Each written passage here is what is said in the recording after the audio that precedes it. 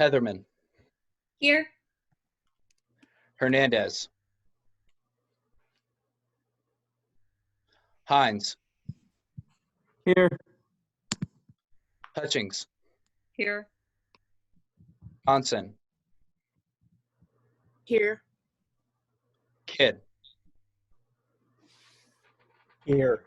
If you said kid, sorry. thank you. Koger, Lopez, Here. Lux, Here. Manners, Here. McKee, Here. Muthukumar, Norwood, Here. Nunick, Here. Panicatu, Here. Porter,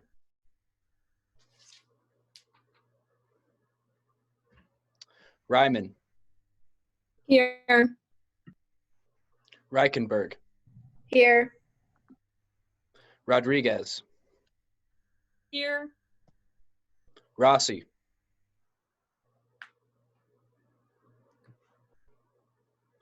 Schmidt, Here. Sunji, Here. Snyder Blaine, Here. Snyder Ben, Here. Stone Street, Here. Vance, Here. Wagner, Here. Wallace, Here. Ward,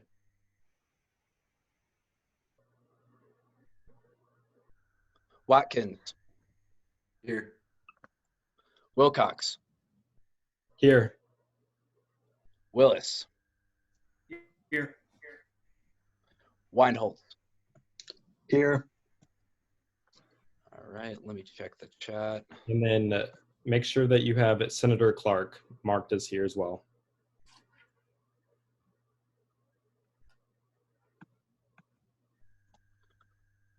Okay. It looks like we have 47 senators present with one excused absence.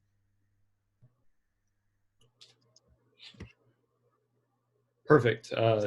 Thank you, Michael. We will keep on moving into first open period. When there are no first open periods, we'll move on to approval of minutes. Is there a motion to approve the minutes?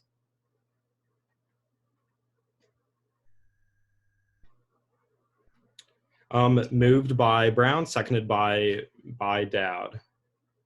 Are there any objections?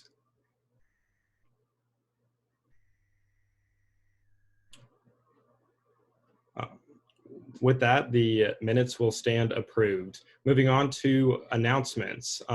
Announcements for this week. As you may know, there have been many concerns about how the student privilege fee is used. If you may be interested in serving on the privilege fee committee, please indicate to me via my email, janspenny@ksu.edu, or the new speaker once we find out who they are at the conclusion of our evening tonight.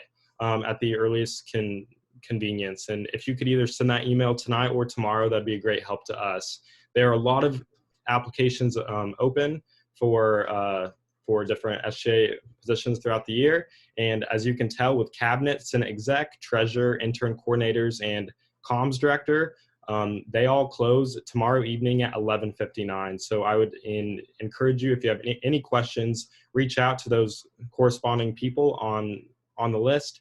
And then all of those forms are right there in your final agenda to look at.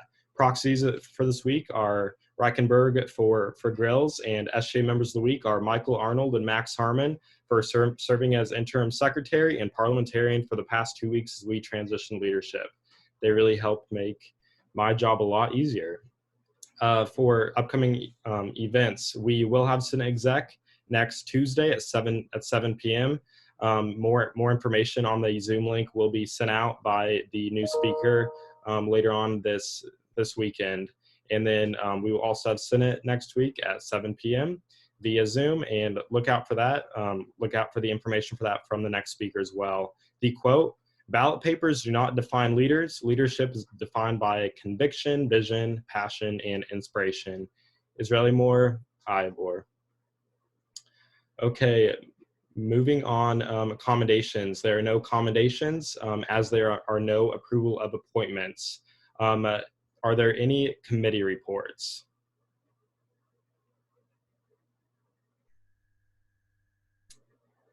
Are there any directors' reports? Mr. Chairman. President Whitmer. Yeah, guys, like Chairman Penny talked about, applications for the executive branch cabinet and the other applications as well end on this Friday, the 17th at 11:59. So if you are considering either an at-large Senate executive legislative position or a cabinet position, go ahead and fill out both applications if you're interested. You do get final say in both approval processes for the applications. If you're sort of on the edge of either a legislative executive role or a cabinet position. So go ahead and feel free to fill out applications if you are interested. Other than that, I am working with Chairman Penny on addressing a small shortfall from the fiscal year 20 privilege fee budget, and we're just working with the budget office in addressing that, and so expect to see legislation coming up that solves that problem. But other than that, again, yeah, just feel free to fill out those applications by. Are there any questions for President Whitmer?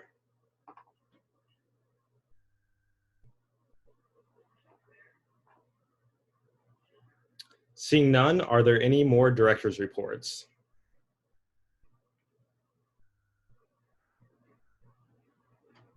Mine is not so much a report, but just to add on to President Whitmer's. If anybody has any questions about any of the positions, please feel free to reach out to me, myself, or me, Tel, or Carson. Are there any questions for Vice President Lundin? Seeing none, are there any further directors' reports?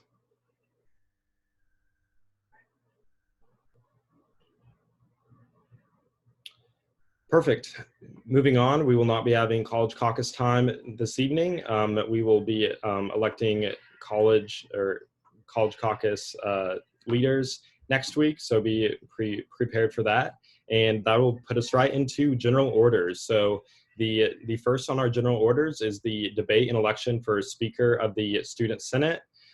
So just like what happened last week, we will have Nathan, Jada, and Natalia have the opportunity to give a 5-minute kind of update, recap of what their platforms are and some of their initiatives there.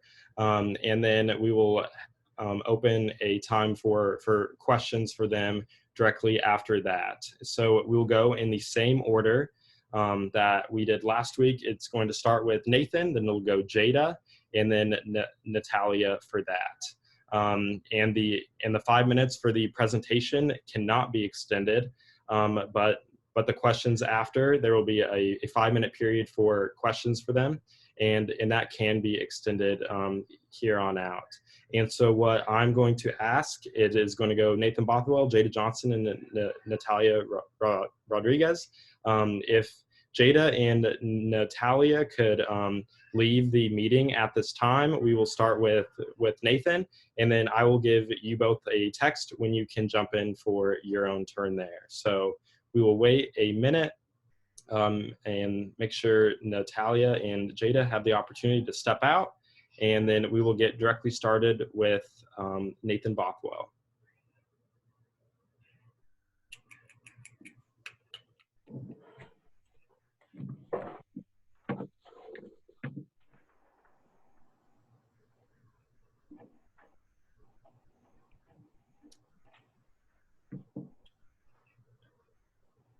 Okay, we should be good to go. I'm going to yield the floor to Nathan Bothwell, and Nathan will have 5 minutes. Then after that, there will be a five minutes for questions, which can be extended. But with that, the floor is yours, Nathan. Thanks, Jansen. So good evening again, Student Senate. I'm super excited to be back in front of you for the second time to discuss my platforms and passion for SGA. Tonight, I'm going to review my platforms with you and then answer any final questions that you have, so that way you can feel confident about voting for me to be your Speaker of the Student Senate. If you recall from last week, all of my platforms were centered around the central theme of personal growth. And I used the tagline of putting the student in student government to really describe my vision for the coming year. It's my belief that being an SGA can be a wonderfully enriching experience, and I want to ensure that everyone in this body has the opportunity to grow, develop, and benefit from their membership in this organization. Regardless of the amount of time that you spend in SGA, my hope is that by this time next year, you'll walk away fulfilled and proud of your experience and involvement in SGA. So to kind of achieve this mission of personal growth, I have three specific, really targeted platforms that I had identified as helping to improve our professional development, our organizational involvement, and our relationship building. So to start off with on professional development, I proposed a brand new way to select committee members for the coming year. Instead of having an application, we'll have committee selection interviews. These interviews will help two different groups of people in our organization grow. It'll offer interview and communication practice to student senators who are applying to be on those committees, but it'll also develop the decision-making and team-building skills for our committee chairs. And under this new system, student senators have more ownership and opportunity to make the case on why they're the best fit for a specific committee. For my second platform, it's really about to help increase the amount of involvement in our organization. I want to have one-on-one meetings with every student senator. For all of you who are in the organization right now, these meetings would happen between the summer and the end of September. These meetings would be very personalized for the level of experience that people have in SGA. So I'd go over SGA basics with newer members while discussing longer-term goals and projects with more experienced members. Additionally, I'd require all members that are sworn in partway through the term to schedule a meeting with me before they're sworn in. That way they can get the same information that all of you had in new senator training. Finally, I really want to help build relationships between the different members of our organization by hosting monthly events to just increase bonding and fun. These events would range from being an SGA-themed Thanksgiving in the fall to a back-to-school brunch at the beginning of second semester. My hope is that by giving all the time for our members to meet and just hang out with each other, we'll create an environment where people are comfortable and happy to participate in all discussions and work-related activities that we do. Really, just to summarize it all, I'm passionate about my platforms and ideas because they're based off the ways that I've seen myself grow in SGA. SGA has made me become a more professional and better leader, and I've had to learn how to sometimes make the hard decision. SGA has taught me what it's like to become so involved in an organization that you're the person who's talking about student fees at your friend's 21st birthday party. And SGA has helped me build some of the best and most rewarding relationships that I have ever had. I've really learned to meet people who I now lean on for support when I need it most. This organization has so much to offer students on our campus, but I think that process starts by building strong student leaders who are able to work for, advocate, and care for their fellow students. If we're not learning and growing while we're either here over Zoom or sitting in Wildcat Chamber, how will we ever be able to help those who came to K-State for that very opportunity to learn and to grow? We're not just here to help students, we're here to be students. So with that, I'll take any questions that anyone has about my platforms and candidacy for Speaker of the Student Senate. Thank you, Nathan. Questions for Nathan Bothwell?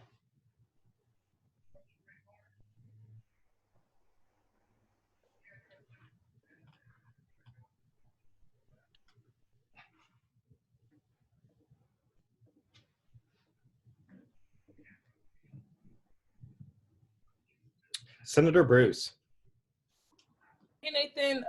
Congratulations on your run for speaker. I want to say you're doing a great job, but I have a question for you. So a lot of your goals list a lot of great things for SGA, but I just want to know in particular, what do you plan to do in order to expand the need for diversity and bridge the a gap that's there in SGA? If you could just expand on that one more time before you're done speaking. Yeah, so definitely that wasn't one of the main new platforms that I have. I really want to work with whoever's selected to be the new DEI chair to get that done.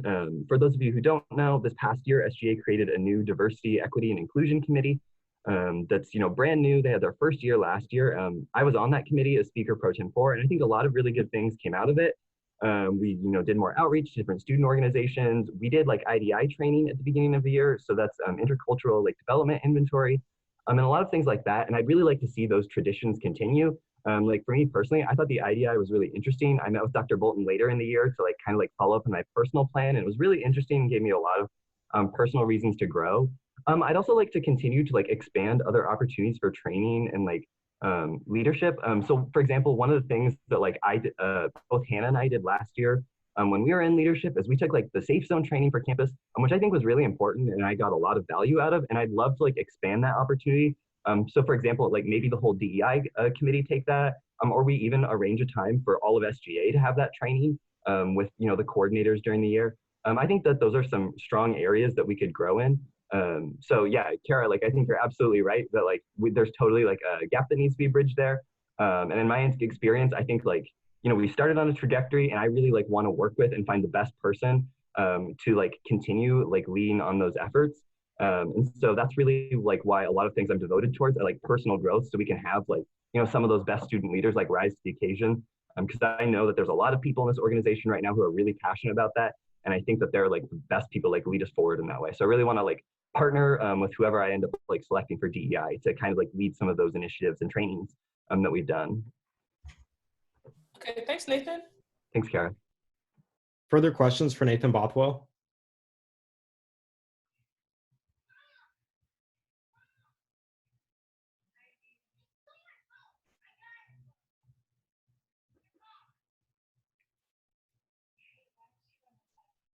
Seeing none, Nathan, thank you very much. If you would take a step out of the meeting room, I will notify Jada.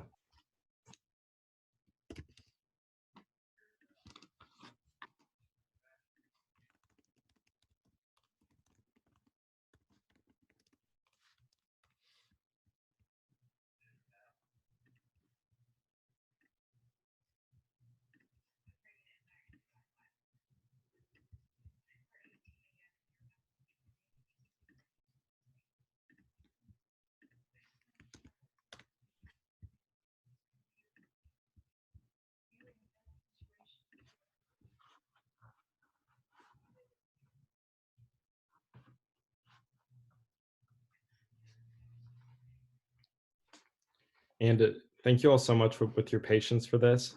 It is a lot different when we're sitting in Wildcat Chamber and people can step in and out really fast and easy, but we're kind of limited with our technology at this point.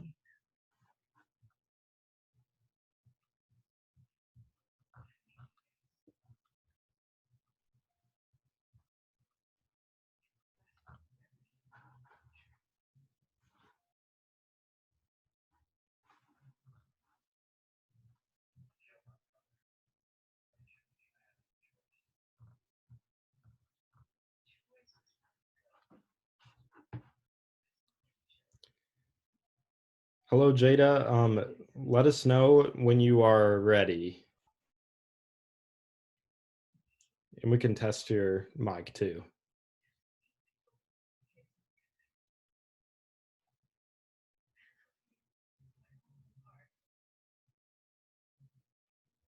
I'm sorry, can you hear me now? Yeah. Yes. Are you good? Yes. Okay, perfect. Jada, you will have five minutes, and then after that, we'll have questions for you if people have questions. So the floor is yours. Okay. Well, good evening, everybody. I just wanted to first start off and say you're just going to see my face. I don't know. I don't have any slides for you. So anyway, I just wanted to first say that thank you guys for taking the time to listen. And also, I wanted to go back and say why I really want to be you guys' speaker for this upcoming year. So last week, when we originally were starting to close the floor for nominations, we then took a vote and the floor was opened back up. And I believe that was really important to me because it really showed me that our students are seeking a different speaker. And there was nobody, and then I sat there and I watched, and there was no additional, at first there were no additional nominations. And I was just like, I wanted to be that person to step forward and be like, I this is a role that I am willing to take on. I am not scared, and I am like, this is something that I would love to do and be able to accurately represent the student body. And so that was one of the reasons why I then was like, I wanted to self-nominate myself. I really just wanted to just be an advocate for students of something that I noticed online. Again, it's really important. I wanted to talk about just like being online. If accepted the role as student speaker, I just wanted to make sure that we are still having student involvement. Like, it's really difficult right now and just like hard, especially like being able to bond and understand what's about to be passed and moving forward. So if accepted the role, I would love to take the time to just be able to use video and just technology to just express like legislation that may come up in the future, or just like how just be able to do audio recordings of things that I might be able to, in ways that I might be able to help, of just like some of those roles that I am now taking on as speaker. So I think that that's really important to me. Also, I just wanted to talk about just making sure we are still in my role, just making sure that we're still team building, and just making sure that I'm fulfilling my duties, and just like making sure that I am taking the time to just make sure that all my legislative work is being handled and taken care of well, and just being a great secretary and filling those roles. Also, one more thing, I apologize.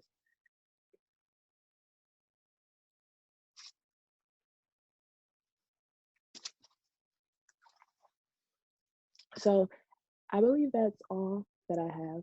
And so I just wanted to make sure before I close myself from talking. And at this point, I believe that I would love to hear some questions that you guys may have. Thank you, Jada. Questions for Jada Johnson?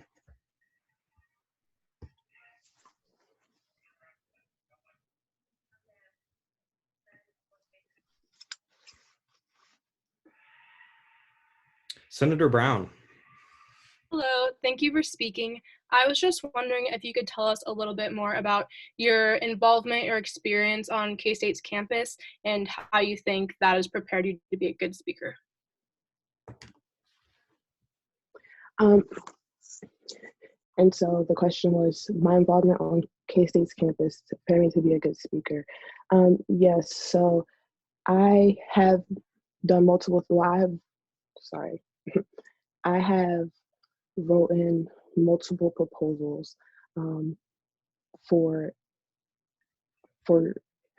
groups that I believe have helped me to accurately fulfill that role. Some involve, I'm sorry, I just wanted to think of some involvement off the top of my head.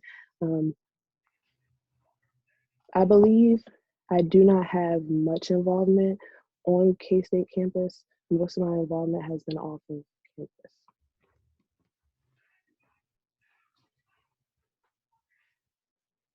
Thank you.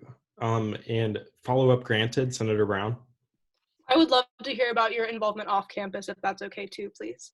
Yes, over the last 5 years, I do advocacy for individuals with intellectual disabilities and elderly individuals as well. And so I go out in the community and I work with these individuals, and I advocate like for the things that they need, just making sure that they are getting, I'm speaking on behalf of the individuals because a lot of times they are unable to speak for themselves. But I still have to make sure that they are still involved in the community, just for everyone, their mental health as well. So that's a lot of the advocacy that I have done.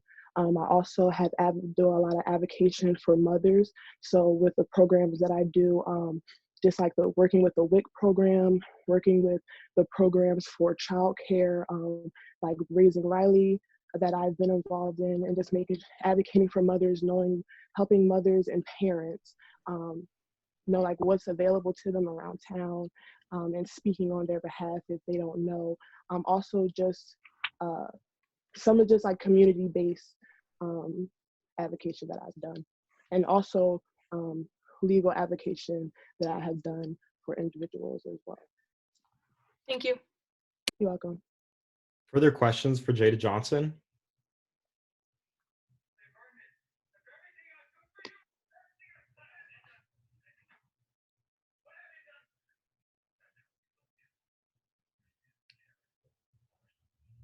Seeing none, Jada, thank you so much for joining us. If you could step back out of the meeting, I will let you know when you can join us back again. Thank you. Thank you.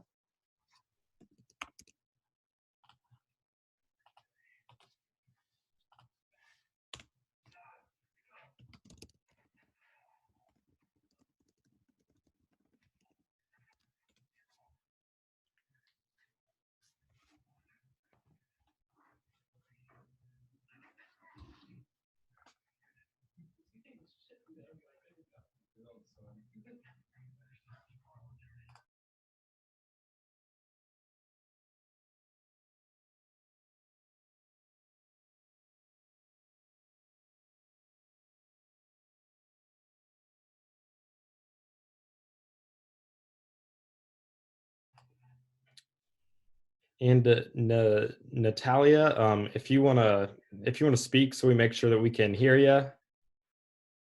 Hello. Perfect. Okay. So Natalia is going to have 5 minutes, and then we'll have a questions session after. So the floor is yours. Okay. Yeah. So I'm just gonna repeat you guys what I said in my presentation last time. So my main goals that I have for this semester are divided in 3. So it's gonna be have a new SGA newsletter with different updates for the student body. So stuff that we're doing in SGA in either 3 of the branches, in all 3 of the branches, and just like making sure the student body is more aware of what we're doing. And then having trainings, like I said last time, bi-monthly trainings to enhance SGA welcoming environment, just like how to use our pronouns, how to approach those conversations, what's race versus ethnicity and stuff like that. And then outreach just increase guest attendance into SGA, and as well as like how can we more welcoming of the entire student body if they ever want to like come to SGA or they're curious about it. And then some of the proposals that I also have is meet one-on-one with every senator and set a goal for their term. Have a Senate retreat so we can like get to know each other better and have better working relationships, and that way we can make SGA welcoming once we like welcome each other, and then keep the previous system and how we elect committee members. So yeah, that's just like a quick little recap of everything that I said last week. So if you guys have any questions, just let me know. Thank you, Natalia. And questions for Natalia Rodriguez.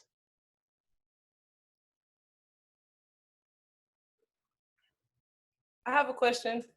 Yes, Senator Bruce. Okay, Natalia, again, congratulations on your run for speaker, and I think you're doing a great job. My question to you is, since you are one of the diverse candidates that we do have for speaker, I want to know how you're going to make sure that that doesn't create a bias for you as you are the speaker of the Senate. Yeah, I feel like me personally, I'm really involved in every side of campus. So I've had the experience to see a lot of different stuff that different people are doing, the way that different people think. And so far, what I've learned and through the intercultural learning that I've gone through with like Dr. Bolter and different classes, I've learned to like recognize my own biases and how to like stop those for when I'm making decisions and thinking about everybody else. So just like the previous experience learning that I have are a really good working materials that I have, but I'm also always willing to learn about how these biases come and go. And I'm always open to if anybody has any opinions, any other growing tips that I can have, like I'll always welcome those. Yeah. Thank you, Natalia. Thank you, Senator Bruce. Senator Blaine Snyder, question. Okay, sorry. Sorry, Senator Snyder. I skipped over Booz. Senator Booz.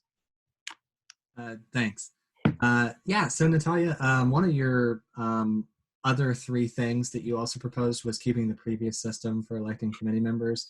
Could you go over just real quickly why you believe that that's a better system than like some of the systems that either candidates have proposed or what we did 2 years ago?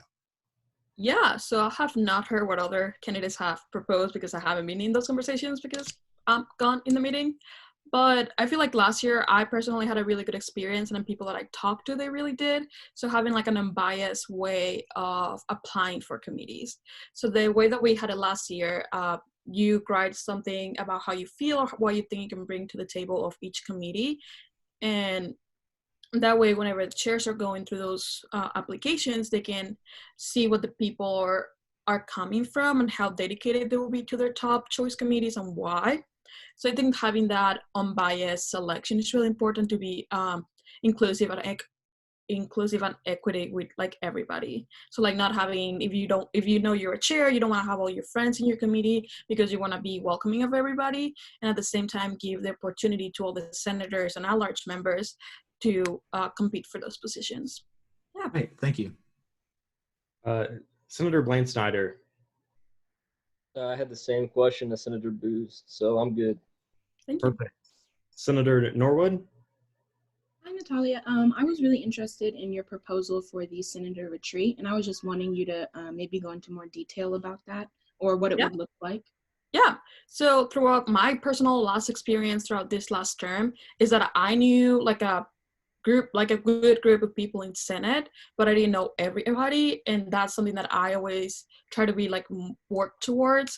But it's also really hard whenever you come to Senate and you only know either the people in your caucus or the people that you're already friends with. So how can we like help our senators like be more inclusive of everybody? So he's having a retreat where we get to like know each other better, and it doesn't have to be like a super cliche like corny thing, but it has to be more like where we come from, like what we stand for, like why did we choose the majors that we did, like why did we decide to run for the positions that we have, just like learning more about each other so we can be more welcoming in our own environment. So just changing the culture that we have. I think that we already have like a really good community culture in SGA, but just like adding that, like making it better. Yeah. Period. Thank you. Further questions for Natalia Rodriguez?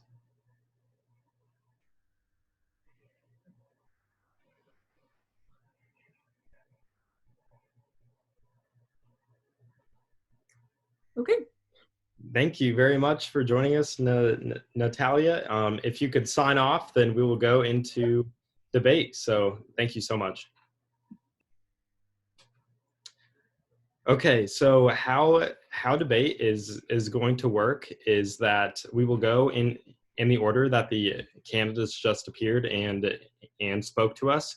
That is the order that we will stay in. So it will start with Nathan Bothwell, Jada Johnson, and Natalia Rodriguez.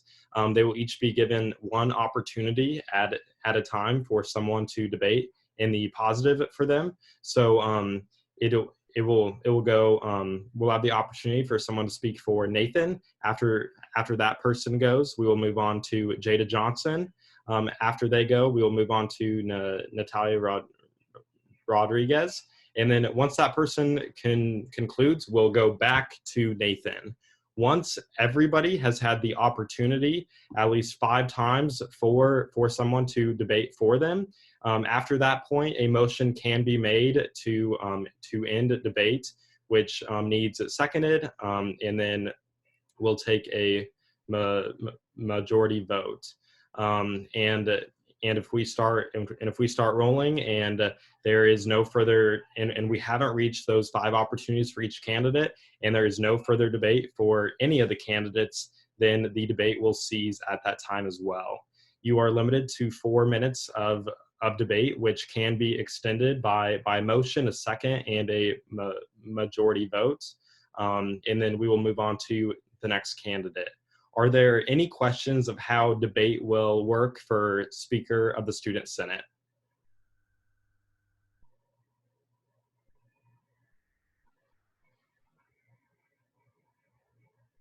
Okay. And so one clarification I want to make, thank you very much, Parliamentarian Harmon. It requires a 2/3 vote to close debate when that motion is finally made, so it is not a majority. Senator Dowd, is there a runoff or just one majority vote? So what is going to happen after we are done the debating? If you are a senator, I will immediately email you out a link to a Google form. There are only 3 people who have access to that: myself, Kelly Ferris, and then the secretary, Michael, because he has his role from the beginning of the meeting. And then we will allow about 5 minutes for you guys to jump on your email, go and fill out that poll. And then we will cross-reference all of the names on that, making sure there's no duplicates, making sure there are no votes from people who are not in the meeting, and make sure those are accurate. If they're the speaker needs a majority vote to win. So to answer your question, Senator Dowd, if a candidate does not get above 50% in the first vote, then the candidate who got the least amount of votes will be taken off of the ballot.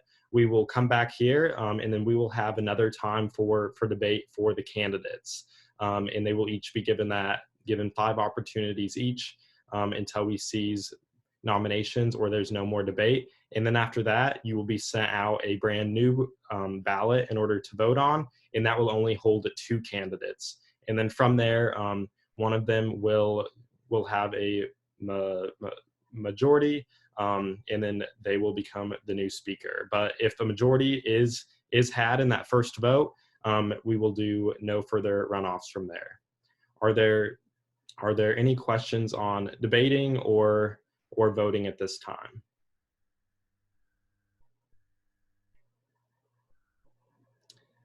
Sounds great. Just a reminder, you have 4 minutes to debate, and that can be extended by a motion to extend a debate. It'll go Nathan Bothwell, Jada Johnson, and Natalia Rodriguez, and we will continue in that order. So I will now open the floor for debate in the positive for Nathan Bothwell.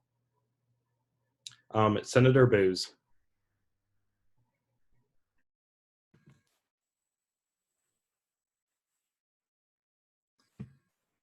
All right. Hello, everyone. My name is Andrew Booz, and today I come before you to debate for Nathan Bothwell. And before I debate for him, I just wanted to introduce myself real quick. So I'm a second-year senator. This is my second term as a senator. Then also I was the chair of the Senate Operations Committee last year, which meant that I worked closely with Nathan in his role as Speaker Pro Tempore.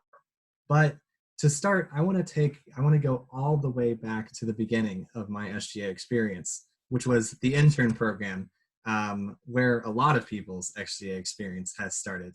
And I first met Nathan through the intern program. He was the intern program coordinator, or one of the 2 intern program coordinators at that time. And really, I knew he'd be great immediately, and he was great at that position. He was always encouraging all of the interns, no matter what they wanted to do, what they wanted to debate on, what they wanted to vote for, even if, once they were in Student Senate, that he would defend us no matter what. We knew that he had opinions on subjects, but again, yeah, he promised to defend us whatever viewpoint we had, and he really did keep that promise, at least for me and many others. Now, and as he moved into the position of Speaker Pro Tempore, I was working actually much closer with him as the Senate Operations Chair. He was always on time when sending out legislation, and I noticed as he spearheaded the Special Committee on DPC reform, as well as the governing documents changes that combined the secretary duties into the pro tempore position. I worked with him closely on several other projects amending the governing documents, including elections reform. And even when he wasn't completely on board with the project, he was nothing but gracious on referring people to me and the other people working with me. So throughout his time as the Speaker Pro Tempore and as the intern program coordinator, he was nothing but exemplary.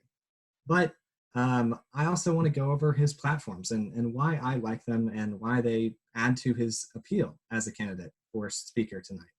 Now, it did take me a while to get on board with the committee selection interviews. However, I did end up getting on board with them, especially because he said to me that they wouldn't be high pressure. We try to make sure that they were low pressure. And so it would just be a comfortable conversation about, who are you? Why do you run for SGA? And then finally, putting you on what committee you want, or, what's the second committee that you want, that sort of thing. And then I really appreciated the relationship building events for, personal reasons. And they're also a great way to put events like Pizza and Parla, our event that explained parliamentary procedure to a lot of senators, in a more concrete framework of events. And then finally, I really liked his policy for organizational involvement. Last year, I worked personally on filling a lot of vacancies, but I was always wondering whether many of the people I brought to Student Senate really had the same level of knowledge as people that started the year in SGA. I tried to help out wherever I could, but I wondered if I did enough. And so it's important that people joining SGA had the same level of knowledge about the procedures and everything that we go through as all of you do right now. And so these platforms don't mean that we don't do anything else, but it does mean that we will do the things that Nathan has laid out here. So in conclusion, from the first time I met him, Nathan has enriched my SGA experience. And I believe that he, as speaker, can enrich all of yours as well. The quote of the week this week actually is very fortuitous in this, but that leadership is defined by conviction, passion, and inspiration. And I believe that he has all of those qualities. Thank you, and I'm now open for questions. Questions for Senator Booz? I have a question. Yes, Senator Colburn. Hi, Andrew. Sorry, Senator. Hello. I was just wondering, at the beginning of this, you were planning on running against Nathan if he had no other opponents. I'm just wondering why you wanted to do that and why you are debating for him if that was the case. Right. Yeah, that's a good question. I really didn't want this election to just be a concrete, this is who we're doing. Absolutely. Like, I wanted there to be some debate and some discussion over where the future of SGA leads, where the future of Student Senate leads. And so I seriously do believe that Nathan is the best choice. However, I did want there to be some level of discussion because there definitely is room for that. Further questions for Senator Booz?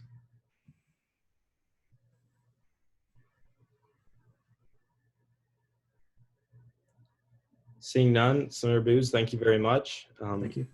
Debate, I'll be seeking debate in the positive for Jada Johnson.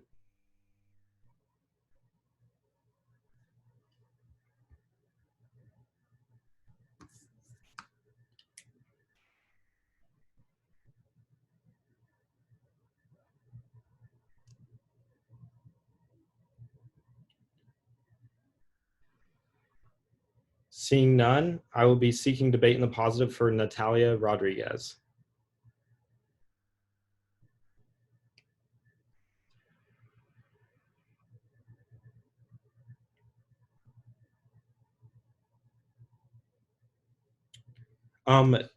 Senator Bruce, were you wanting to speak for Rodriguez or Johnson? I wanted to speak in the positive for Natalia. Okay, yeah. Yep. Okay. So, I only get 5 minutes, right? 4. 4. Okay.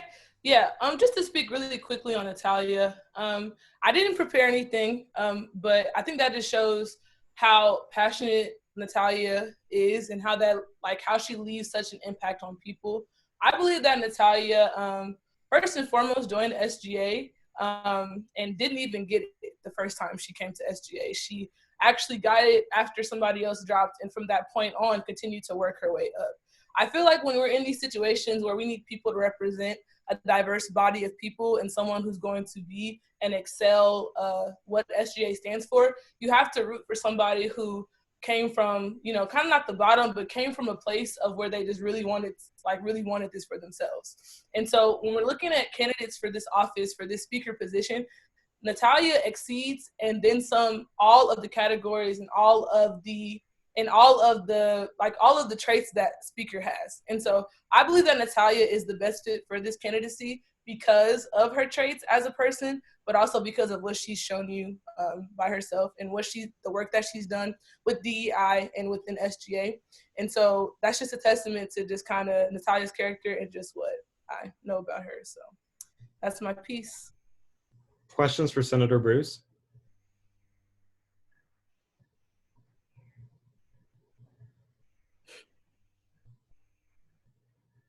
Senator Norwood. Hi, sorry. I don't know if necessarily I'm allowed to ask this, but I wanted to ask Kara if she could talk on why she feels Ms. Rodriguez is more equipped for the position rather than our other candidates. Okay. The speaker has to first and foremost discern, like I asked her, bias from personal opinion. Natalia, being one of the diverse candidates that we have, she's able to first see the point of view from somebody like me, but also the point of view from somebody who doesn't look like me, and the point of view from people who may not look like her. So it's important to have a candidate who's able to discern their biases from their personal opinions. Furthermore, Natalia's leadership capabilities show that she was an at-large member, or correct me if I'm wrong, or at-large member or co-chair of DEI, and DEI was a new committee added to SGA. And with that being said, taking on the leadership of a new committee and not knowing what's going on shows that this person has the guts and what it takes to be able to lead a Senate floor, a very, very, like a Senate floor that could get aggressive, a Senate floor that has a lot of people in there who have many ideas that they have to share. And Natalia is the person that's going to be able to see all of these people. And I also just believe that Natalia shows it on her presentation, her goals, having a whole Senate retreat, and also wanting to be Speaker of Senate shows that she wants her senators to know each other, but also she wants to get to know us. And I feel like she's the senator that is going to be best equipped to do that. Thank you. Perfect. Thank you. Mm-hmm. Further questions for Senator Bruce?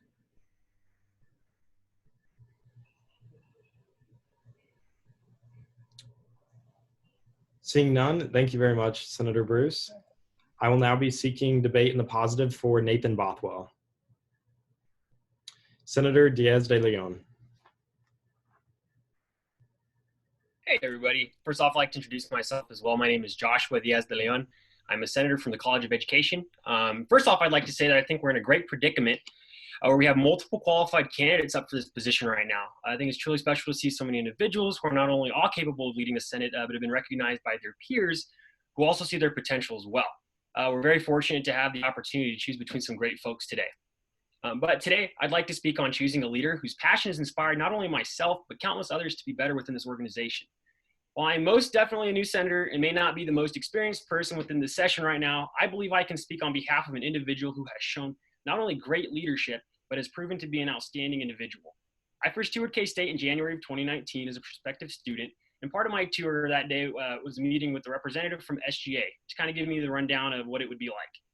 And who was better to do that other than Nathan Bothwell, who not only basically finalized my decision to come to school here, but also allowed me to hold such a high regard for an organization that at that point I knew nothing about, but yet instilled this sense of importance on how important this body is to campus.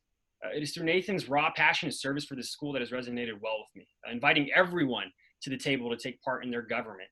When it comes to leading a body such as this one, it requires experience that has been accumulated through time and personal involvement.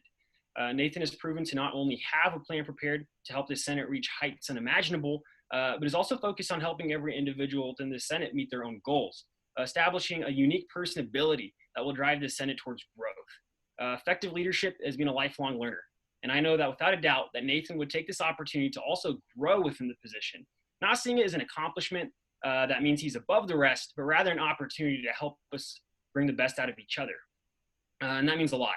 We can attest that Nathan is experienced through his time as an intern, as a senator, as Speaker Pro Tempore, as an intern coordinator, but it is important to state that through all these positions he carried them seriously and prepared to execute them to the best of his ability, which he did. Nathan's platforms of professional development, organizational involvement, and relationship building speak to his readiness to serve not only this Senate, but to serve our student body. I'd like to leave off on a little mission statement that we're all kind of aware of, and that would be the mission of KSU's SGAs to provide the student body with honest representation and committed advocacy through the assessment of university issues and proactive service for the betterment of the campus community. KSU SGA responds to students' needs, enhances the student experience, and fosters student engagement. I'm excited to see the things that we're all going to accomplish this year. And with that, I encourage you all to vote for Nathan Bothwell, who embodies the statement that I had just read. For this is a vote for proactive, engaged, and committed Senate. Yeah, I stand for questions. Questions for Senator Diaz de Leon?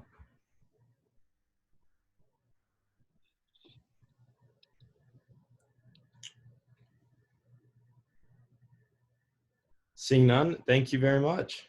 Yeah. I will now be seeking debate in the positive for Jada Johnson.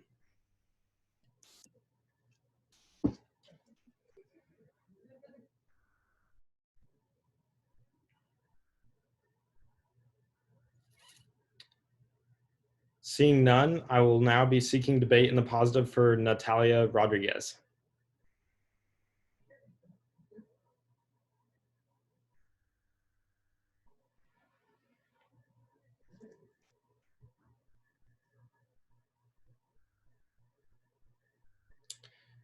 Senator Colburn.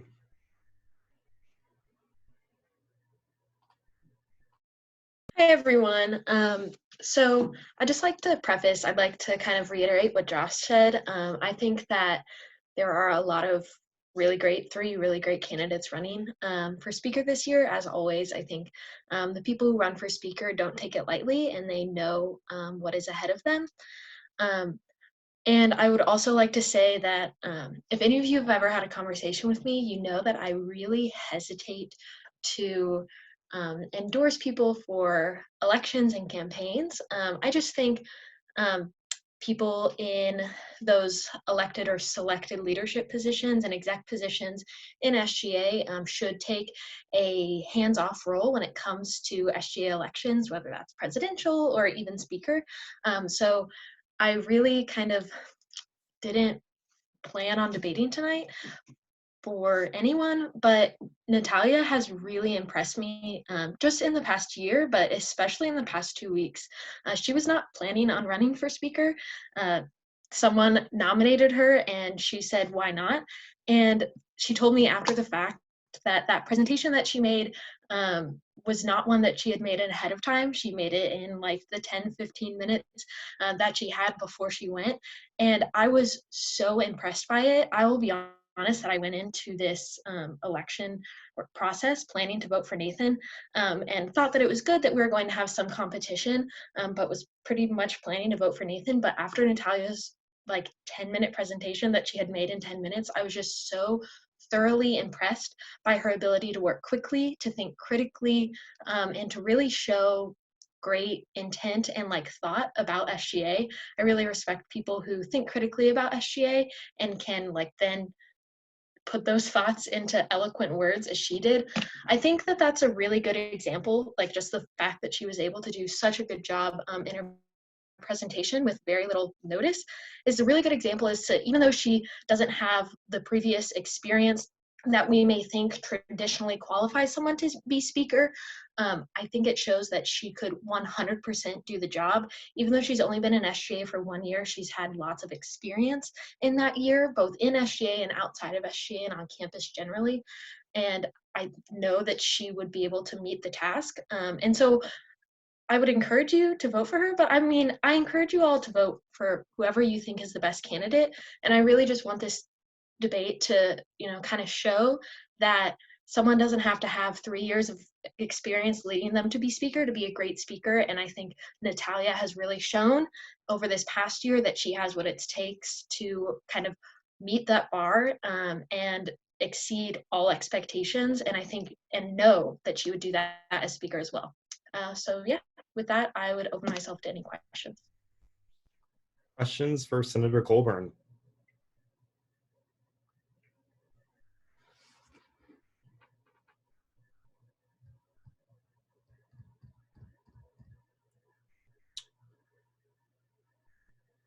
Thank you very much, Lily.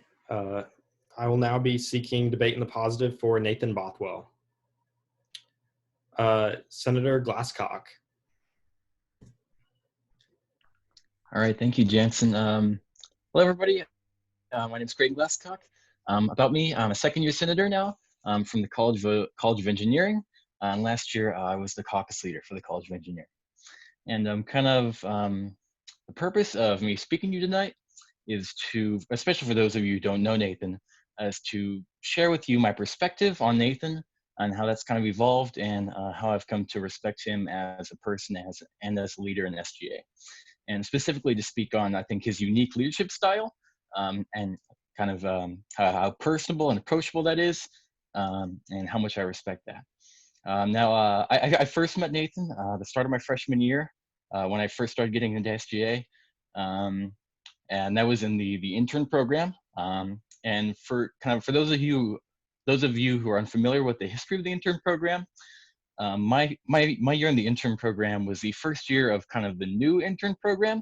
We kind of reworked the whole thing And previously, the equivalent of the intern program, I think, had some problems with exclusivity, and the new version of the intern program was more of an approach to openness and inclusivity.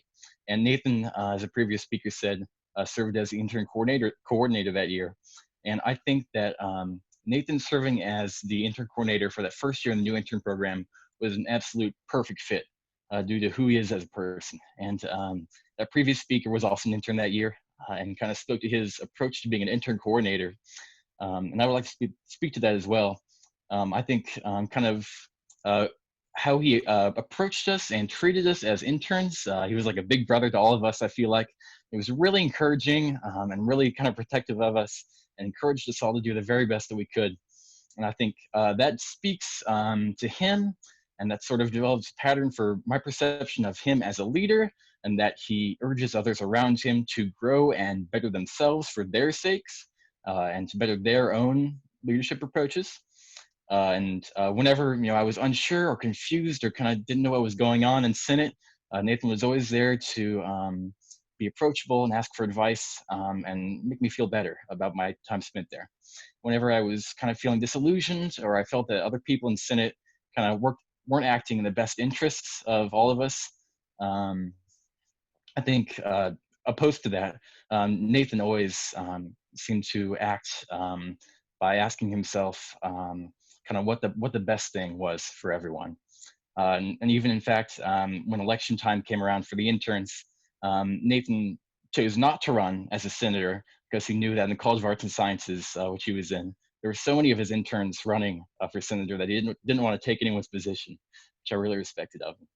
And then this year, just by coincidence, I suppose, I've had multiple run-ins with Nathan professionally in SGA in his responsibilities for Speaker Pro Tempore, those being as a caucus leader, as a member of DEI, and as a member of DPC. And DPC, of course, as Pro Tempore this year, he chaired that committee. But not only did he chair that committee, he spearheaded another special committee on that committee's reform, which I think really speaks to how progressive-minded and forward-thinking he is, that not only did he take the responsibility of chairing that committee, but he took it to an entirely new level of bettering it for future generations of people in that committee. As a caucus leader, the Pro Tem is charged with overseeing all of the caucus leaders.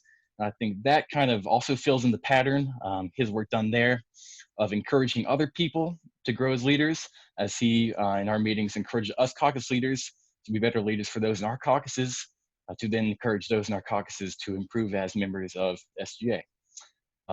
And kind of all of this, I think, fits in really well with his theme of... Sorry to cut you off, Creighton. That's time. Time has expired. Time has expired for a speaker. Is there a motion to extend?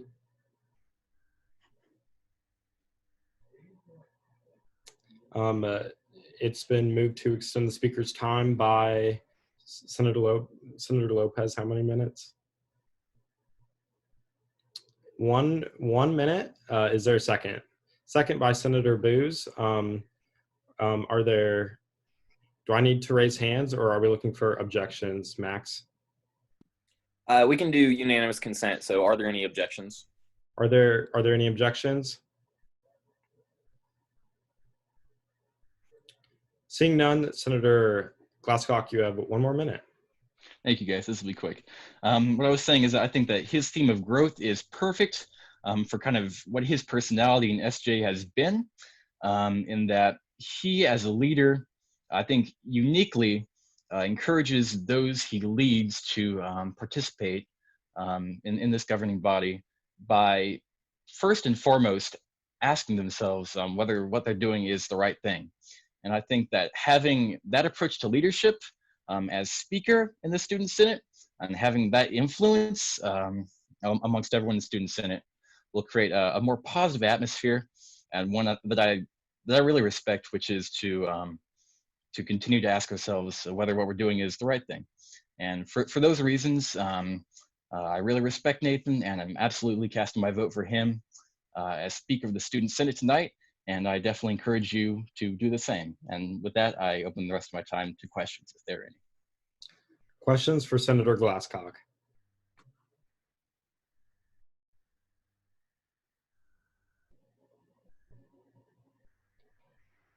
Seeing none, thank you very much, Senator Glasscock.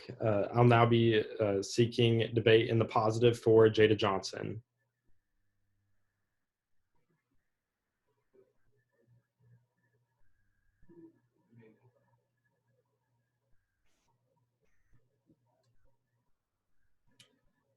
Seeing none, I'll now be seeking debate in the positive for Natalia Rodriguez.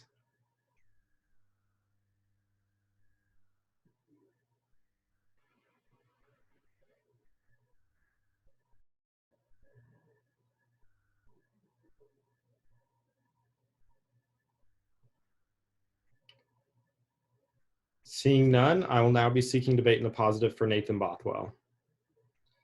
Senator Heatherman.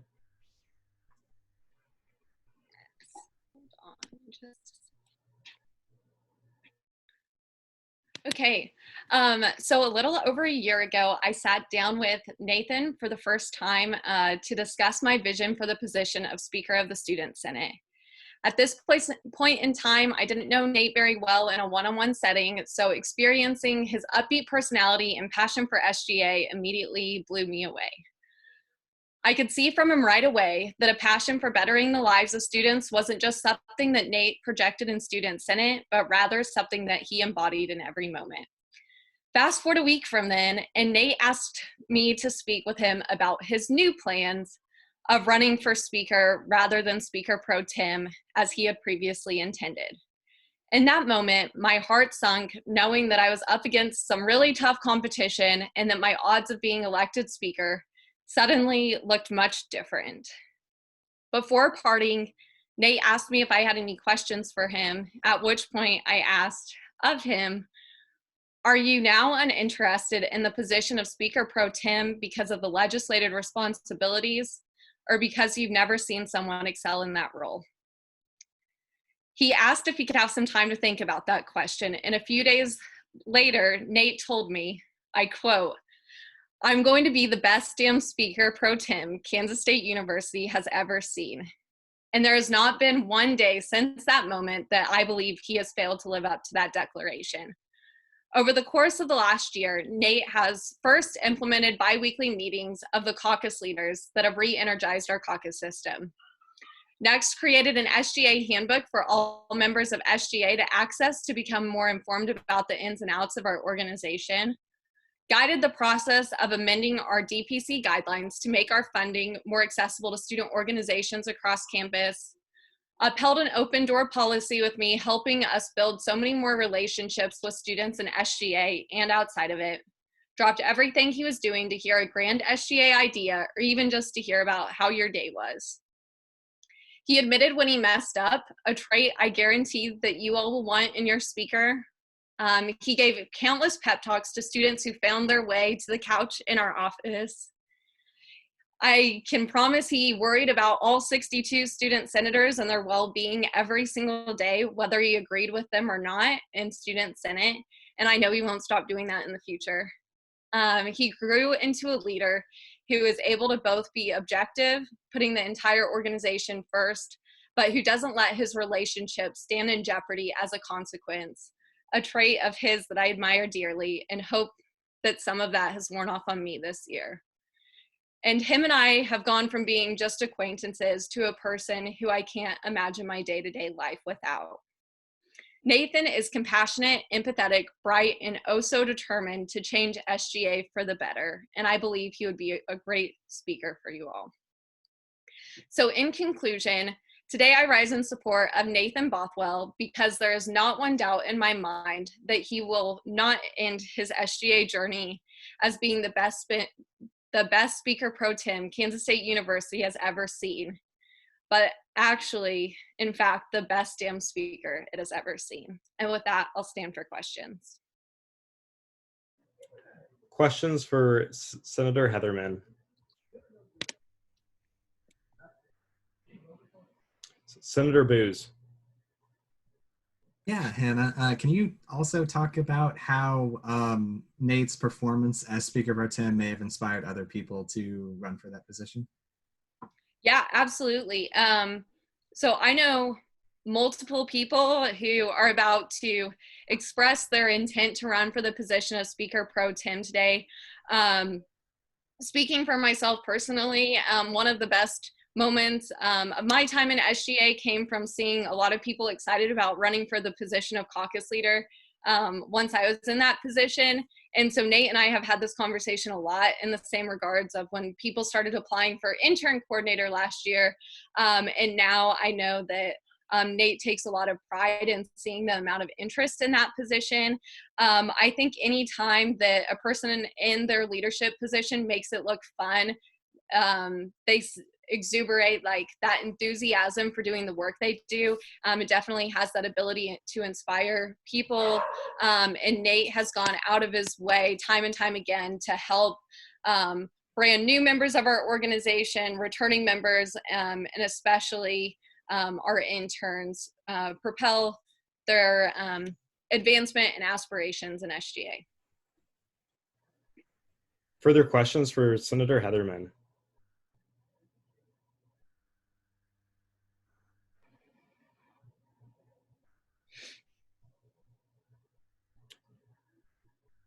Seeing none, thank you so much.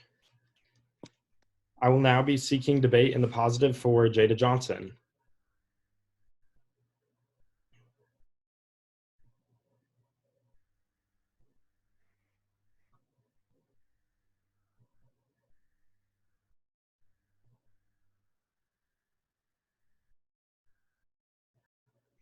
Seeing none, I will now be seeking debate in the positive for Natalia Rodriguez.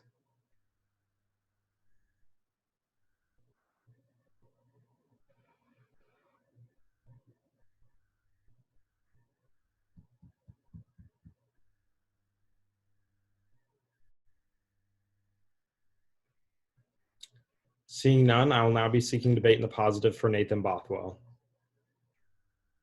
Senator Lopez.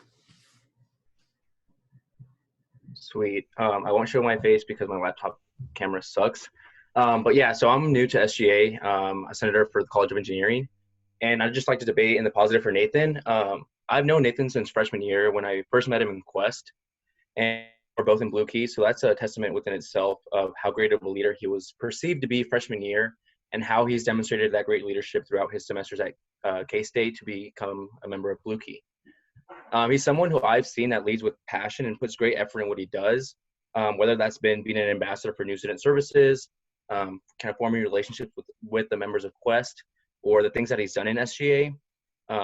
His leadership and passion to help others hasn't only been recognized by me, but like by his peers as well, as he was chosen to be the SGA Intern of the Year in the 17 to 18 school year, and also as he was elected senator. Also, his platforms and preparation to run demonstrates how much he cares about the position because he noticed areas of improvement in SGA and offered a more detailed approach or ideas on how to solve that. I believe he truly wants to make a change in SGA, and I believe he will. And personally, I just like to say that he's proven to be somebody that really cares about building relationships with people and is very intentional as a person. Like Hannah said, he's very upbeat and compassionate, and I believe he'll be a great person to fill this role. So just to kind of cut it short, I strongly urge you guys to support Nate just because he will go the extra mile and his great leadership abilities will help move SGA forward. Thank you, Senator Lopez. Questions for Senator Lopez?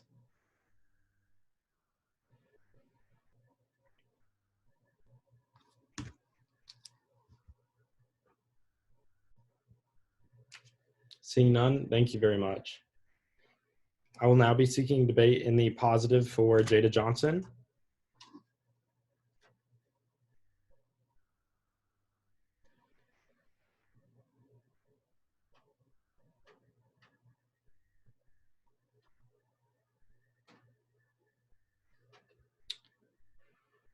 I will now be seeking debate in the positive for Natalia Rodriguez.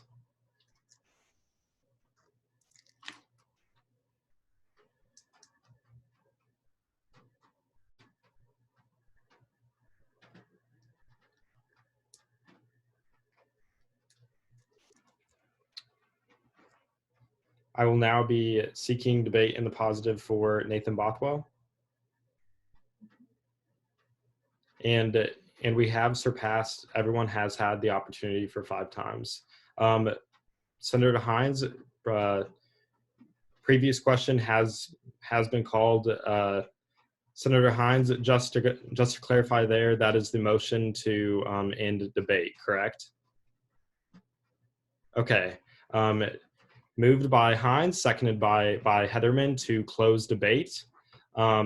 If this to close debate requires a 2/3 vote, if you would all indicate by raising your hand under the participants function for all in favor of closing debate, please raise your hand.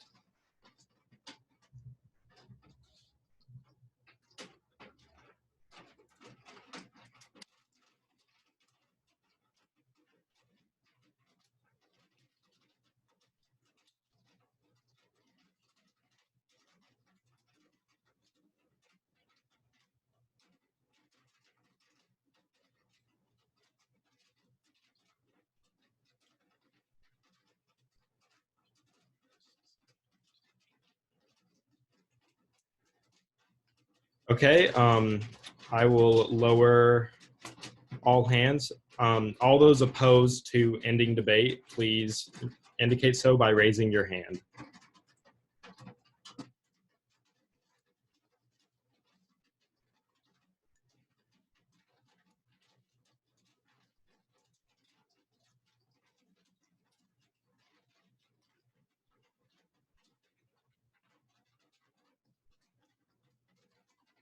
Okay, I will lower all hands. With that, it has received above a 2/3 to close debate. So debate is closed for Speaker of the Student Senate. And with that, we will move on to voting. I apologize, it just started raining here and it's pretty loud on my windows. So if you cannot hear me, please let me know. I will speak loudly. How voting is going to work is I have an email right here ready to send. I have just sent all of the student senators an email, and that is a link to a Google form where you will type in your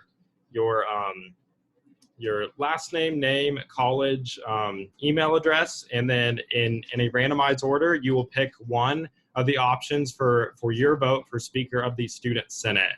So please go to your email, go to that Google form. We'll be taking all those responses, cross-checking those with the roster, making sure that there are no people voting twice, or there are no people voting who have not indicated that they are present in the meeting as well, to make sure that we keep in integrity of our process. So in the next 5 minutes, please get on and do that. If you are having any troubles at all, do not hesitate to send me a message via Zoom as well. And if you're having trouble with the link, you can also email Kelly Ferris too. Senator Heatherman, you have a question. I noticed that there was a proxy tonight. How did you want people to cast their votes for proxies? Yes, thank you. There's one proxy, and we have indicated to them previously today via email that they will send their ballot for their proxy to Kelly Ferris via email, and we will get that accounted for there. Thank you for pointing that out. I will kind of ask a general question. Are people starting to receive the ballot email? There are a few people who are getting it. Perfect. If you at this point have not received it, please send me your email in the chat and I'll forward it to you right at this time.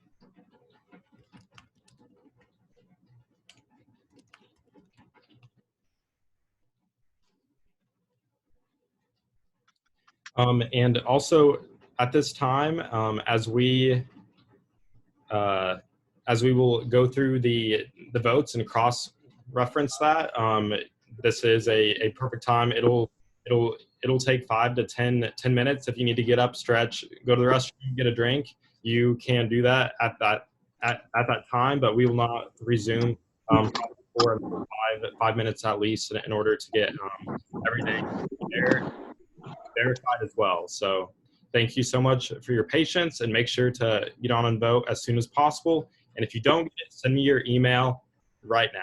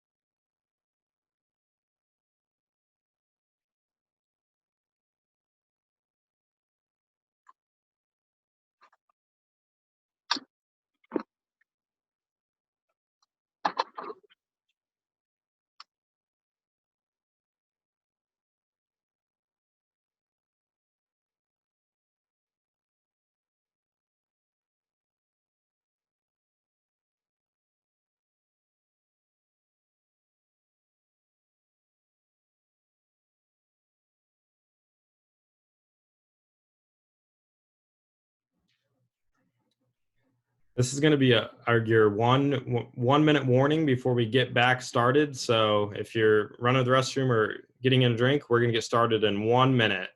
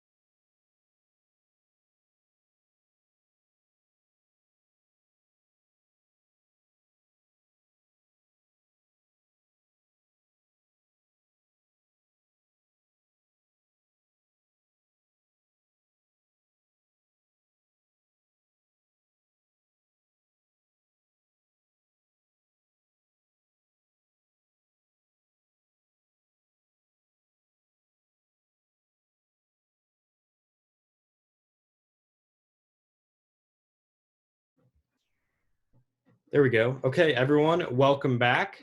So what we did with the votes is we cross-referenced everyone on the roll call, whether they came in late or not, as well as the proxy vote that we did have. And then Kelly and I made sure that there were no duplicate votes in there to maintain the integrity of the vote. And we do have an individual who received over 50% of the vote. So your new Speaker Senate is Nathan Bothwell. So what will happen now is, Nathan, if you can turn on your screen, I will swear you in with the oath of office. I'm here. Okay, Nathan, at the end say, "I will," and raise your right hand. I do solemnly swear that I will faithfully execute the office of Speaker of the Student Senate and will, to the best of my ability, preserve, protect, and defend the Constitution of the Kansas State University Student Governing Association. I will. And then with that, Nathan, I have to do this. Where are you from? What are you studying? And what's your favorite smell? Yeah, so I'll go with that. Hi everyone. To repeat from last week, my name is Nathan Bothwell. I am from Tonganoxie, Kansas. I'm a double major in political science and communication studies, and my favorite smell is a freshly opened bottle of vanilla, is what I always say. So. Perfect. And Nathan, your speaker, the floor is yours. Thanks, Jansen. So with that, the next thing on our agenda is under general orders, which will have nominations for the Speaker pro tempore of the Student Senate. So with that, we'll now open the floor for those nominations. If you have a nomination that you'd like to make, please indicate that in the chat. And just a reminder, all nominations require a second, and then I'll ask the person if they accept or not. So with that, the floor is now open. So anyone who has a nomination for Speaker Pro Tem, please indicate so at this time. I have a nomination. Okay, so sorry, I'm seeing some things come in. So Senator Bruce, I'll have you go first. Sorry. Okay, yeah, okay. I'd like to nominate Vedant. Senator Rodriguez did too. Okay, is there a second on that? Senator Rodriguez? I'm gonna guess. Okay. So with that, Vedant Kulkarni, do you accept the nomination for Speaker Pro Tempore? I accept the nomination. Perfect. With that, I see Senator Diaz de Leon has a nomination. He'd like to nominate Senator Billman. Is there a second on that? From Senator Brown. Senator Billman, do you accept your nomination for Speaker Pro Tempore? I do accept. Okay. Senator Billman accepts. Thank you. With that, are there any other nominations? Senator Booz nominates Blake Phillips for Speaker Pro Tempore. Is there a second on that? There's a second on that. Blake Phillips, do you accept that nomination? Yes, I do. Okay, Blake Phillips accepts his nomination. I'll keep the floor open for any more nominations that people might have.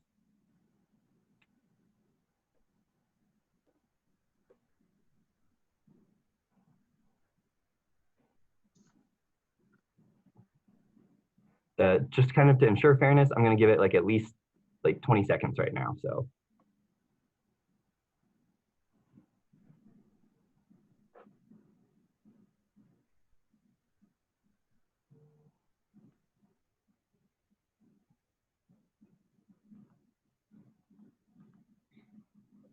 Okay, so with that, I'm seeing no more nominations.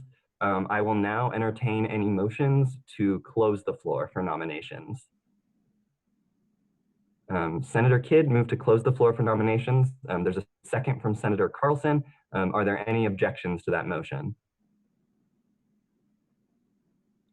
Seeing no objections, we will move in to Speaker Pro Tempore selection.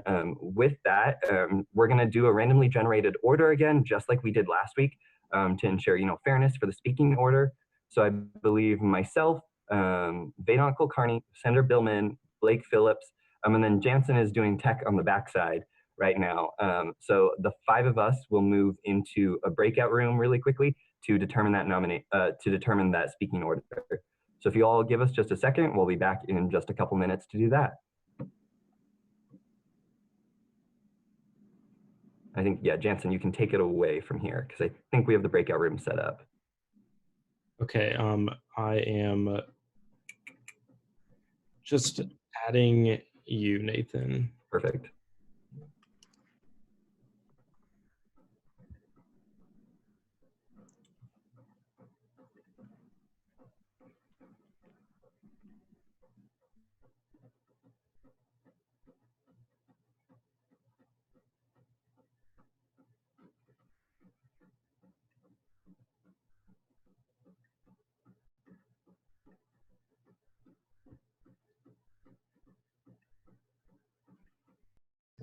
Hold on, there's Jansen. Okay, perfect. I was wondering if he'd be coming in.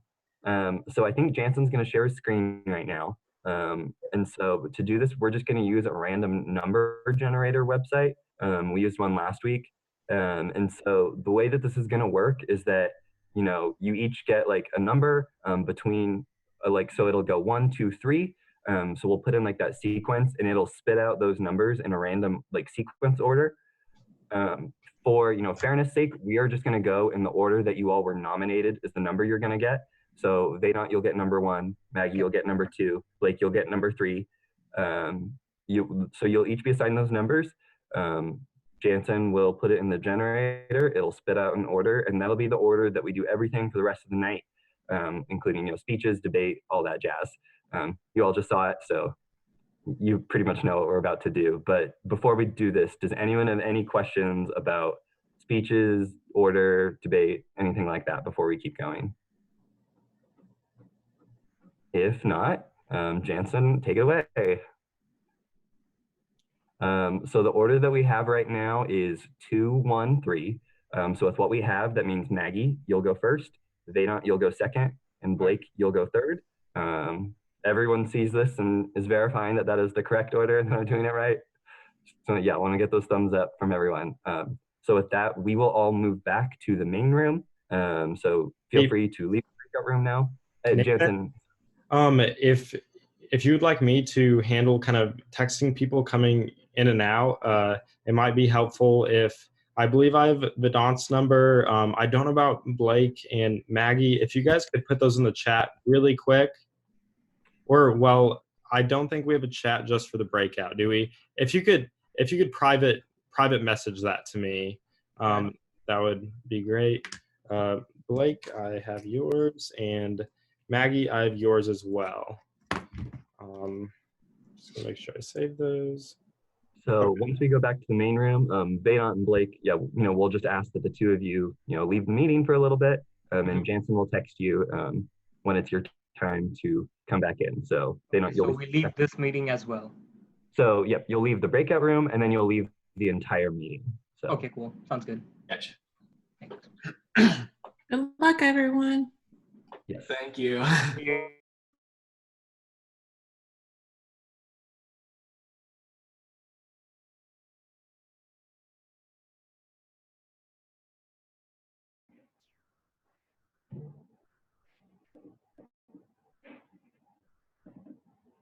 Hey everyone. So we are all back from the breakout room.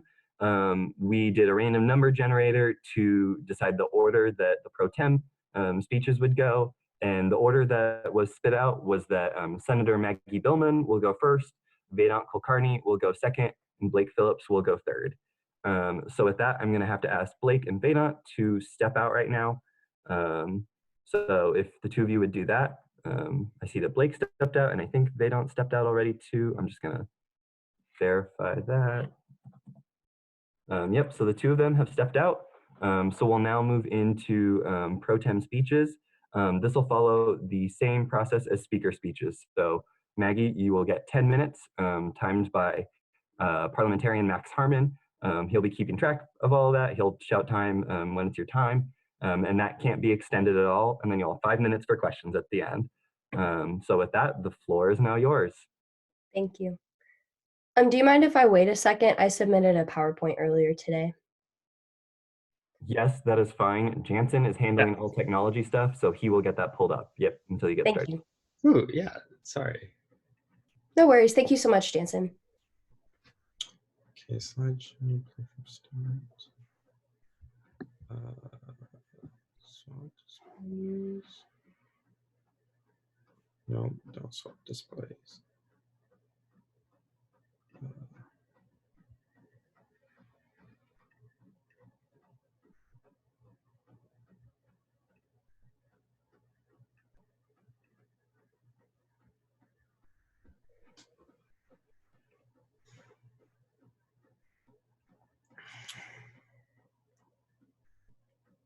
Sorry, everyone. It's taking 1 second to see how this is going to work.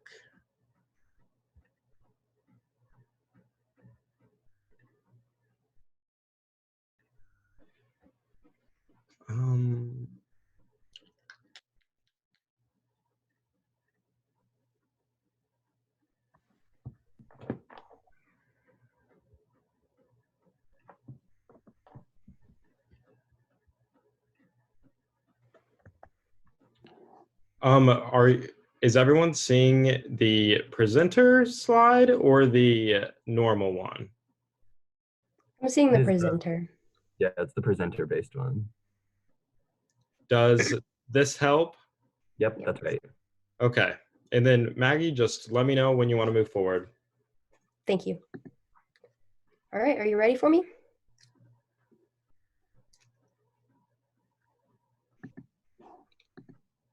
Okay.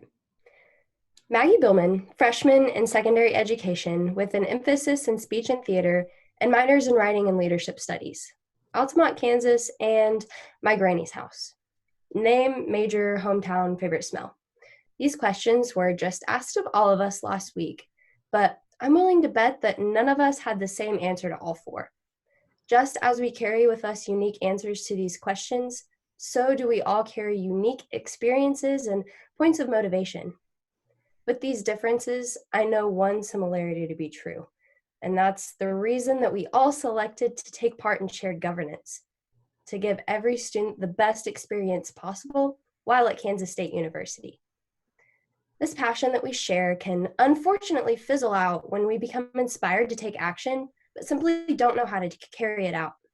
As I just mentioned, I hope to teach high school in the future, and the main reason that my heart beats for education is that empowerment comes from education.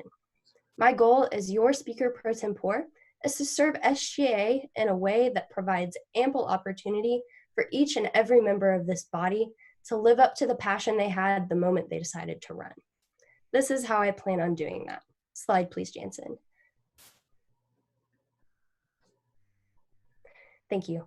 Each week, I will designate a minimum of 2 hours of no dumb ideas time. Of course, I hope to get to know each of you and work with you closely, so my office will obviously be open anytime I'm in there. But no dumb ideas hours would just be times that you would always know that I'm in my office for you to pop in. The thing that I personally love most about SGA is that we all have the same passion, but different ways to execute that passion. I hope that these would be times that you all could come in and workshop ideas together, and for people to feel more connected to SGA leadership. Once a month, I will hold casual casual optional informational sessions that cover various SGA information like parliamentary procedure, governing documents, and how to author legislation. In a meeting with a new senator today, she expressed to me that she feels that by the time her first year of service is over, she'll feel like she's just getting caught up. I think that no matter how much experience we have under our belts, we always feel like we can learn more. And I hope that I can facilitate that learning for you. Along with SGA knowledge, a number of these meetings would provide training in the way of intercultural leadership. As representatives of the entire student body, we need to hear stories that are different from ours. From race and ethnicity to gender identity, ability, or even socioeconomic status, we as leaders need to be diligent about acknowledging and accepting difference and giving a voice to the underrepresented. After each meeting takes place, a packet would be made available that holds information about topics discussed for those who are unable to join, because I completely understand that being a student, being involved in organizations on campus, and holding down a job is really, really hard. From these meetings, I plan on taking note of how well they worked and note of improvements that can be made to work with the speaker to write some sort of intercultural leadership curriculum for 2021-22 new senator training. Right now I'm taking Lead 350, which is Intro to Cultures and Concepts, and I've already had my eyes opened to my own shortcomings and internal biases as an intercultural leader. And I really hope that by being intentional and taking the time to hear stories of others and the time to tell our own stories, that we can set up our peers for success and also our future selves. First semester, I would ask each college caucus to select a week that they want to do outreach during. Each caucus would have their own week to visit entry-level classes, table, hang posters, or whatever they choose. I would serve as a resource if asked, but most importantly, I would invite the dean of the represented college or perhaps a professional related to the field of that college to speak during an open period. This would serve as great incentive, in my opinion, to invite new people to Senate and make them feel like they have a place here. I remember my first time in Wildcat Chambers. I showed up the week before the intern program even started because Lily and Julia sent out an email inviting us. I drug one of my friends along with me and I was really scared, but a few people kindly greeted me and offered to answer questions if I had them, and I knew that this body was definitely the place that I wanted to be. By getting in the habit of constantly having new people in Senate, I truly think that we could create an even more welcoming environment, help the intern coordinators out with recruitment, and simply just let students know that we're here for them. For me personally, having the opportunity to serve on privilege fee, legislative advocates, and to work on a campaign, all three of those opportunities I had to stand in front of a group of people and stand up for something that I believed in. And I think that outreach would be a great opportunity for you all to have similar experiences. These weeks would ideally be scheduled as soon as college caucus leaders are selected in order to create ample time for success and accommodations to be made for smaller caucuses. Before fall semester even begins, I have 2 additional goals. The first is to post a series of informational, short, fun videos to SGA's YouTube, which would walk you through how to write a commendation or even how to move certain motions. For me, I often come up with really great ideas either late at night or when I'm in the shower. And unfortunately, those aren't really ideal times to call up your friend and say, hey, do you want to help me write this bill? So with these videos, you would have the basic tools that you need to take action as soon as inspiration hits. My final goal as Speaker Pro Tempore is the one that I think that I'm going to need the most help from you all with. I want to create a campus issue response team who meets within 24 hours of an incident on campus that is hate-based or even an emergency like COVID to become aware of details and create an action plan. This team would, depending on the progression of the incident, release statements to the student body and do what they could to stand up for students. Membership could include student body president and vice president, speaker and pro tem, attorney general and deputy attorney general, DEI chair and vice chair, dean of student life, and a few senators at large. With lots of unprecedented circumstances happening this year and last year, I think that a team should be in place to handle these issues in a way that's planned for. Like I said, I need to continue getting input and ideas from others, but I truly believe in the idea behind this. I'm going to wrap this up in just a second. But first, I want to sincerely thank all of you for the work that you've already done in service to students. I'm so thankful for the opportunity that we have in shared governance. Over these next few moments, I want to ask you to do some critical thinking. Why did you decide to become a student leader? What are some goals?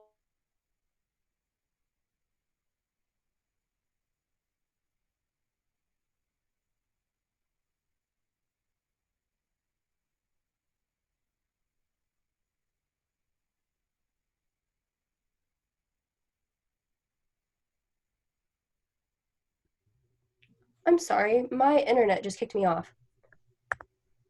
You're good, Maggie. Let me wrap up really quickly. Can you hear me? Good? Okay. I want to ask you to do some critical thinking. Why did you decide to become a student leader? What are some goals you have for yourself? And finally, what tools are you missing to be the very best representative of students that you can be?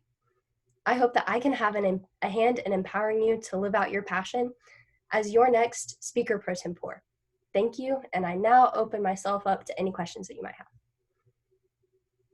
Oh yeah, that's my contact information as well for after all this is over.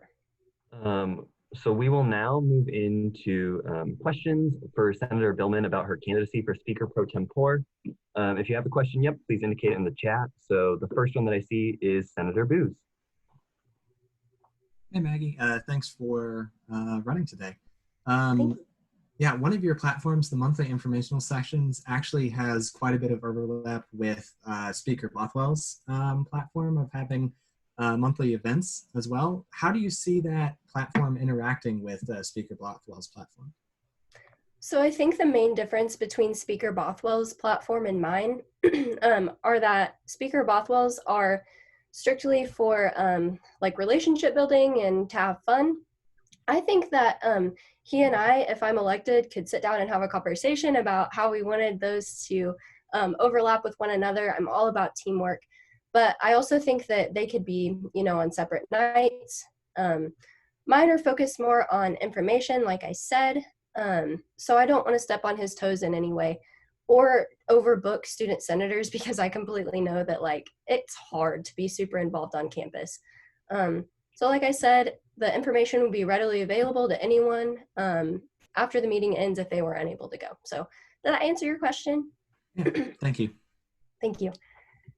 The next question we have is from Senator Dilivo. Yeah. Do you think you could go into a little bit more detail about what kinds of issues the campus issue response team might respond to? Yeah, of course. So really this would just be any sort of incident that causes panic on campus. So for example, last semester we had, the group that was coming to campus that people were feeling threatened by. And then also this year with COVID-19, this has put us into some really unprecedented times and some difficulty for leadership. This is another thing that I want to address and ask people about before this kind of goes into place, is specifically what kind of issues are we wanting to cover. So those are just a couple examples. I just want this committee to serve as a place that students can feel like they can represent, share their voice with other students and their concerns. So yeah, I'm completely open to suggestion on that. Thank you. Our next question I have from Senator Hurd. Hi, Maggie. Congratulations on running. I just have two questions, but I might have to make one a follow-up. We'll see. So my first question is about your campus response team. Now, with this team, do you plan to have different organizations that are already on campus involved as well? Because I know I'm the current president of the Multicultural Coalition, and we currently have a response team for these types of issues as well. So I was just wondering if you were trying to involve different organizations or if this would just be more of the SGA side of things. Yeah, thank you for that question, Brenda. And that's something that I've been thinking, or excuse me, I'm so sorry, Senator Hurd. That's something that I've been thinking a lot about lately is how much we want to have other people involved. So with incidents like this, there's a lot of like, I guess, steps that you have to take to ensure students' privacy. So I guess just with the experience that I have right now, the first initial meeting that I talked about where like the committee meets and says, here's the issue, here's what's happening, let's see how it progresses. After that meeting, I think that it would be a great idea to invite other organizations on campus to come and make their opinions heard and make other students' voices heard. So that's definitely something that I would be open to. Once again, I want to meet with as many people as possible before this goes into place so that I can have as many voices backing this as possible. And then Thank you. Senator Hurd, did you have a follow-up? I did. I was sending that in the chat. Okay, and the follow-up question would be, what type of experience do you have? I know you're a freshman, so you might not, you can most likely use your high school experience if you have to, with diversity and inclusion. Yeah, so I'm from a really rural area that's super homogenous, so that's a bummer. But when I got into college, I started making so many more friends that were different, that had different stories than me. Like I mentioned, I'm working toward my minor in leadership studies, and right now I'm taking Lead 350, which is Introduction to Cultures and Concepts. And through this class, I've just been able to hear so many different stories, about people's experiences that are different than mine and different than like the That's gonna be our average. first 5 minutes for questions. So the speaker's time for questions has expired. Is there a motion to extend? Senator Lopez moved to extend just by 1 minute, I believe, and that was seconded by Senator Snyder. Are there any objections to that? Seeing none, you have 1 more minute, Senator Billman. Thank you. So yeah, this is just something that I've been super made aware of in myself over the last year. It's always been something that I've been passionate about, but now that I have the tools to work with people and hear other people's stories, I really am passionate about getting that information out to as many new people as possible. Excuse me. I have our next question from Senator Booz. May have to extend time again. Yeah, so we talked about the campus issue response team before, and I just wanted to ask what about these events do you believe can't necessarily be handled in Senate Exec or another forum that Student Senate or SGA already has?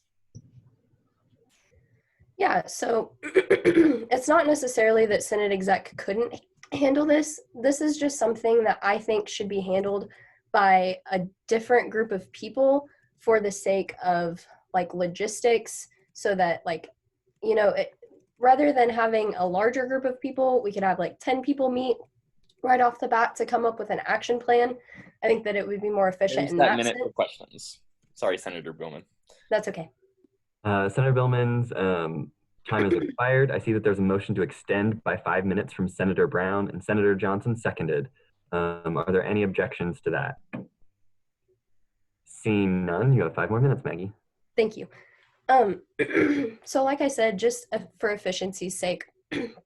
Also, I'm not really 100% sure, like I don't have a crystal ball, so I'm not sure like what sort of issues specifically these would be handling. So if it were some sort of sensitive situation where like there was very privileged information that was being handled in this, I think that it would be a good opportunity for a smaller group of people to handle this information than like a larger group of people. Also, something that I didn't talk about in my speech is that I want this committee to go through some sort of diversity training, as well as meetings with like K-State's attorneys or whoever deals with all of that. I think that with a smaller group of people, this would be much more efficient, and that they would be like specifically like for that and not all of the other responsibilities of Senate Exec. So. Okay, thanks. Thank you. Are there any further questions for the speaker?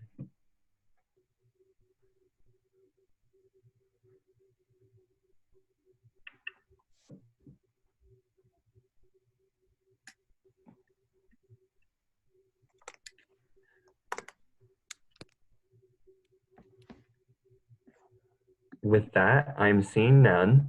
I think Senator Rodriguez had a question, maybe. Yeah, I put it in the chat.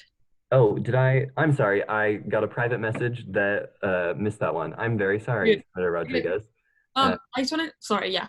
Maggie, I just wanted to ask you, as Speaker Pro Tempore, you would be in charge, like helping the speaker with running, sorry, I lost my train of thought, the committees and like getting them started. What would you say is your experience with the different committees that we have in Senate? Yeah, thank you for that question. I have served on the Privilege Fee Committee, so I understand sort of like the funding aspect of things, and like the sort of like group of people that are needed to critically think about like how funding should be allocated. I also have served on legislative advocates, which I understand is not like a standing committee like one of the 6, but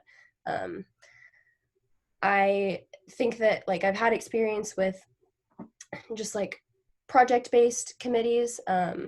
In that sense, I also have had the opportunity to sit on a DEI meeting. So just my experience like visiting different committees and understanding how they work. And then for the committees that I don't know things about, I'd be really happy to sit down and talk with people who have served on those committees before, as well as committee chairs, to understand like what's really needed for that committee. So yeah. And that follow-up is granted, Senator Rodriguez. Okay, and you mentioned for the response team, you would like to have the DI chair and vice chair serve on the committee. What's the reasoning behind that? Yeah. So DEI, like their sole responsibility is standing up for and advocating for diversity. And so I think that it's really important to have, yet another group of people who are committed to standing up for diversity in that committee, just to like place another level of comfort on the student body that they feel that they're being adequately represented in leadership. Are there any further questions for Senator Billman?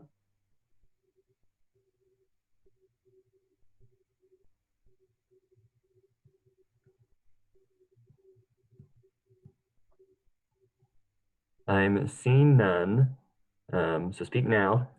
But with that, thank you so much, Maggie. We really appreciate you coming in. We're going to ask you to leave the meeting now, and Jansen will text you when it is time for you to come back and vote later in the evening. So thank you. Thank you all. And then we will have Vedant next, correct? Yep. Perfect. I just let him know. Okay. We will wait for him to get back in the meeting so he can get started.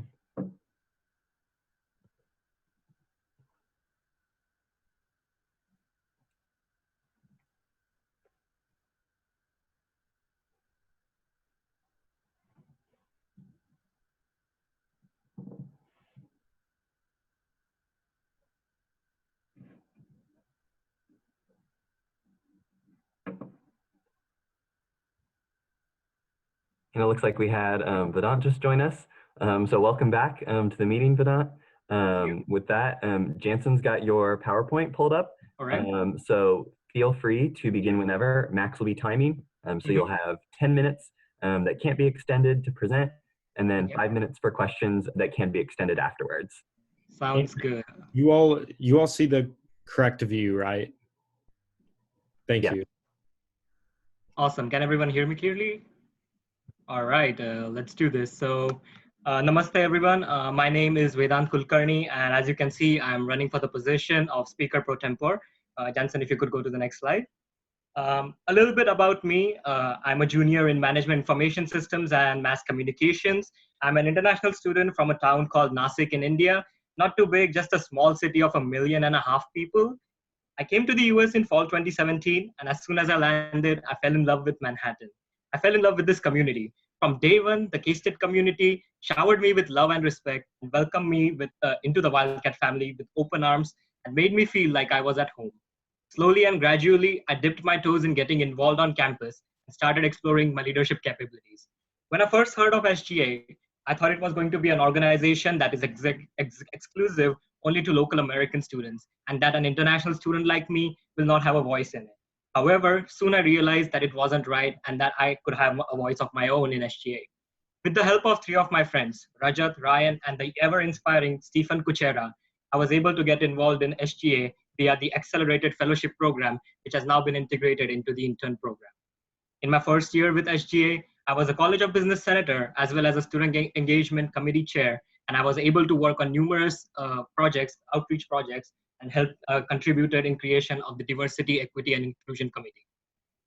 This past year in SGA, I served in the capacity of the International Affairs Director in the Executive Cabinet. In this role, I was able to work on projects that were based on representing international students, as well as creating more opportunities for international students. Along with SGA, I was able to get involved in numerous organizations such as Speak McKay, Union Governing Board, Blue Key, Student Foundation, Wildcat Dialogues, KS Unite, and so on. Jansen, if you could move to the next slide.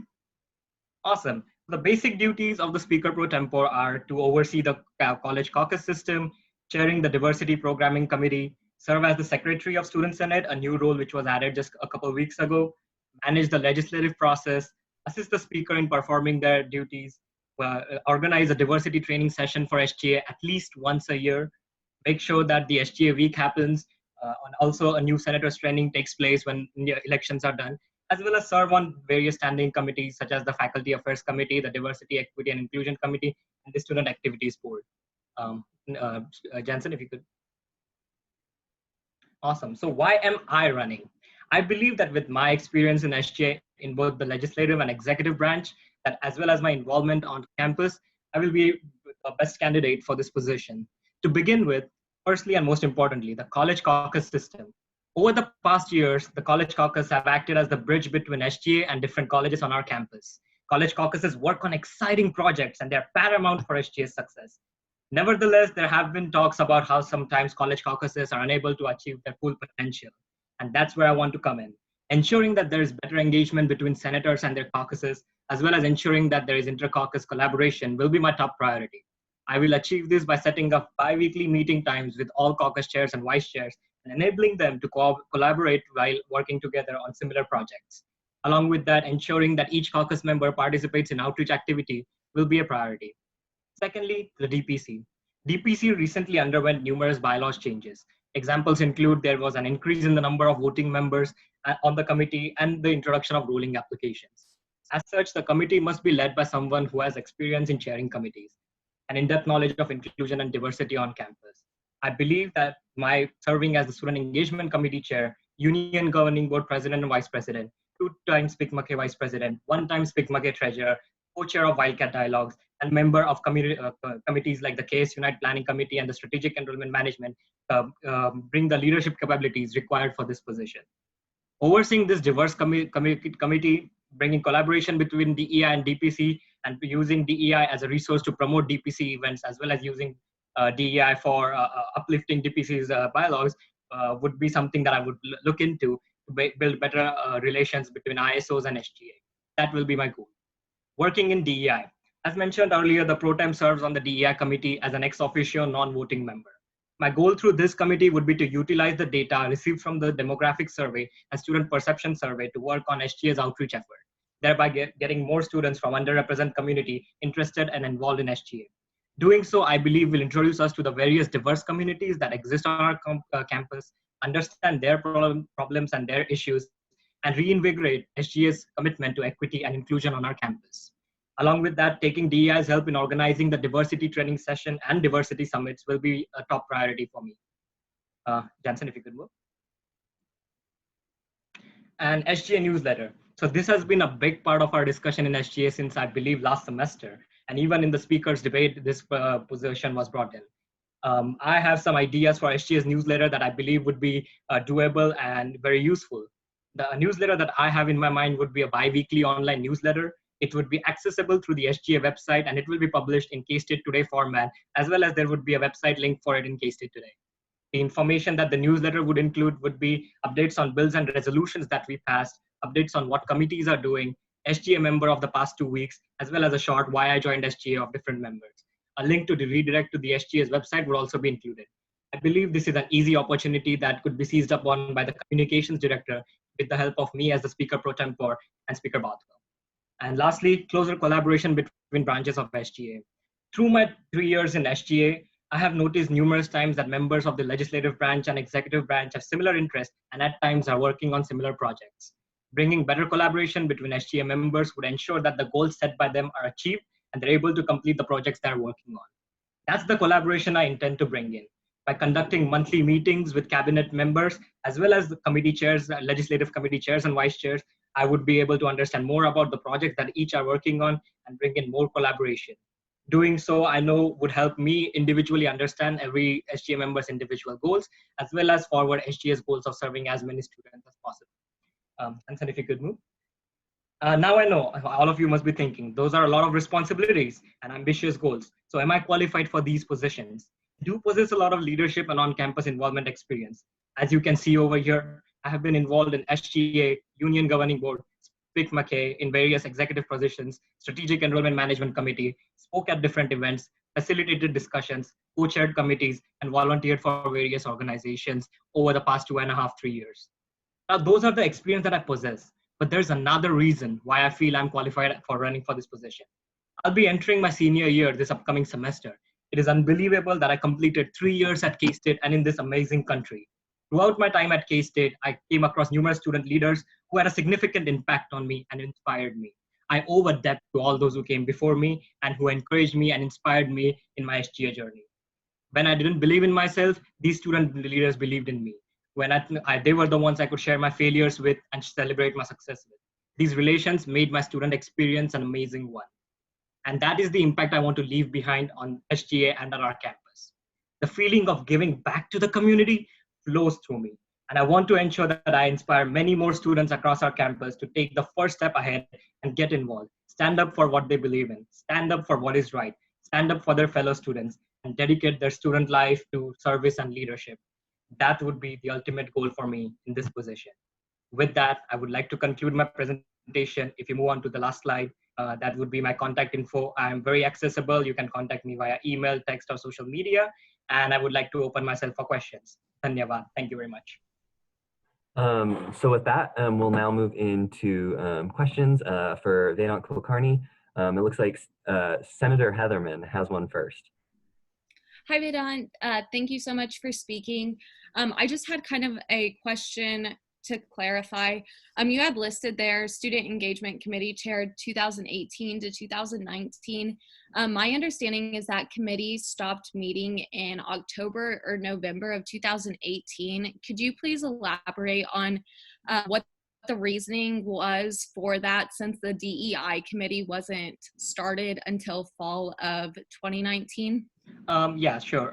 To say that it stopped meeting would be a little incorrect, I would say. To begin with, a student engagement committee chair was at that time made up of a lot of college seniors, and we had a lot of scheduling conflicts. So at times we would not have the complete majority meeting, but we still continued to meet and continued to work on outreach projects. Thank you.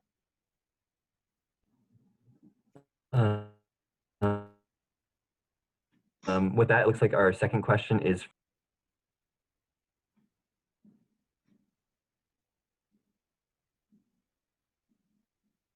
okay, that's me. Yeah.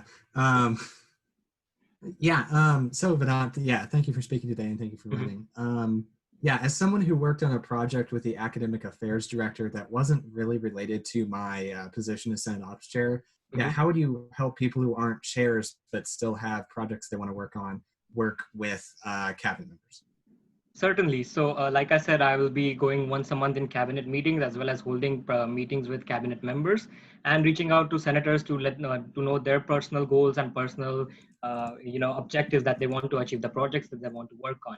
Once I see those similar projects through creating, maybe a database about those projects, I would be able to get them in contact with one another, as well as making sure that the administrator that they want to talk to gets in contact with them. So if someone wants to work on student life, then the Office of Student Life gets connected to that student leader to make sure that their project will be achieved, would be a goal. I do have a lot of good relations with members of the administration as well. Great, thank you. Next on the question list, I have Senator Glasscock. Hi there, Vedant. Again, thank you for running. As I was a caucus leader in this last term, those are parts of your presentation which jumped out to me the most. So maybe can you speak more to your specific plans for events for caucus leaders and their caucuses, specifically for Diversity Summit and caucuses? Thank you. Yes, certainly. So Diversity Summit have been an integral part of our SGA week. And to make sure that those happen in every college caucus when we organize the SGA week would be the top priority for me. So making sure that smaller caucuses get help from other larger caucuses, as well as there is inter-caucus collaboration to organize those diversity summits so that they can help each other get speakers, they can help each other in getting rooms booked on our campus, as well as get other administration involved would be certainly a goal I would look into. And I will definitely be there for any help whatsoever required by any caucus, or if they're required to be connected with one another. Thank you. Next, for questions, Senator Porter.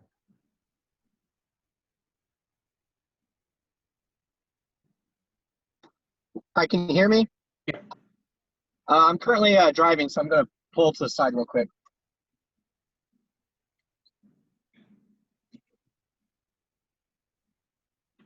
All right, yeah, I have a question for Senator Kulkarni. I know that you've been a staunch opponent of certain right-leaning political organizations' presence on campus. I would like you to speak on that, and then my question in particular is, what assurance as Speaker Pro Temp, or Senate Pro Tempore, my bad, can you assure us that you will remain impartial and listen to voices from all backgrounds and political strides? Thank you. Definitely. Thank you very much, and that's a great question. So yeah, certainly my social media is open. It could be seen that there were some struggles that I got into with certain organizations, but there was a particular reason behind it. Either I was personally attacked by these organizations, or in my capacity as the International Affairs Director, I had to defend the integrity and respect of my fellow international students. So I had to step in over there and take those positions. But I know that as the Speaker Pro Tempore, we are entering in an atmosphere with diversity of thoughts and everything. So it is paramount for me to remain impartial, and I will make sure that I stay that way. My experience in chairing Union Governing Board, the previous Student Engagement Committee, as well as various other committees have led me to have discussions with people who I don't necessarily agree upon. And I definitely have been able to facilitate those discussions and chair those discussions without any issues, and I will make sure that that continues. Thank you. And that's the 5 minutes for questions. Round it up. So it looks like we still have some more questions on the docket, so I'll entertain motions to extend time for questions right now. Senator Norwood moved to extend by 15 minutes. She was first. So with that, I'll take a second. Senator Rodriguez, can you clarify if you're seconding the 15 or 5? To the 15. Thank you. So it's been moved and seconded to extend Vedant Kulkarni's time by 15 minutes. Are there any objections? Seeing no objections, you have 15 more minutes to answer questions. With that, scrolling back up to see where questions were, I believe Senator Hurd, you were next in line for a question. Hi, Vedant. I have a question for you.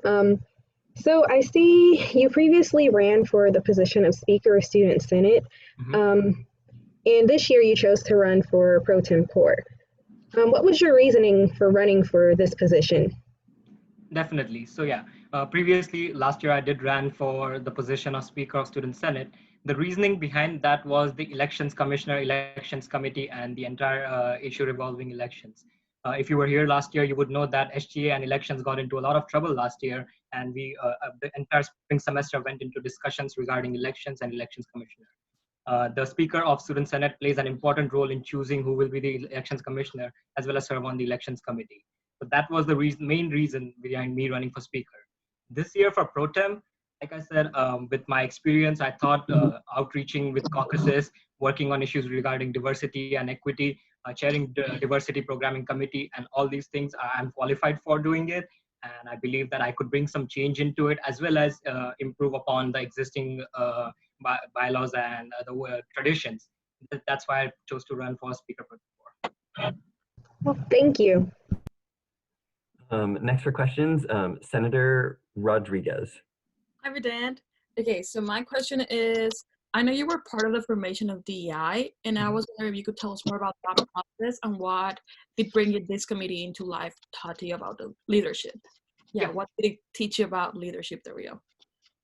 Definitely. So yeah, the DEI was formed because I observed that the student engagement committee, special committee on membership, and intern coordinators kind of had the roles that were overlapping with each other regarding outreaching to different organizations and getting more people involved in SGA.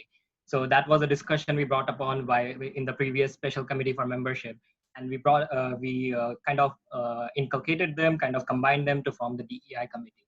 Obviously, DEI is something that is very close to me, because the goals and objectives last year served me well with my cabinet position as the International Affairs Director to get more diverse voices involved and to ensure that SGA remains close to the goal of achieving good diverse representation at K-State.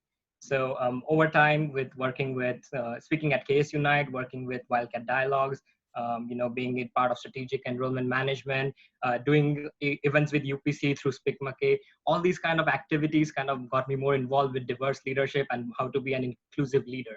And that kind of helped me grow into, a philosophy of making collective effort for inclusive growth. And that's kind of like the leadership that DEI and all these other organizations brought to me. Thank you. And then Senator Rodriguez, I'll grant your follow-up. Okay, thank you. Okay, you did mention that you have been part of both of two of the branches in SGA, the executive and legislative. Why would you say you decided to come back to this branch of SGA? Can you repeat the question? You got cut off a little bit. Okay, yeah. So you mentioned that you've been in both branches of SGA. What would you say is your main reasoning for coming back to the legislative branch? Definitely, yeah. So like I said, the goals of Speaker Pro Tempore kind of felt more to me. As an international student, getting that opportunity to serve in an upper level position also was an important role, because I believe that I bring in a different thought process to this committee. I bring different thought process to the legislative branch, as well as my experience in both legislative and executive branch. Both were extremely beneficial. But I believe Speaker Pro Tempore is a position that can be the bridge between both these branches, where we can collectively work on similar projects to make sure that we have a maximum impact on students. Thank you. Jumping back up, Senator Clements had a question. Yeah. David, you mentioned a couple times your role on the Student Engagement Committee, which is just a committee I'm not very familiar with since it was before I started in SGA. Could you speak as to some of the projects you were able to accomplish with that? Yeah, certainly. So with Student Engagement Committee, we did work on outreaching to multicultural organizations and stuff like that. And we were working on a video project which unfortunately did not end up happening because we did not have enough time. But overall, yeah, distribute everything from distributing flyers at organization fairs to making sure that we are able to outreach to organizations that have been underrepresented in SGA was a goal, as well as through my personal connections with certain committee chairs via the international student community. I was able to try to get more people interested in SGA, more international students participate in it, as well as students coming from diverse backgrounds more interested in being part of SGA. Those were kind of smaller projects that we worked on. Next for questions, I have Senator Bruce. Hi, Vedant. Congratulations on your run for Speaker Pro Tem, because you're doing a great job. But my question for you is, what do you believe is your biggest strength, and why does that strength propel you to run for Speaker Pro Tem? Definitely. In a way, my kind of having the ambitious, futuristic mind, I would say, would be my strongest strength. I am always thinking of what will happen tomorrow. What will be the impact I'm leaving behind? What will happen to K-State once I'm out of here? What will happen to this? What will happen to that? That's the kind of ambitious thinking that I have. As well as I see potential in people. I see potential in our SGA. I see potential in everyone I come across. No matter if they agree or disagree with me, I see a leader in every one of them. And to be able to make that impact is, I believe, the wanting to make that impact, the wanting to have that future goal achieved is, I guess, my strongest strength.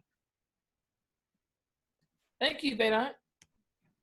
And then back to Senator Heatherman for another question.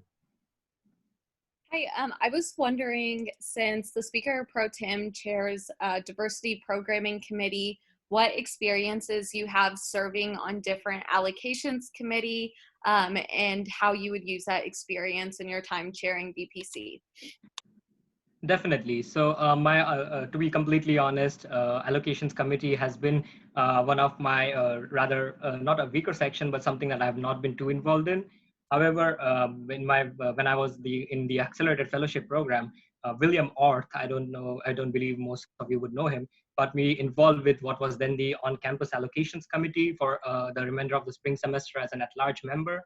That kind of gave me an idea of how allocations work, what to allocate funds to, what not to allocate funds to, as well as being the president of union governing board. We worked on a lot of finances and accounting for the union, and those were the areas where we had to decide which activities to fund, which activities to not fund, which construction projects to fund, which construction projects to not fund.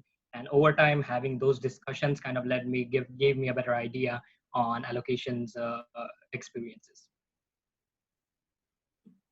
With that, are there any other questions for Vedant Kulkarni? There's a question. Senator Shunjay.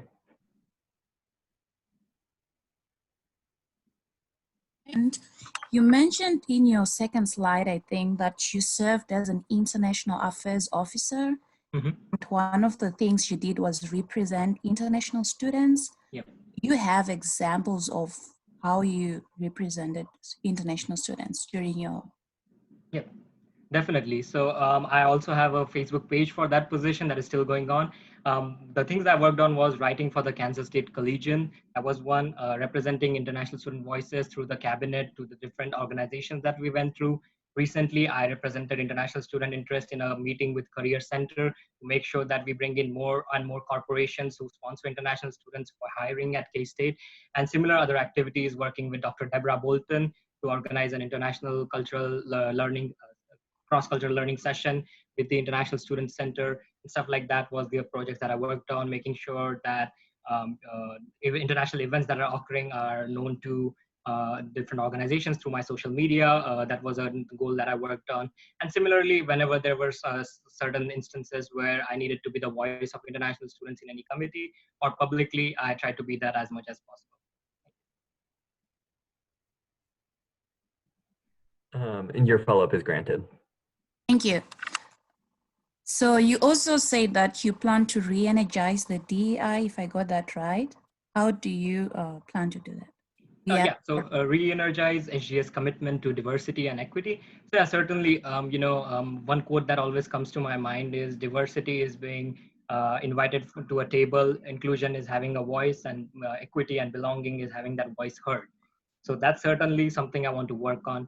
Diversity is not just racial diversity. We are talking about gender diversity, making sure that voices from the accessibility center, students with accessibility issues are also heard, as well as other underrepresented communities at K-State. So making sure that using the DEI's demographic survey, we target these particular audiences and make sure that they send their candidates who are interested in SGA and getting them involved with SGA is how I would work around it.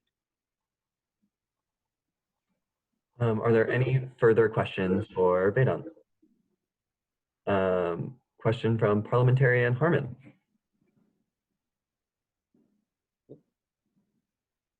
Hi, Vedant. Thank you so much for your run for Speaker Pro Tem. I really appreciated your presentation. My question for you is, in that presentation, you listed a lot of really cool involvement all across campus. Organizations I'm more familiar with are Student Alumni Board and Blue Key, but you also listed a lot of really cool leadership involvement in multicultural organizations all across campus. So with all of that leadership commitment, how are you planning to prioritize the role of Speaker Pro Tempore for SGA with all those other time commitments? I love that question, Parliamentarian. So yeah, definitely in the role of Pro Tem, my top priority will be Speaker Pro Tempore, no matter what. Obviously, I have other roles with Blue Key and Student Alumni Board, and that's why I made sure that the positions that are given to me in those organizations are something that are manageable and fit in my schedule, something that I could work on even in the night before going to bed, so that I can give my daytime to my academics and for the board role of Speaker Pro Tempore. So no matter what, that would be my top priority.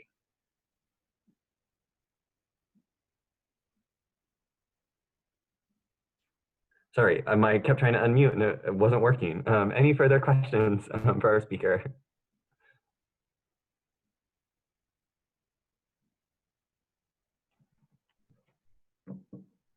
I am seeing none. So with that, Vedant, thank you so much for your presentation. I'm going to have to ask you to leave the meeting now.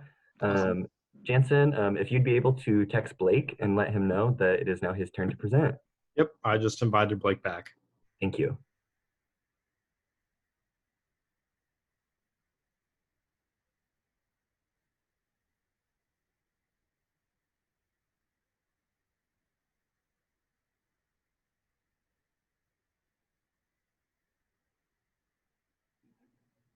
So it looks like Blake is back in with us. So Blake, it's once Jansen gets your presentation pulled up, you'll be free to go. You have 10 minutes to present that can't be extended, and then 5 minutes to answer any questions unless that's extended by people.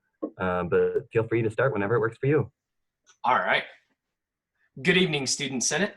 For those of you who I had not had the chance to meet, my name is Blake Phillips, and I'm running for the position of Speaker Pro Tempore. I'm currently a freshman majoring in Management Information Systems in the College of Business, and I'm from Tonganoxie, Kansas, and my favorite smell is cleaning supplies. My experience in SGA this past year has been nothing short of phenomenal. I feel that I have gained the knowledge and experience necessary to best serve the position of Speaker Pro Tem. During the speech, I will outline my experience and qualifications for the position, as well as my platforms and vision for the next term. By the end of this speech, I hope that you'll feel confident in voting for me for Speaker Pro Tem. If you are a Marvel lover like myself, you will know that April 25th was a very special day. This day was very special because I got to watch the premiere of the biggest movie event in cinematic history with some of my best friends. But it was also special because this was the day my SGA adventure began. Speaker Bothwell was actually included in the group that I got to watch Avengers Endgame with that night, and he invited me to check out Student Senate before we went to the movie. During Senate that evening, I fell in love with SGA as I was on the edge of my seat for the whole of the 2-hour meeting. After the meeting, I met up with Nate and told him how exciting the meeting was, to which he responded, "Blake, that was the most boring meeting of the entire year." This was the moment that I knew SGA was in my future. While my love for SGA began as a high school senior, I was able to gain an incredible amount of experience during my freshman year of college. I started my collegiate SGA journey by applying to be an at-large committee member and joining the intern program. I was selected to serve on the Travel Allocations Committee and the Tuition and Fees Strategies Committee, as well as to continue the intern program as a Phase 2 intern in the first class. From this point, my SGA experience took off, to the point where I would consider my SGA involvement to be arguably equivalent of that of an active senator. For the rest of the year, I was selected to serve on the Academic Competition Teams Committee, the Educational Opportunity Fund, and the Student Center Tuition Enhancements Committee, bringing my committee count up to 5. To put this in perspective, senators are generally required to serve on 1 committee, with the most ambitious senators serving on 3, maybe 4 committees. Additionally, I have attended a meeting of every standing committee at least once, as well as serving longer on privilege fee and governmental relations as an SGA intern. I believe that being active in such a large number of committees has given me the experience and knowledge to know the requirements of every committee. This is essential because the Speaker Pro Tempore is an assistant to the Speaker in committee appointments. In addition to my committee experience, I have had considerable experience in writing legislation that is passed through Student Senate. During this year, I have been the author of multiple commendations, resolutions, and bills.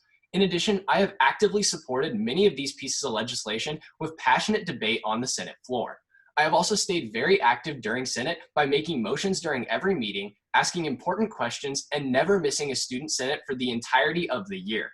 Some highlights of my SGA experience this year include being named Intern of the Year, Senator Watkins forgetting that I was an intern and assuming I was a senator during a governmental relations meeting, and former student body president Jansen Penny thinking I was a sophomore or junior based on how involved I am with SGA. In addition to my experience this past year, I have taken active steps to prepare for the position of Speaker Pro Tempore. I have met with former Speaker Pro Tem and now Speaker Nate Bothwell to discuss his experience in the position and his vision for the next year. I have also already been through the process of how to certify and send legislation, as well as have had the opportunity to serve Student Senate as secretary on multiple occasions, which is now the duty of Speaker Pro Tem. Through these experiences, many talks with Nate, and advice from others, I feel I am fully prepared to serve in the role of Speaker Pro Tempore. Nate has done a great job this past year, and I will continue many of the great things he has contributed to the position, such as legislation tracking, developing a Senate handbook, holding meetings with senators, holding biweekly meetings with caucus leaders, and seeing the Special Committee on DPC reforms recommendation through to the best of my ability. However, I plan to enhance the position of Speaker Pro Tem with my platforms. If you'll go ahead and go to the next slide. The position of Speaker Pro Tem has gone through many changes in the past year, including the addition of Secretary and the Special Committee on DPC reform. Therefore, I will focus on evaluating the impact of these changes and allow them to demonstrate their effectiveness. I do not feel it is wise to make major changes to responsibilities that have not had the chance to be seen in action yet. One thing that the Speaker Pro Tem and SGA as a whole can improve on, however, is engaging students. To improve this, I have decided to run for Speaker Pro Tem with the theme, ending the question, what is SGA? With the amount of influence student government has on our university and the large amount of student dollars that we allocate, in my mind, it is unacceptable that 90% of students have no idea what SGA is. Therefore, to end the question, what is SGA, I have developed the platforms of inspiring engagement and energizing caucuses. If you'll head to the next slide. My first platform is inspiring engagement. First, I will have an open door policy with established office hours where I will be accessible to any student. But I also plan to be active and go to many student organizations and actively engage students, specifically for DPC eligible organizations who have a long-standing involvement with SGA. I plan to go to their organizations at the beginning of the year to establish a relationship and be a resource to them. Next, I will provide a weekly SGA update to the student body. I plan to start doing this in the K-State today. However, I hope to transition this to an SGA newsletter that goes out weekly to all students and includes a recap of Senate, committee meeting times, contact information of senators and officers, a calendar with events that SGA has funded, live stream information, and many other items. I feel that making this information available to all students is essential to students knowing who we are and what we do. I also hope to increase the availability of our meeting live streams so that we can make these more user-friendly and more accessible to all students. This includes making our live streams more identifiable on YouTube and making meeting recordings more accessible to SGA as a whole. During this challenging time and in the future to be more accessible to all students, I would also like to offer the option to Zoom into Student Senate under certain circumstances. Next, I want to actively work with DEI and the Communications Director on projects such as SGA Week and student surveys so we can collectively determine the best ways for SGA to provide outreach to all students. Finally, I would love to see SGA start a relationship with students early in the orientation and enrollment process. For example, I would love to see each caucus leader send a mass email to all new students in their college, welcoming their students to campus and letting them know what resources SGA has available. If you'll head to the next slide. My second platform is energizing caucuses. First, I want to encourage each caucus to have 2 events each semester that engage students. These events do not have to be anything massive by any means. Anytime SGA is out engaging students is great. Anything from an ice cream social to bowling with senators is a great way to engage students. Second, I will encourage each caucus to strengthen their relationship with administration by meeting with their dean once per semester and encourage each dean to present to Student Senate once per term. Our student administrator relationship has proven to be vital, as seen recently with A Pass Fail. It is essential for this relationship to continue and to expand. Next, specifically for fee reviews, I believe caucuses should be more involved in Tuition and Fee Strategies Committee. This committee justifies the current fees for each college and it is important to have as many student voices involved as possible. I will also work with struggling caucuses to reach their full potential. The caucus system is often overlooked when it really is such a valuable piece of our outreach efforts, as proven by colleges such as agriculture, business, engineering, health and human sciences, and others. Finally, I will encourage each caucus to meet or to report to Senate annually about their outreach efforts. This way, all caucuses can learn things that went well, not so well, and ideas for future outreach. This will also create a friendly sense of competition that I believe will push every caucus to be the best they can be. And if you'll head to the next slide. As I mentioned earlier in my speech, my love for SGA began on the Avengers' biggest night. While their story has sadly come to an end, our story as SGA is just getting started. I believe that with me as Speaker Pro Tempore and your dedication to students, we can create and continue stories that have an even greater impact than the Avengers did. And with that, I am more than happy to answer any question the body may have of me. So with that, I'll now take any questions for Blake Phillips. So our first question is from Senator Rodriguez. Hey Blake, I'm just so proud that you're running for Speaker Pro Tempore. My question is, you mentioned you wanted to meet with certain organizations. to build relationships. Could you expand on that? And I might have a follow-up. Yeah, so basically my idea for that, really, I especially want to hit on those DPC organizations early, just because as Speaker Pro Tem, I would be the chair of DPC. So I really want to make sure that I start a relationship and maintain that relationship with them throughout the year. In addition to that, I would definitely love to go to different organizations that don't have as good of a relationship with SGA, and basically kind of like introduce them to SGA. You know, create a point of contact, let them know different things that they can do for us, things that we can do for them, and really get them involved in the process. That way we expand our outreach efforts through student organizations.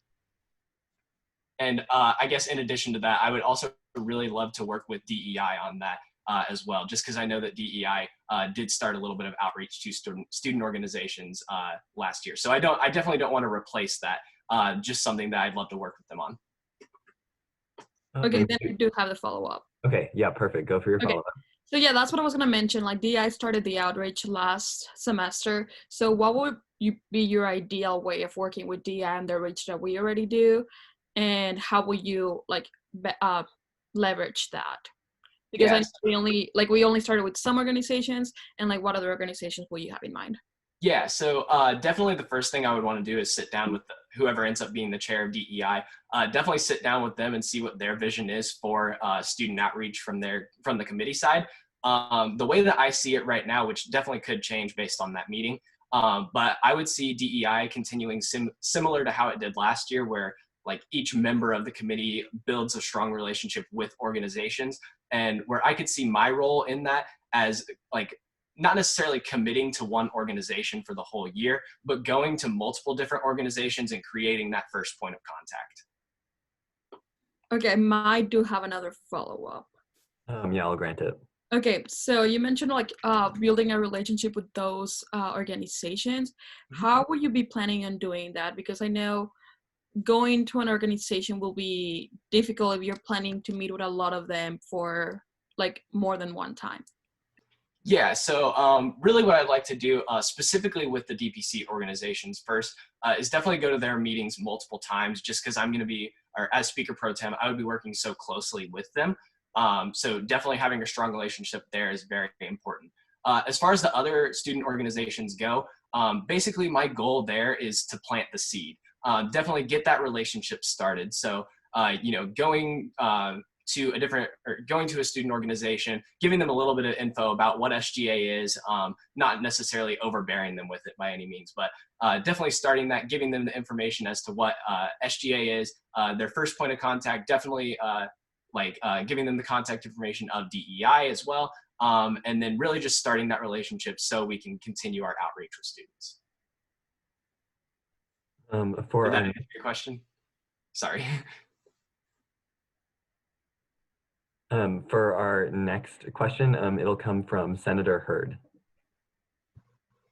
Hi, Blake. Congratulations on running. My question is in relation to K-State's commitment for diversity. So what kind of experience do you have in issues concerning diversity and inclusion? Yeah, so great question. So for the past 2 years, I've actually had the opportunity to, at my place of work, I work at AMC Theaters, and I served as a supervisor. So I worked in Kansas City, and being a supervisor definitely was a great way of looking at different like diversity and inclusion skills. The workforce the crew that we had was very diverse in terms of ranges of age, race, socioeconomic status, many different ways. There was lots of diversity within our own crew members, but also just looking at the guests that come into the theater every day. We have thousands of people that come in every day, and no one person is alike. So I've had the opportunity to work closely both on that level and as a supervisor with guests, with crew, and different things like that. Thank you. Our next question will come from Senator Dillavo. Hey, Blake. I think it's impressive how involved you have been with SGA up until this point. I just wanted to ask if you've been involved with anything else at K-State that wasn't SGA related. Yeah, so I'm definitely guilty Blake, of. Before you get all the way started, that's our time for questions. So I'll now be seeking a motion to extend time for questions. Just make sure to include the time limit in that when you do it. Senator Booz got there first. He moved to extend by 5 minutes. Is there a second for Senator Booz's motion? Senator Brown seconded Senator Booz's motion. Are there any objections? Seeing none, Blake, you have 5 more minutes. Yeah, so definitely, I am definitely guilty of, I guess, committing most of my time to SGA, just because I'm so passionate about the organization. That's where I found I spend the most of my time. However, I have had the opportunity to be involved in different things on campus. I lived in the residence halls this past year until all of the coronavirus stuff happened. And I was actually a residential financial assistant for PowerCap Financial. So that was really starting outreach efforts in the residence halls, basically, leading people to PowerCap Financial, giving them like simple tips on finances, different things like that. I've also been a member of Cats for Christ. I haven't been super active with them, but definitely a member attending a lot of the meetings, different things like that. And then I guess like professionally with my major, I've been involved in the MIS club, networking with different employers and going to different events for them. With that, are there any further questions for Blake Phillips? Senator Shunji. Thank you. So my question is, do you think it will be effective to just plant a seed with this So are you talking about like as far as the student organization outreach? Oh, yes. Okay, gotcha. Yeah, so really the goal with like planting the seed there is really just to get that relationship started. Now, my plan isn't just to say go to a student organization one time, tell them a little bit about SGA, and then never talk to them again. Really, it's about starting that relationship. So that's something that I would definitely be in consultation with DEI about at the start of the year of exactly what we want this process to look like. But the way that I would envision it right now, really going to the meeting first of all and planting that seed, giving them contact information, telling them a little bit about what SGA is, but then from there, keeping them in the loop, making sure that they see hopefully the SGA newsletter that we would have at that point, letting them know of different issues that could potentially be affecting their organization and different things like that. And that follow-up is granted. It's okay. I think you just responded to my follow-up question. Thank you. There you go. You already got to it. Next question will come from Senator Bruce. Hey Blake, congratulations on running a fellow intern. So I'm really proud of you for doing this. But my question to you is, I have a few concerns concerning your experience at Kansas State University. What makes you equipped to be able to handle such a strenuous task as being Speaker Pro Tem? Yeah, so as I mentioned, I have been involved in SGA. Really, I guess, as I mentioned in my speech, it started before high school. But ever since, it was before the first day of classes that I reached out to Nate and I was like, Nate, how do I get involved in SGA? And so I really feel that, being a member of 5 committees during the school year is definitely something that I would say like being used to a workload as far as SGA goes. I've definitely had a workload during this past year. And then not only just being involved in those 5 committees, but I've also gone to a lot of other committees. I've been a primary author on the instant runoff voting bill, where I did a lot of research, reaching out to other universities across the nation, trying to figure out, how their system works, different things like that. So SGA wise, I would say those 5 committees, really being in CSI all the time, I would say I actually counted it up on my Google Calendar because I keep my Google Calendar organized like no other. I spent over 20 hours on SGA during 1 week this past year, and that was it was pretty consistent. I had done a little bit more that week, but definitely 15 plus hours every week just dedicated to SGA on top of all my academics, all of my other activities. So I would definitely say I've been involved with SGA, and so know my way around taking up a time commitment specifically with this organization and balancing that with schoolwork and everything else. And your follow-up is granted. Okay, thanks, Blake. But the question still kind of stands.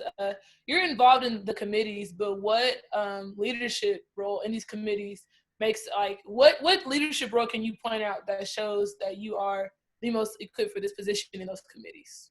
Yeah, so I guess in specifically a committee, I haven't necessarily held a titled leadership role. One thing during SCTE that I guess I'll say, like, I took the liberty of, there was an idea that we originally voted down, or the committee originally voted down, that I had voted yes for. And I really thought that this wasn't the right decision for our organization. So I went back, did my homework, reached out to people from different universities to figure out about this product that we were thinking of putting money into. And I ended up sending an email to all the student senators on SCTE and making my case for debate during the meeting. And that ultimately ended up getting passed unanimously. So I feel like my dedication in the committees is one. Other things this year, I was named Intern of the Year 2 weeks ago. So of the interns, I've definitely, I feel like everyone has seen my hard work and dedication to SGA. And then also for questions. So Blake Phillips' time for questions has expired. It looks like Senator Hines is motioning for 10 more minutes. There's a second on that. Are there any objections to 10 more minutes? Seeing no objections, you have 10 more minutes, Blake. Yeah, so really just continuing within, I was named Intern of the Year, so I really feel like my efforts were recognized there, as well as the fact, like, on instant runoff voting. I was a primary author on that. I've done a lot of the research for that. And then also looking at, like, being in travel allocations, I've written many bills that have gone through Student Senate for that. I've worked on many different projects as well that have related to that. So while I wouldn't say that I've had a named position in a committee, I definitely feel like my leadership has shown itself even without that title as a natural leader. Next in questions, we have Senator Norwood. Hi, Blake. Again, I'll congratulate you on your running. Referencing Senator Hurd's question, when she asked you about your involvement with diversity and inclusion, you mentioned working at AMC. But I was wondering if you had any experience, I don't know if you had mentioned it, but any experience with diversity and inclusion within your time at K-State, and if you could just talk about that. Yeah, so I would definitely say working with PowerCap Financial during this past school year definitely was a way that I got involved with diversity and inclusion. Working with them, I was in charge of a lot of the outreach for PowerCap Financial in Weefald Hall. And so definitely going around and just engaging with different students of different backgrounds and really just showing them what resources we have available, which I feel like fits in with the job of Speaker Pro Tem very well. So I got to interact with lots of different students from lots of different backgrounds, really just aimed at a common goal. All right, thank you. Mm-hmm. Are there any further questions for our speaker?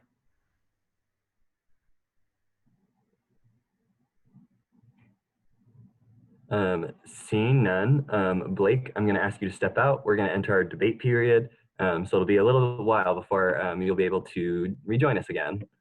All right, thank you guys.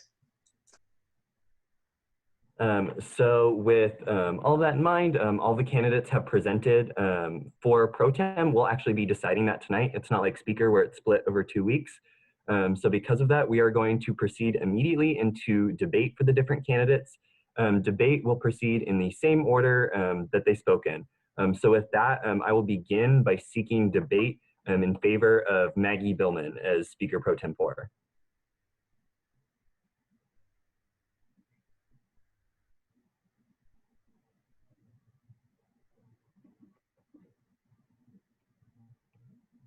Okay, Senator Diaz de Leon, you have the floor.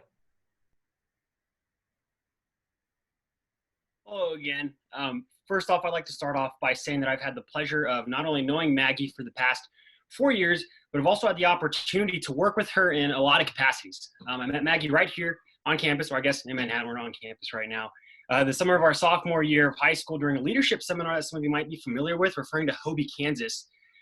We served on staff together for a long time and worked on a seminar that promoted inclusive youth leadership. When I first met Maggie, I was introduced to a genuine person who valued public service and had a hunger for advocating for the disadvantaged. As great as Maggie was when I first met her, it's important to state that I have seen her continue to grow to be an outstanding individual who has always completely invested herself in the things she has chosen to be a part of. While it's easy to say Maggie is right for the job, I'd like to discuss the reasons that make her qualified in the first place. Maggie's always been one to take initiative. She's been working a job in some capacity ever since the day she was old enough to have one. To this day, Maggie worked a part-time job on campus, along with being involved with other student organizations, including her time as an intern with SGA.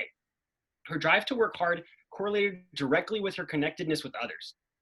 Maggie's aware of the issues pressing our student body while eager to take the steps to see others' perspectives. I can speak on this personally based on my own interactions with Maggie, and I am positive that many others can say the same. Growing up as a third-generation Latino in Southwest Kansas was always a little confusing for me. I went to Spanish mass, watched telenovelas, and was in all of my cousins' quinceañeras, but also grew up listening to George Strait and loved swing dancing. But I also often found myself out of place in the sense that I was, always too Mexican for my white friends and too white for my Latino friend group. There's nothing I would change about my upbringing. I'm proud of my heritage. But coming to college was a little scary knowing that I already had a hard time finding a place within society, and I was confident that KSU was the school for me. But it wasn't until Maggie Billman reached out to me once more when we were all on campus and didn't just acknowledge the fact that I came from a pretty diverse background, but she also actively engaged herself in understanding and learning about my home and my own upbringing, which meant a lot to me. Yet the best part of these interactions was realizing that Maggie is welcoming to literally everyone, not just a few people who she's already known or been acquainted with. This is the type of atmosphere that Maggie would foster not only within Wildcat Chambers, but throughout campus as a whole. Her intentionality towards unity and her extension of grace towards those who feel left out or misunderstood makes her more than qualified for this position. We need to continue to foster an attitude that encourages us to become comfortable with being uncomfortable when it comes to stepping out of our box and doing the things we know are right. I know without a doubt that Maggie would stay steadfast on her mission to promote intercultural leadership with the intention of also getting new senators more invested within the Senate. I believe the role of Speaker Pro Tem also reflects on the future aspirations that Maggie already has. And that is to one day lead a classroom of students to not only be prepared to construct their own definition of success, but to also help them understand their purpose in this world. This aspiration of hers reflects on the humility she has shown time and time again. Like many individuals, Maggie is not afraid to say when she doesn't know the answer to something, but she will make it a point to find that answer. She's not going to fluff her work because she's a forward young woman who's going to go get after whatever is put before her. So right now, really, I'm going to ask yourself what you want from your Speaker Pro Tempore, and then demand more, because that's what a Speaker Pro Tem Billman would look like. So we have this opportunity today to appoint someone who's shown so much passion for people on this campus in such a short amount of time. We have an opportunity to appoint someone who can bring in a fresh perspective. We have an opportunity to appoint someone who shows humility and is driven to get the job done. And I think we have a responsibility to elect individuals such as Maggie as Speaker Pro Tempore so that we can continue to serve all of our student body as efficiently and effectively as possible, not just because it's another process we need to check off the list of things to get done, but so that we can elect proactive and determined leaders. With that, I'd also like to say we have some phenomenal individuals running for Speaker Pro Tempore, and I stand for questions. With that, are there any questions of our speaker?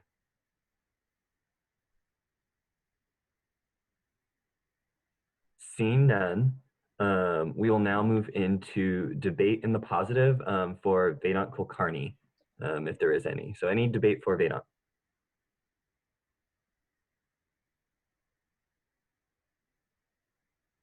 Senator Bruce, you have the floor.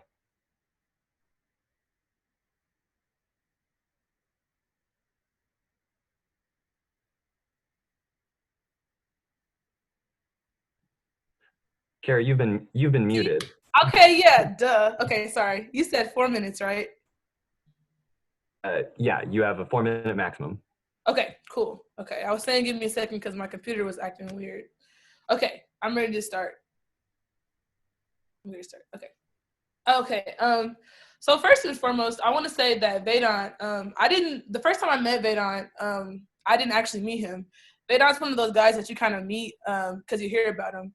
So like Vedant's names traveled through a grapevine of like closer friends that were also student leaders, and it was only positive things. And when I finally met Vedant, like the impression stayed from that point. I want to name a couple things that I find admirable about his career. He was a speaker at KS Unite in 2018. So that was the earlier KS Unite. That was the KS Unite that was actually started because of what was happening on Kansas State's universities, with the racism that was happening at K-State. And then he was a facilitator in the Wildcat Dialogues in 2019, a co-chair of the Wildcat Dialogues in 2020, and a member of the Student Alumni Board. His reputation precedes him. Vedant qualifies for every single part of the Speaker Pro Temp job because, let me just list them off. So the Speaker Pro Temp assists with planning and preparing for Senate. Vedant is one of the most organized and prepared people that I know. The only time I really see Vedant is when I'm bumping into him because he's running late for another meeting that he has. He's overseeing caucus leaders. Vedant is not one to shy away from leadership. In fact, Vedant exemplifies this while being vice president of SPIC-McKay, and overseeing other leaders is the job title of a vice president. So Vedant's done this in his sleep. Chairs the Diversity Program Committee. I want to say that we have a duty today as senators to understand that this job title is to chair a diversity programming committee. Vedant is the most diverse candidate that we have. Not voting for Vedant for this position is doing a disservice to this position and a disservice to Senate. So with that being said, Vedant is the most equipped right now in this position to take care of that committee in its capacity. Furthermore, I frequently visit a lot of the diversity programs and the diversity events if I'm not at every single one, and Vedant is also in attendance. So Vedant takes this very serious advocacy steams off of him. Vedant's goals are essential to SGA and the DPC, like I mentioned before. Vedant is the most diverse candidate that we have, meaning it's a disservice not to vote for him. But his goals for DPC are very extensive and should definitely be considered. He has the most experience chairing committees and leading groups of the magnitude when he's talking about DPC. With the college caucus systems, Vedant plans to take this portion of his job to the next level as well. He already has plans to make sure that this part of SGA does not falter, and its necessity of bridging the gap and creating better outreach efforts to make sure that SGA fulfills the fundamental requirements of outreach efforts. Furthermore, the SGA newsletter. This is one of my favorite goals of Vedant's. If we could all just take a moment to understand, SGA does a lot of things that happen at night. We've been on this call since 7 o'clock. It's been 3 hours. How do we disseminate this information to the public? Vedant's excellent plan of having an SGA newsletter and making sure that the newsletter is up to date not only makes the most sense, but also with his experience in the collegian, shows that he is the best fit candidate to run this portion of his goals. And so with all that being said, Vedant shows you with his experience, with his goals, and just him being himself, that he is the best fit candidate for this position. And that's why I believe that we have to vote for Vedant in this situation. Thank you. With that, are there any questions for Senator Bruce? Senator Shunjay. Hey, Senator Bruce, I just wanted to ask this, given how I've seen some posts that Vedant has shared on his social media accounts. So given that, do you think you will be able to be impartial to represent the opinion of the student and not that of his own? Thank you. That's an excellent question. I think Vedant articulated it way better than I could, but to keep it very short and simple, people have opinions, and like Natalia articulated also in her speech, being a diverse candidate and being a person of color in these spaces, you do have opinions that you sometimes share, but being able to be a diverse candidate and occupy these spaces also means that you can see past a bias. So again, Vedant is put into a very special position in which that he can represent these voices, but also take a step back to understand the bigger picture. Are there any further questions for Senator Bruce? Seeing none, thank you. We will now move into debate in the positive for Blake Phillips. And I believe that's Parliamentarian Harmon. Yeah, thank you, Nate. Yes, thank you. Hi, everyone. For all of those who are newly joining us this term, who I haven't gotten the pleasure to meet yet, my name is Max Harmon, and I have gotten to have the absolute pleasure of serving Student Senate as the parliamentarian this past year. This role has given me a stellar vantage point, both from the front table and from behind the scenes, from which to observe the leaders of Student Senate, with titles and without. And it is from these observations that I am speaking in support of Blake Phillips to serve as our next Speaker Pro Tempore. Speaking briefly on his platforms, my personal favorites are Blake's ideas to utilize K-State Today more to involve campus in SGA affairs, and also to increase dissemination of information across all of K-State. Blake brings an energy and a zeal that I know enable him to commit to dreaming big while executing tirelessly the visions he has. But my main piece of debate for you is that, in my mind, platforms do not solely a candidate make. I firmly believe that all of the candidates before us tonight have great ideas and platforms, and that no matter who serves, the best ideas of those will be brought to life. But for me, I'm big on behavioral-based selection processes, knowing that past performance is the best predictor of future success. And the differences that Blake brings to the table are the traits that he has demonstrated already to this organization through his actions. Those being his sheer joy, his well-roundedness, and his lived-out dedication to the mission and vision of this organization, which are evident to anyone who looks at his journey in and around this chamber thus far. For heaven's sake, Blake attended Student Senate meetings as a high school student before even coming to K-State, and seemed to have caught the bug right then. Over the course of last year, he served as an outstanding intern, earning Intern of the Year no less, as well as serving on a number of serving as an at-large member of a number of committees as a freshman. Not to mention him sitting in on every single standing committee at least once as a guest, just to see how they were doing. In Senate, he never missed a single meeting and seemed to have the personal mission of making a motion every single week. Multiple times, he was invaluable to Senate leadership as with either a well-placed parliamentary inquiry or motion that clarified an issue for the body, or his habit of filling in as a replacement secretary, duties of pro tempore for next term, whenever he was called upon. Blake is always one to be first to arrive and last to leave. A pointedly clear demonstration of his work ethic and initiative to me was when he sat in on a long Senate Operations Committee meeting during our elections discussions. Again, just to be involved and to contribute. Not only was he an active beacon of insightful and congenial discussion, but he also stuck around afterwards to help review and edit a particularly heavy load of legislation that week. Blake does all of these things with a joy that brings everyone in the room a smile and a dedication that makes you wonder what else he's putting off to be working on SGA. Despite going into his sophomore year, he has earned and demonstrated a knowledge base whose breadth and depth rival many of his SGA elders, and he lives out these traits with an authenticity and a genuine dedication in person-to-person interactions, not for his private interests, but to the vision and mission of this organization that I personally envy and admire very much. It is for all of these reasons and many more that I see no better candidate and no better place for him to serve than for you to elect Blake Phillips as your next Speaker Pro Tempore. Are there any questions for the speaker? Senator Bruce. Yeah, so you mentioned that Blake looks out for not his own private interests, but the interest of SGA as a whole. Can you elaborate more on those interests of SGA and how Blake actually fulfills that goal? Yeah, I can certainly try.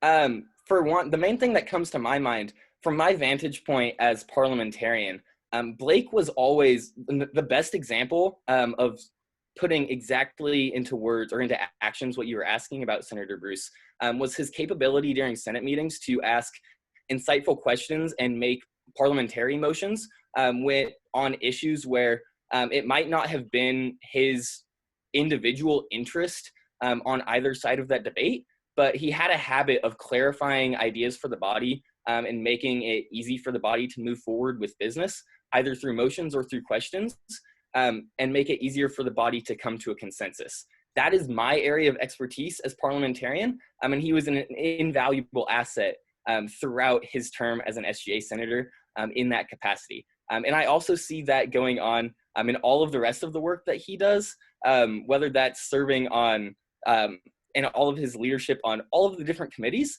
And just bopping into different committee meetings is one of the biggest factors that I see Blake demonstrating. Of he might not have a personal vendetta or a personal mission or a bill to write in any of those committees, but he sacrifices time out of his week to attend every committee meeting at least once and just get to know the organization better overall. And I can't think of a better explanation or demonstration of somebody sacrificing their own time and pleasures just to serve the organization. We also had a question from Senator Hurd. Hi, my question is in regards to experience. I see you mentioned that experience outweighs platforms or something to that extent. So my question is, it appears that there is a lack of experience in leadership roles and diversity. Now, how would you say his experience, I don't know if you were thinking of his high school experience or his current experience at K-State, how would that prepare him or make him more qualified to do the job? Yeah, thank you for that excellent question.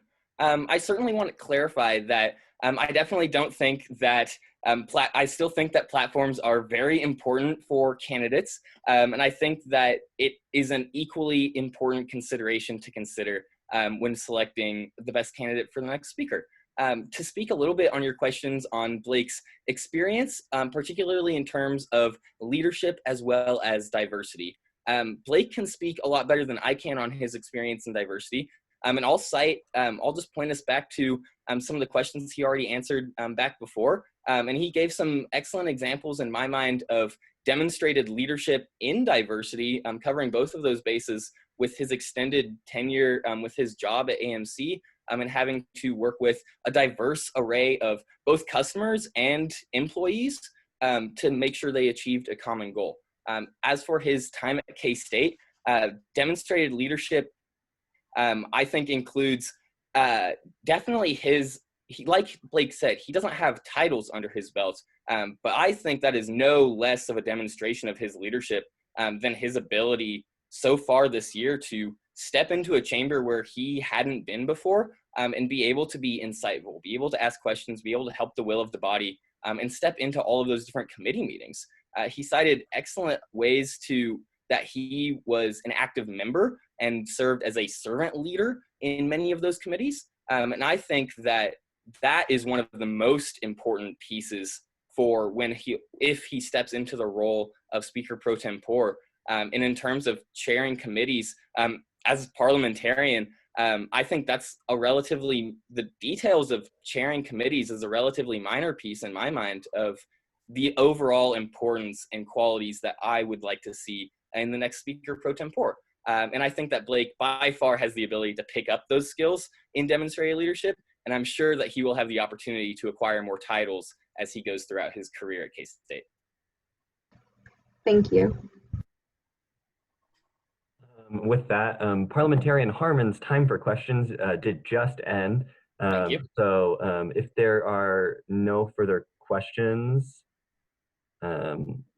we will now move back to debate for Maggie Billman. Senator Lopez is deferring his speaking rights to Jacob Land. All right, awesome. Hello, everyone. First off, just want to say, miss you all so much. I hope everyone is staying safe and healthy. So I am debating for Maggie Billman to be your next Speaker Pro Tempore. There's really two main things that I want to talk about here. I'm going to kind of stray away from her maybe platforms and talk about more of her as like a leader and a person, simply because I've served in the executive branch for the last year, and I don't have necessarily any direct ties with the legislative branch. So two things that I really see from Maggie, are dedication and compassion. One way that she is dedicated as an intern, she's regularly attends a bunch of Senate meetings, serves as an at-large member on Privy, and also represents us with legislative advocates. I just think that this is something, as far as dedication goes, that is super important from a speaker pro tem role, to be able to assist the speaker in whatever they need. Also going along the lines of compassion, I just think this is super cool. This is a little story. So I think it was relatively like a couple hours after the whole announcement of campus was closed for the rest of the semester. Maggie actually went out of her way to post on social media that she would be offering internet access to students who are located in the Southeast Kansas area where she's from. And I just think that shows the real compassion that she has for K-State students, and how that will also translate over to her role in this legislative branch and serving you guys as student senators. So I just think the dedication and compassion are super important in this role, and I hope that you will consider voting for Maggie for Speaker Pro Tem, and I will stand for any questions. Are there any questions for our speaker? Seeing none, I will now move into seeking debate in the positive for Vedant Kulkarni. Senator Norwood, you have the floor. Alrighty. I would just like to say I have nothing prepared. I like to, as a person, as a human myself, I'm fairly new to SGA, but I think it's important to step away from kind of the rules and regulations of things and really pay attention to the person behind the campaign. And so when I was initially getting the emails for the candidates, saying that this is what I'm running for, I decided to take a seat back, or you get the, take a step back. And I was gonna say, I'm gonna wait, and I'm going to wait for time and listen to kind of what they have to say, and what their platforms are, and what their goals are. And when I got to, sorry, do you guys ever get emotional? When I got to Vedant, I was hearing what he had to say. I was so moved. Not only has he put in the time and the experience, I know y'all saw that list of titles he has under his belt. He's the most equipped for this position, I would say. And I just wanted to say, as a person, as a student, I'm a person of color first, I'm a student of color second, and I'm a student. As a student, I want to say he stands for everything I believe in. And as I think that's who I would want most as Speaker Pro Tempore. Mr. Vedant he came into a situation where things were not built for him to succeed. And he was given only a certain amount of tools to do what he had to do. And my God, did he do it. He put in the time, he got those titles, he put in just everything, and he came out shining on top. And I just want to say, he will absolutely be getting my vote. And I think as senators of SGA, it is important to consider who that man is and what he has done. So yeah, I stand for questions.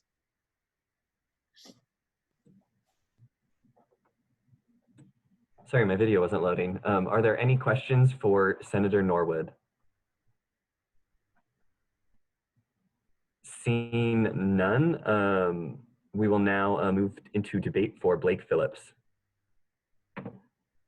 Oh, sorry, it looks like we had a senator who did have a question. I'm sorry, Senator Panikatu.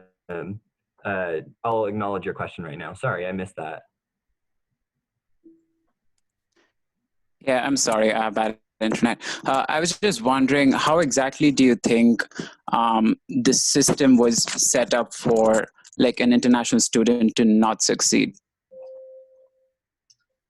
I don't think the system is, I don't want to get too political, but as a student of color, I know for myself, we are not given the same opportunities other people are given. And so I think Vedant, he just coming to this country, and I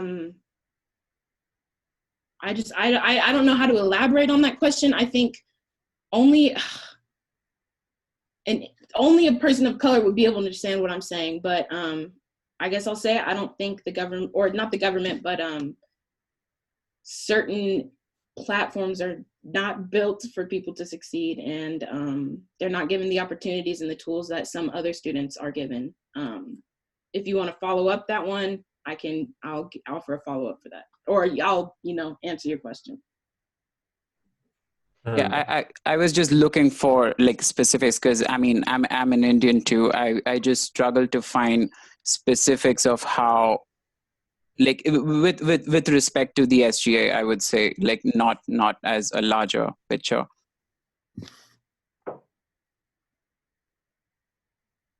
Was that the follow-up question? I'm sorry. Yes, it was. Specific. So to be honest with you, I don't think I could give you an answer that would be appropriate in the setting we are in right now. So just flat out, I mean, if you want to talk to me on the side, I can talk to you and I can give you real specifics. But I'm going to withdraw in offering just because of the setting. I hope you understand and where we are right now. Oh yeah, thank you.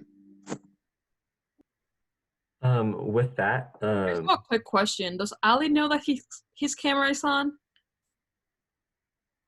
Okay, fun. With that, we will move on to debate for Blake Phillips. And first we have Cameron Koger going first. So. Hey guys, how are we doing? Silent? Yes, perfect. I'd just like to speak a little bit tonight about Blake. First off, I'd like to start by saying that I've known Vedant the previous 2 years. He's a terrific candidate, and that really there is no wrong way to vote in this election. But based off my experience, I would like to attest to the type of person that Blake is. Those of you that don't know me, I kind of stepped into SGA as someone that didn't know anything. So beginning of the first semester last year, or this first semester of 2019, Blake and I were kind of in the same boat in serving on the travel allocations committee. And that was kind of where I first got to know Blake. Through that experience, I just saw him as someone that really, really, really valued thoroughly spending student dollar. And that's kind of where I got his respect, or he earned my respect. From that, I've kind of observed what he's done in SGA. He's the intern of the year for a reason. He's at every meeting. He's asking questions at every meeting. He eats, sleeps, and breathes SGA. I think that's something that we need to evaluate and just see that that is something that we need in our speaker pro tempore. I actually got the opportunity to serve on the Student-Centered Tuition Enhancement Committee with Blake as well. And that was another setting where it just stood out to me how powerful of a leader he was. He spoke about it in his speech a little bit, but there was an entity that didn't receive funding that he thought was worthy of it. He went out of his way. He found statistics, metrics, emailed it to us, created a presentation. And that's just the type of leader that he is. He's not going to stand, or he is going to take a stand for what he believes in. I think that would serve him very well as Speaker Pro Tempore. To be honest, I didn't prepare a whole lot for this speech, but that's kind of just where I was thinking. Yeah, vote Blake. Anyone have any question? Are there any questions for Senator Koger?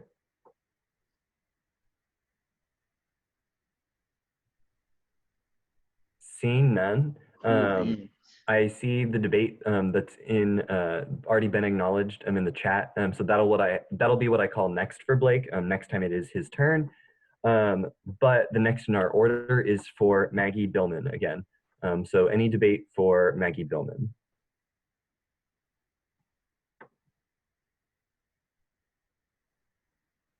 Senator Watkins, you have the floor. Hi, everybody. So I'm speaking in support of Maggie, not because Vedant or Blake aren't great candidates. They most certainly are. They're really great people, and I've really enjoyed getting to know them. But I'm speaking in support of Maggie because I've known her since the beginning of her SGA career.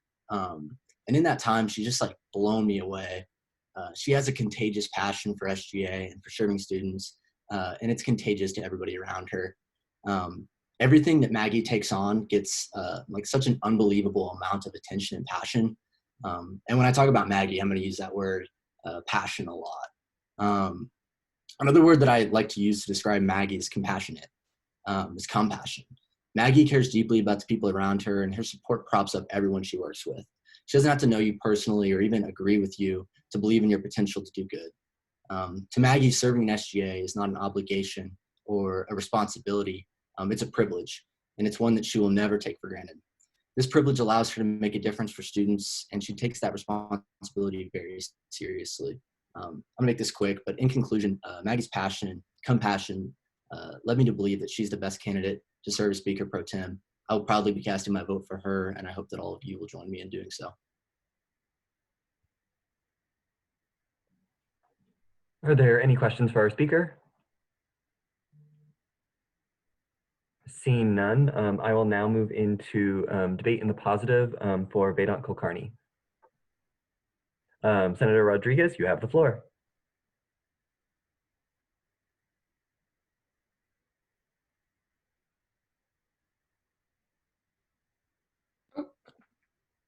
Okay, there we go. Sorry, I was getting a snack and I couldn't find it. Okay, so I'm here to debate on Vedant's behalf. I know Vedant for a minute now. He's probably one of the greatest case staters that I've ever met. He does everything with intention, like he's so intentional about everything he does. He's not gonna do anything that he doesn't believe in, he doesn't stand for. Also, he's a great advocate for everybody and any K-State student, not just international students, not just students of color. He truly is one of those people that like wants to see the university be a better place, and he's gonna do everything within his power to do it. And he's been doing it for his time here, well, not here, but like in Manhattan at K-State. I just want to remind you all of his experience. He's been in different groups and organizations, and he has had leadership positions within most of them, and he's done a great job at all of them. He has a lot of experience leading committees, so not only being a member of a committee and like doing a good job of being a member of a committee, but actually leading the committee. Leading a committee. He's also had great experience in like touching difficult conversations that I know people in leadership positions also have to have. So whenever there's an issue, whenever somebody's not comfortable, he's one of those people to be out there asking you if you're okay, asking you if you need help with anything else, asking you how can he help you and be there for you and be a supporter for you. So I think Vedant is great for this position for that whole purpose. He's going to be in the front lines fighting for all senators to be better and grow in their positions. He's going to do everything within his power and experience to help caucus leaders make more progress in their caucuses and how to be more involved within their colleges. He wants to see not SGA be upgraded as student governing association, but he wants to see SGA be great for all students. He wants students to feel welcome. He wants to see more students that don't believe in SGA believe in SGA, and he has excellent goals and platforms for it. And not only that, like he strives to be a better leader, and I think he's one of those greatest leaders. I look up to him in like any way. I literally want to be him like when I grow up. There's nothing that I can think of Vedant that does not make him qualified for this position. And I think all the experience that he has had is gonna like help him a lot if he gets his position, because it's not only about your like they said previously, it's not only about your platforms, it's not only about what you've done, it's not only about how many times you raise your hand in Senate, it's about the things that you haven't accomplished while your time here. And not your time here only in SGA, but your time here in the university. And I truly believe that Vedant has made the university a better place by just being himself and being that resource that anybody can have if they want to just have a friend, just have someone that answer their questions. And as he was mentioned by other debaters in his favor, the way that international students work is that usually a lot of them get in their own bubble and they don't go and look out for a lot of opportunities themselves. So they don't know if those opportunities out there from them. And Vedant, since he got here, he was applying for positions. He was going to interviews. He was trying his best to get involved in a university that he's now able to call home. So I just think it's an amazing thing that he literally moved from across the world to be in all these amazing positions that a lot of us even dream of. So yeah, Vedant's probably the best person to this position. I know that all the other two candidates, and I've heard of the platforms, and I love them, and I'm here for them. But at the same time, I think Vedant is probably the best person to have this position due to his experience, due to what he believes in, and for what he stands for. So yeah, I'm open to any questions. Are there any questions for the speaker? Senator Bruce. Okay, Natalia, that was great. I need to know, like, why does Vedant's experience, what about Vedant's experience shows you that he could lead and be Speaker Pro Tempore? Yeah, so Vedant has already had different positions in other organizations, and it's not easy. Like, you have to manage your time, you have to come up with agendas, you have to like make sure that whenever you're in a meeting, you're following what you have to get through, the like whatever you have to get done. So Vedant has done a great job in all those positions of that, and I think that's a great quality to have as Speaker Pro Tempore. And just whatever he does it knowing that he's the best candidate for it, and he does not shy out whenever things need to be said. And I think it's sometimes difficult, especially when you're younger, to want to speak up and want to like tell people what's going on. And I've known Vedant in different positions, and I think whenever something's going on that he knows he needs to speak up, or he wants to help somebody else speak up, he's gonna be the first person to do it, and he's gonna help others do it. So not only he's like so comfortable in speaking up and like being the best advocate for all students, but he's also going to empower other people to be the best advocates they can be. Thank you. Are there any further questions for our speaker? Seeing none, Senator Heatherman deferred her speaking rights to Ali Karmali for Blake Phillips. So Ali, you have the floor. What's up, everybody? Can you hear me? Oh, I'm going to take that as a yes. Okay, I'm going to keep this pretty short because it's already 10:30 and I am irrelevant as of last week. So really what I'm here to speak for Blake, and the main reason I am is because I've had the opportunity to work with him a lot over this last year. And one specific thing that really stood out to me was after he lost his election to be a senator for the College of Business, the first thing he told me the next time I saw him was, what's the best way for me to still help students in SGA? Hearing him say that was really impactful for me and really made me understand his why behind being an SGA, and that is really just to leave K-State and all of the student body in a better place than it was where he found it when he came back to campus. And if I could summarize Blake, all of his work he's done at K-State and in SGA over the last year, the two words I would use are tenacious and consistent. Blake is somebody who is very consistent. He is somebody who is very good at being on top of what is monotonous and some people may, dread doing. He finds excitement in. Earlier this year, when we had some issues with the EOF bill coming through, before I even had the opportunity to ask anybody who was on my committee if they could help me over winter break, Blake was on the ball. And I'm talking before I even got off that podium, I had a text from Blake saying, how can I help you over winter break? What do we need to rework? How can we make this beneficial so that everybody is happy with what's coming forward? That just really shows his character and who he really is and why he's doing what he's doing. And I think that's something very important to consider when looking at him stepping in or anybody else stepping into a leadership role. I think almost everybody on this call could step into the role, but it's more so the why as to the reason they're doing it for. And I think Blake's why and the reason he wants to step into this role as pro temp is really what we need, or what SGA and K-State and the student body needs in a student leader. Another thing that I think is really great about Blake is he has never shied away from work to do. He applied for EOF. Right after that, he said, what else can I do? He joined SCTE then, and he then still asked, what else can I do? Like Parliamentarian Harmon talked about earlier, he's someone who will just go to committees and to help other people when he has the time to do it, because that's what he wants to do. And the best way to learn about the type of leader someone is not looking at what they have to do and what's expected of them. It's really by looking at what isn't expected of them. And I think Blake, only being a freshman, not even barely having his foot in the door, he really exemplified that. He took it upon him to really see what isn't expected of him to do, but where he can make an impact. And he really strived to make that impact, and I think he did. That's why I would recommend voting for Blake Phillips for Speaker Pro Tempore. Thank you. Are there any questions for our speaker?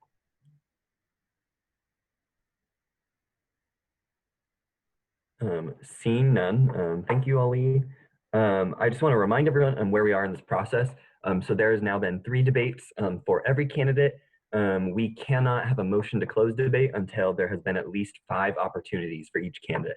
So each candidate has had 3 at this point in time, just to update everyone on where we are. So with that, I will now be seeking debate for Maggie Billman. Senator Heatherman.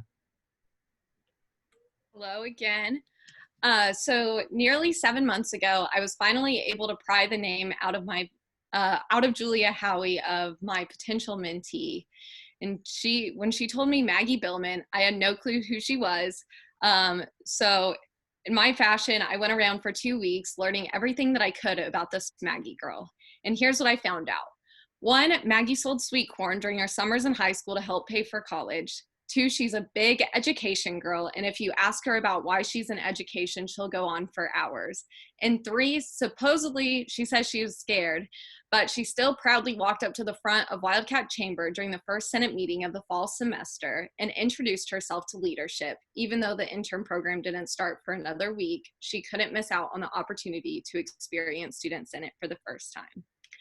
As Maggie expressed in her speech, so many of us began our journey in SGA really unsure on where to begin making the change we ran for in the first place. The last thing any of us want is for our time in SGA to become repetitively only doing funding allocations, which already adhere to strict guidelines each week. I believe that her platforms aimed towards empowering and educating student senators will help overcome many of the obstacles that exist when getting your footing in SGA. But next, I want to focus in on her platform of creating a campus incident response team. During my term as speaker, I so sincerely wish this is something I would have thought of. Since the creation of DEI, multiple times, Jansen, Ollie, and I would be stuck in a place wondering if students and student senators wanted us to make a statement and develop an action plan, or if they wanted DEI to have a larger stake to discuss and decide. Additionally, it seems that there's this difficult balance in leadership of both responding quickly and responding with ample student feedback. I believe that the creation of a campus incident response team has the potential to achieve both. When the president and speaker get placed in the situation of acting alone, it can become overwhelming. Most recently, Jansen and I carried out all of the weight for our COVID transition. Having the opportunity to spread these responsibilities across a designated team would have dramatically alleviated some of the stress during this time. Historically, national presidential election years can be some of the most challenging that we face for upholding a positive and inclusive campus climate, which means that more than ever, the formation of this committee will help navigate these issues. Furthermore, Maggie has expressed time and time again her willingness to get feedback before this starts. So if elected, please give her that feedback so it can be most effective. Lastly, I want to briefly make note of my working relationship with Nate as our newly elected speaker. Blake has blown me away this year with his diligence in pursuing all that SGA has to offer. Don't get me wrong. However, I would be lying if I said I wasn't concerned about him and Nate holding office together. They share many of the same demographics, including their same hometown. They have overlap in their friend group, and many would say that they have somewhat similar personalities. I would say that the best decisions that Nate and I made for Senate came from us having different experiences and ways of thinking. I believe that Maggie will help provide this balance. And furthermore, during my tenure as speaker, I wanted to mention I was approached by multiple women who were looking for guidance on issues that they had encountered across campus, or unfortunately, even within our own organization, that I strongly believe that they would feel uncomfortable bringing forward to an all-male leadership team across legislative and executive branches. While these women would have likely looked to guidance from other women or resources across campus, that can, in the moment, feel like little help when they need to miss Senate or a committee meeting without penalty.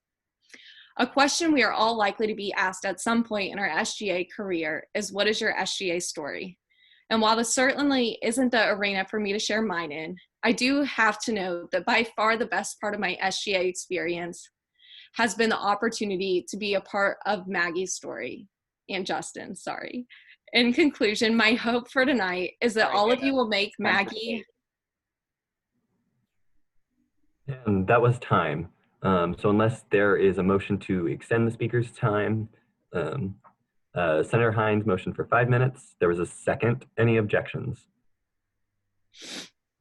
Seeing none, you have 5 more minutes. I don't think you need it though. In conclusion, my hope for tonight is that all of you will make Maggie a part of your own story, not just by voting for her for Speaker Pro Tempore, but by allowing her to provide you with the tools and knowledge you need to maximize your time in Student Senate. I don't believe that there is a clear wrong choice tonight for Speaker Pro Tempore, but I do believe that there is a clear right choice and that lies with Senator Billman, and she will not do you wrong over the course of the next year. Thank you. I'll yield my time for questions. Are there any questions for the speaker?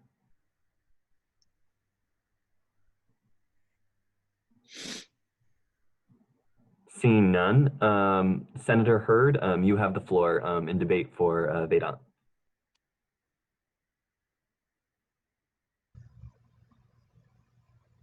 Good evening, everyone. So first, I would like to start off by saying, I think it is very important that we use our critical thinking skills with making this decision tonight. We need to evaluate qualifications, experience, and the platforms that each candidate has provided in order to judge what is best for the students of K-State. I want you to think about your own personal biases and don't let them make you vote based off of your feelings. And I know a few of you mentioned that Vedant's political platforms and how vocal he was about those platforms was a cause of concern for if he would be biased or not. But I want us to remember the various members that were previously involved in SGA who were just as vocal with their platforms as well. We're not going to mention names, we're going to be polite and respectful, but just remember that they voiced their opinions as well, and based off of that First Amendment that K-State so dearly loves, we need to keep that in mind as well when we go and evaluate the things that Vedant has posted. In other words, him being an international student and me being a student of color, I completely understand and I support his responses to all of these different various political responses that he's put in the collegian, he's posted on his social media pages, because that just proves to me that he's willing to stand up for what is right for all of the students that he believes need to have representation. So just look at it from that point of view as well. I mean, if a certain group of students is called out and you're in a position where you can make a difference and potentially help them make an effective change, then you rightfully should do that. And I believe that is exactly what Vedant has done with his time in SGA and his various leadership positions. So to wrap things up, I just want us to all be rational, think rationally, and make the right decision based off of who is the most qualified, experience, qualifications, and platforms wise. And that is all I'm going to say for tonight. Thanks, guys. Are there any questions for Senator Hurd? Seeing none, I will now seek debate in the positive for Blake Phillips. Senator Carlson, you have the floor. All right, hello everyone. My name is Bryn Carlson, and I am a second-year senator in the College of Health and Human Sciences. And I also had the opportunity to be the vice chair of the Travel Allocations Committee last year and serve as the caucus leader for my college. So I just have a few things that I want to say about Blake. Obviously, the first time that I met him was in Travel Allocations, where he served on my committee. And I think that, as it has been echoed by so many other people who have debated for him, he is always the first person to say yes. Anytime that we had bills that needed to be written, he always stepped up and was always to take on more responsibility, even if he had a busy schedule and even if he had a lot of things going on. That's something I really admire about him, and I think would be a great asset for him as Speaker pro tempore, is always being willing to just go a little bit extra and just step up when he is needed. But besides that, the thing that I want to talk about the most to you is his positions and his platform as far as college caucuses go. I had the great privilege of leading my caucus this year, but it was a very unexpected privilege. And I can say that I would not have been able to effectively do my job and create a college caucus that was successful and involved if it wasn't for the support and the help of our current speaker, Nathan Bothwell. He did a great job last year as Speaker pro tempore, making sure that the college caucuses were very involved and that everyone really knew how to best lead their caucus. And hearing Blake's platforms and seeing what he wants to do with the college caucuses gives me a lot of excitement, because I think he's going to continue on that tradition that Nathan has kind of started to put in place. I think that a lot of us have concern about how SGA needs to have better outreach, how SGA needs to make sure that they're representing their constituents better. And I think that the best way for us to do that is through continuing to make sure that our college caucuses are vibrant and that they're reaching out to their constituents well. And I just really believe that the way that Blake has outlined his platforms for college caucuses are going to allow us to do that in a super positive way. I think that he has all the qualities that are needed, and he's really stepped up to take on just little things here and there, little leadership roles to help out wherever he can. And I'm really excited for him to be able to do the same thing if he's elected as Speaker pro tempore. I know that this has been a long meeting, so that's all I'm going to say about him for now, but I will definitely be voting for Blake. I think he's a wonderful candidate, and I think he's going to do great things for us. And with that, I'll stand for questions.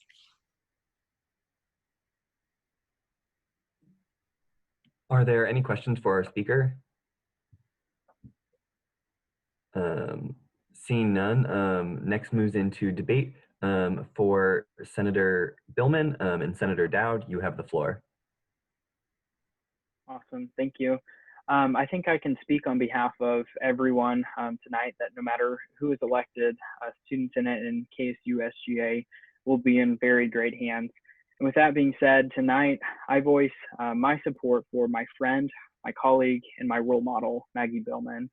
After just a few months of the fall semester, I had been appointed to privilege fee, and my head was already spinning with hundreds of questions about the committee and about how our work is actually implemented. And being new to the committee, I had a lot to learn. Thankfully, everything caught up, and we were able to have a great time as a committee. But midway through the semester, Maggie Billman applied and was accepted as a member, an at-large member of this committee, and she hit the ground running. I mean, I can genuinely say that there are very few people who impressed me in the way that Maggie Billman impressed me. She was constantly devoted to learning more, asking deep questions, even if she already had an understanding of the current material. And I've just always been amazed at her dedication and her thoughtfulness. So tonight I'll share more about her work in that committee in general. One time in specific, we were going over our fine arts agreement for privilege fee, and myself and a few other fellow senators were really diving into the weeds of specific entities, funding, and all of the nit and grit of the individual agreement. And Maggie was a huge supporter and uniter when it came to our committee. Maggie's the type of person who, in that instance, she redirected the conversation back to the big picture and helped reaffirm our mission of the entire discussion, and that's to work towards the betterment of the K-State community and for K-State students. And that skill is going to be an incredibly valuable skill, especially to pair with our current speaker skills as they embark on the new journeys that will happen during this term.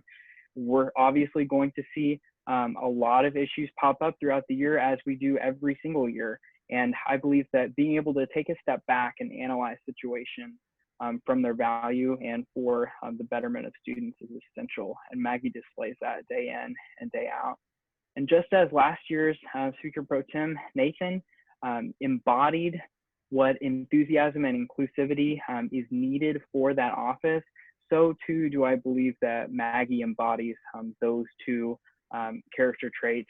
Maggie always greets people with a smile, and she opens that conversation with anyone she talks with. I remember, the first time that I met Maggie, it wasn't just a, oh, hey, how's it going? It was, oh, hey, I'm Maggie.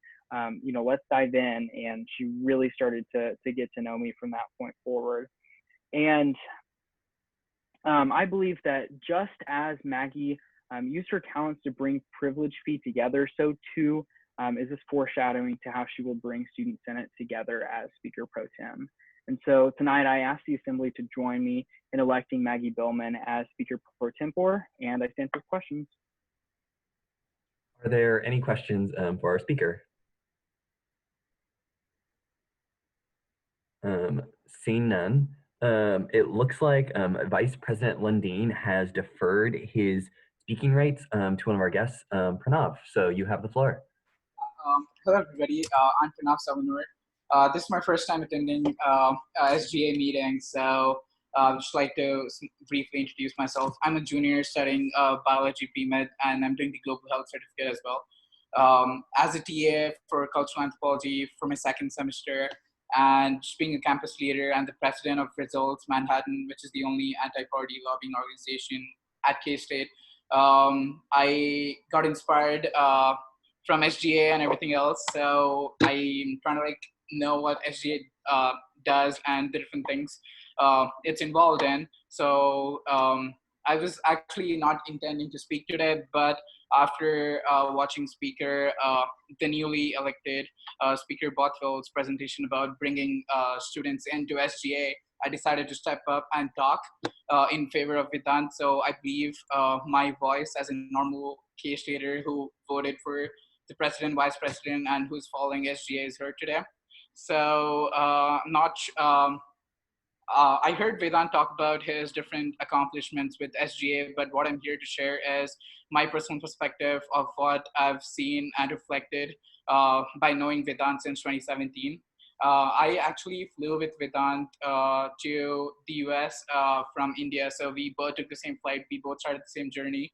And I never really knew what SGA was, and as the other senators who spoke positively for Vedant mentioned, that one of his key talent or skill is to bring students and expose students into what SGA does. So I would like to agree that I'm one of the examples of that he told me what SGA is and how it functions. So I would definitely see him as the rightful candidate for Speaker Pro Tempore. And with the DPC, I was the public relations officer for the Indian Students Association. I still closely work with them. We had a loss in funding, and I was looking for more funding. Vedant recommended me to apply for DPC. So with that recommendation, I worked really hard on the DPC proposal, and with that funding, we actually won the Best Event of the Year award. And I believe Vedant has also served with Spigmake, who has also won a lot of awards for their events throughout the year. So as a student who voted during the SGA cycle this year, I supported platforms like Success, Sustainability, Service, etc. And I believe Vedant has been showing a true representation of these platforms, which K-State needs really right now, especially during a crisis like a pandemic.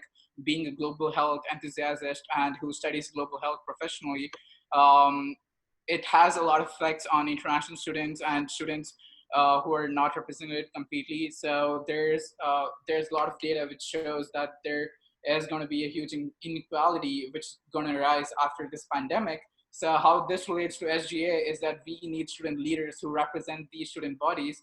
And me coming up to my first SGA meeting and talking about a potential candidate is a great example of that. So flying with him from India with knowing nothing about K-State and knowing nothing about Manhattan, and now being campus leaders in our different positions and roles has really showed me that Vedant can really step up to all the expectations and roles which the pro tempore serves. And as the newly elected speaker, Bothwell spoke about his platforms and everything today, and for the people who debated, I believe Vedant can serve as the best pro tempore for that. So with that, I would like to conclude. Are there any questions for our speaker? Seeing none, thank you so much for speaking. Next, I will be seeking debate for Blake Phillips. And Senator Booz, you have the floor.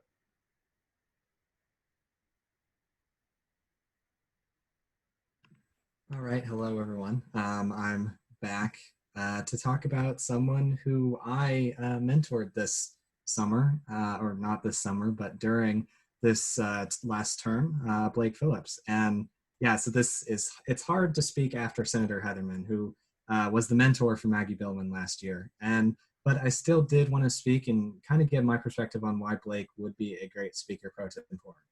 Now, this starts with me having great experience in the intern program and wanting to give back during the past term to the program that had given me so much. And so I ended up getting assigned Blake as an intern mentee. I didn't pry it out of anyone, but I was so glad that I was when that actually happened.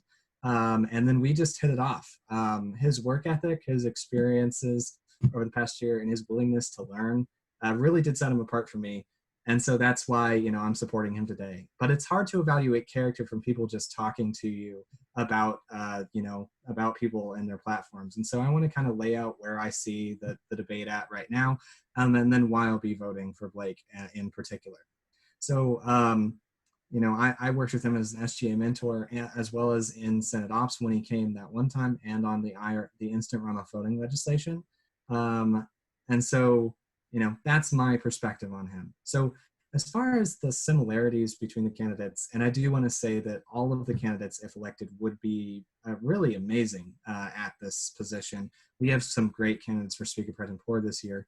But yeah, all the candidates plan on getting more students, especially DPC students and multicultural student organizations involved in SGA. At least 2 candidates have the ideas for the newsletter, and as well as bi-weekly meetings with all caucuses and having an open office. Also, yeah, at least 2 students have caucus outreach, making our YouTube more accessible so that students, it's easier to find our announcements and our speeches and everything that we say here in Student Senate. And then finally, I think their overall energy and commitment is very similar between the candidates. Like both of the intern candidates did more than I did, I honestly, I think, during my intern year. And like every candidate has done so much during their time at K-State. But now let me lay out what I think is the differentiation points between Blake and the other candidates. I really think that his amount of involvement in SGA specifically is something special. Being involved on 5 committees, being willing to go to a meeting of every other standing committee that he wasn't on, serving as the Student Senate Secretary, just like everything he has done has always been, he's always been so energetic and so engaged in those things. And that, especially for SGA, really sets him apart. Second, I mean, he's always willing to learn. This feeds into my first point, where he's always willing to do more. He's always willing to learn and to apply that learning to what he's currently doing. And he will apply, I'm certain that he will apply this boundless energy as seen from all of his other things that he's done to DPC and to the other causes of the Speaker Pro Tempore as well. Finally, I think there's 2 pieces of his platforms that are a major differentiation for me. One is getting caucuses involved in TFSC. Typically, we've had at-large students on TFSC to try to determine tuition surcharges and that sort of thing, but it's hard. We haven't really gotten the caucuses involved, and so that would be a major thing that no other candidate has. And the other thing is involvement in orientation and enrollment. That is not something that another candidate has proposed, and I think that that's a great idea to try to get a knowledge of what SGA is in students' minds as soon as they get on campus. And so, I mean, really, it's hard to make a decision just by people talking. Sorry, Andrew, that's time for debate. Is there a motion to extend the speaker's time, I'll entertain that or any questions. Senator Carlson moved to extend by 5 minutes, and there's a second. Again, Andrew, I don't think you need 5 minutes. It sounds like you're wrapping up. Right, thank you. But I sincerely believe that Blake Phillips would be an amazing speaker pro tempore above and beyond the other candidates. So thank you, and I'll be able to answer any questions you have. Are there any questions of Senator Booz? Seeing none, thank you, Senator Booz. At this point in time, we have had 5 opportunities for debate for every candidate. So yep, Senator Rodriguez moves the previous question to close debate. That requires a second. So that's been seconded by Senator Blaine Snyder. There is an objection from Senator Heatherman. So because there was an objection, we will now move into a hand vote using the raise hand feature. So if everyone who is a senator, you'll raise your hand, I'll just run through and count them really quickly. So all those who are in favor of closing debate right now and not having any more debate and moving straight into a vote, please raise your hand. I'll give a little bit of time for everyone to raise their hands and then I'll count them. So I have a question. Yes, Senator Watkins. So if we go into a vote and then there isn't somebody that has 50%, then what happens then? Is there more debate after that period, or do we? Yeah, thanks for asking. I was going to get to that right after we were done with this. So because there's 3 candidates, if not one has a majority from the start, the candidate with the lowest number of votes will be eliminated, and there will be another opportunity for debate again. I personally don't anticipate that going as long. I think most people have made up their mind by that point, but there will be the opportunity given for debate. And then we will proceed into another vote with the top 2 candidates. So yes, if no one has a clear majority from the start, there will be another time for debate though. So sorry, let's go back to the raising hands though. I wanna double check the count that was out there. So if you're in favor of closing debate, please make sure that your hand is raised right now. So I'm gonna count right now.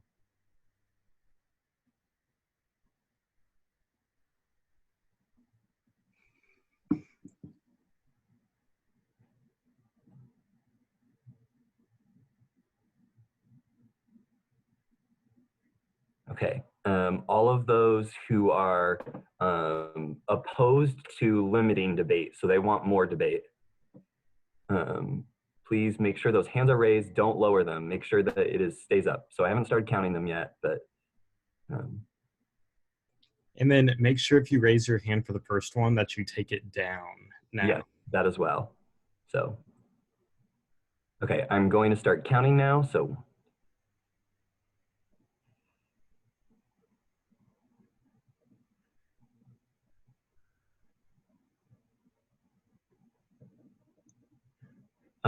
So by my count, the ayes have it 31-19. So with that, we will close debate and proceed immediately into a vote between these candidates. So just to make sure it's entirely clear, if no candidate receives a straight majority, we will repeat this process again. So just bear that in mind.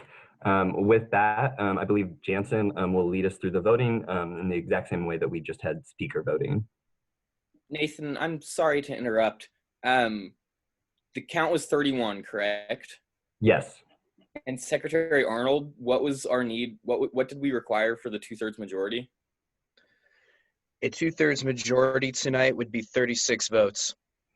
So it's getting so late, I can't do math anymore. So thank you for pointing that out, Parliamentarian Harmon. So because of that, we will continue doing debate. Thank you. So with that, we will continue moving on for debate.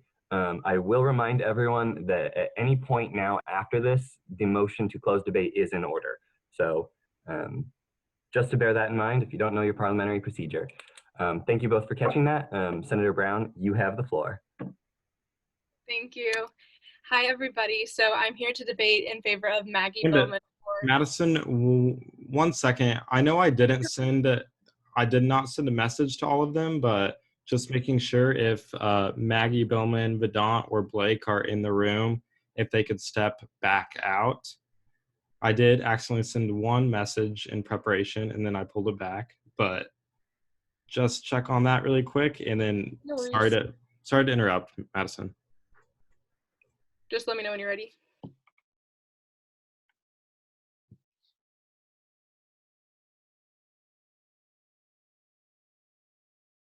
Madison, you are good to begin. Thank you. Okay, so I'm here to debate for Maggie for Speaker Pro Tem 4. So last semester, I wasn't on campus because I was studying abroad, and I kept hearing about this awesome intern who was bold, engaged, had a national FFA title in parliamentary procedure, and who just always went above and beyond to learn and get involved in SGA. And that intern was obviously Maggie. And when I got back and I got to meet her, I saw that all these great things that people were saying about her were 100% true. And I got to see them in person. In all my interactions with Maggie, I've seen how passionate she is for students and that SGA is at the forefront of all of her actions. I've gotten to see this through my work with her on Legislative Advocates, and when she was sharing her platforms with me, I absolutely loved her ideas. One of the platforms I really like is the Campus Issue Response Team.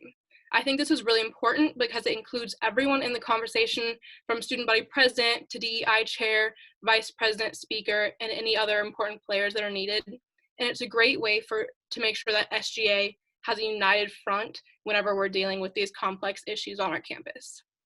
Another thing that I love about her is how she truly cares for students. And I think you can see this through her interest in doing outreach. I love the caucus outreach weeks, and I think that would really help keep caucuses accountable, as well as help energize to reach out to students. And we all know that the reason that we're in SGA is because we want to make sure that students have as many resources and as many opportunities to speak their voice and mind as possible. And so that's one of the things that I really love about Maggie is she always has students at the forefront of her vision. Overall, I think Maggie is qualified, caring, and has all the leadership skills for Speaker Pro Tem. So I implore you to vote for Maggie, and I now stand for questions. Are there any questions for our speaker? Seeing none, I'll now be seeking debate for, before we do that, Senator Bruce has moved to close debate. There needs to be a second on that first before the motion's in order.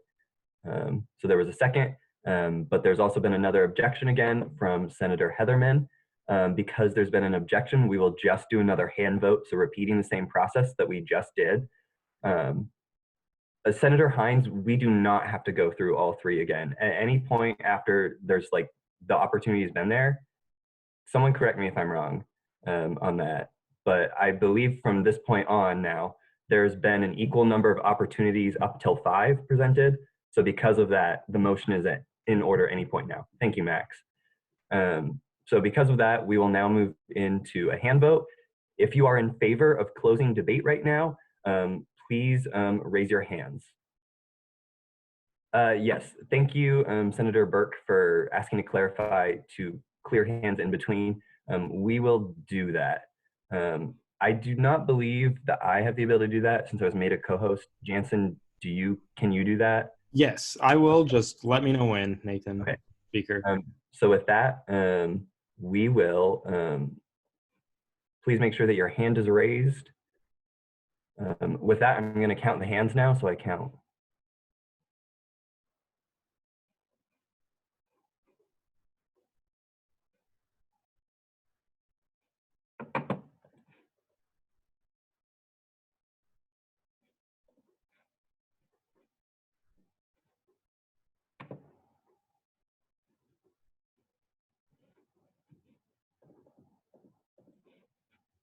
Okay, can we have hands cleared now? If you are opposed to the motion to close debate, please raise your hand.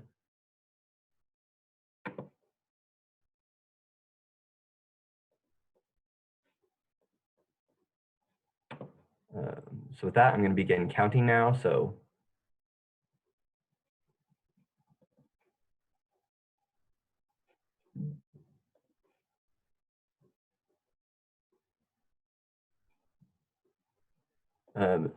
with that, Jansen, can I ask that you recount this one with me? I just want verification. For this second? Yeah.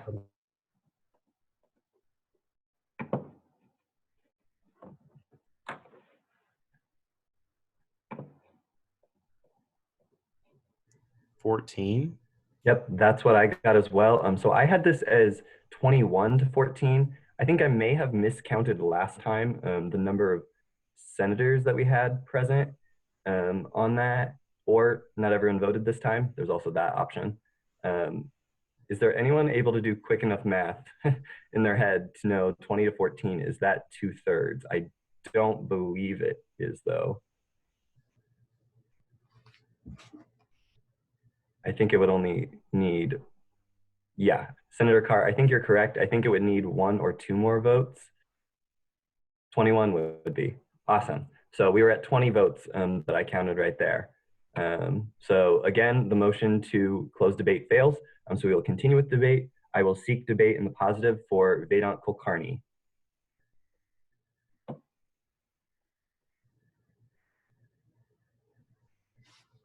Debate for Vedant Kulkarni.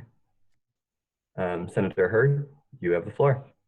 I do want to remind everyone, though, that you can only speak twice on one thing. So, like, Senator Hurd, since you spoke once already, this is just your last time. Okay, thank you. Okay, guys, I know it's getting late, and we're probably not thinking as rationally as we should, but I just want to say again, let's be, rational, think this through. We need to base this off of our candidates' qualifications, experience, and their platforms and goals for SGA.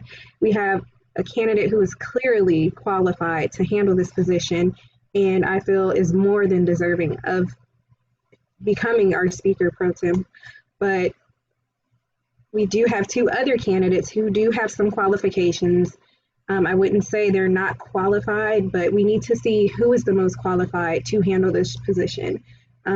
Various experience such as AMC and other things such as coming from a small, not as diverse town should play a part into these types of experiences that these candidates have discussed with us. Like many of the people debating in the positive for Vedant already stated, he has done more than enough to show that he is dedicated, he has what it takes, and he is committed to doing what is best for the students of K-State. So please just consider those 3 things that I've already mentioned. And I'm going to keep it short, and I stand for questions.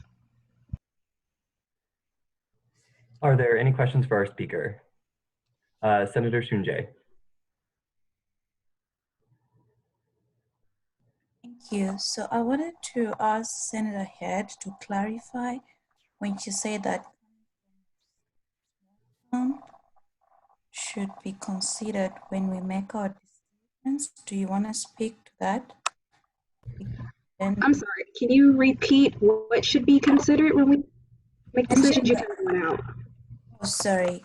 So you say that, can you hear me now? Yes. Okay. So you mentioned that coming from a small town, other senators who are candidates should be considered when we make our decision.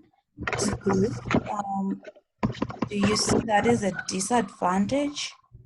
And can you speak to also the background of Senator Vedant? Sure. So to address the first part of that question, I'm just going to say it bluntly. We need to look at these qualifications and not base this off of popularity or who we like most. I feel like we are running in circles here, debating over the same thing. So we need to pay attention to different qualifications and the experiences that these 2 students, I know they're freshmen, but even so, we need to look at this and think critically, take a moment to think about it and not just say, oh yeah, they worked really hard their first semester here at K-State, because there's a lot of students that worked really hard. I mean, most students feel like they worked pretty hard. I think I worked pretty hard. So we do need to look at different qualifications and experiences and titles and accolades behind their names to make sure that they are committed, they know what they're doing, because I feel like this is a position that we need to have someone who knows what's going on. They know what they need to do, and they have the guts and the ability to do it.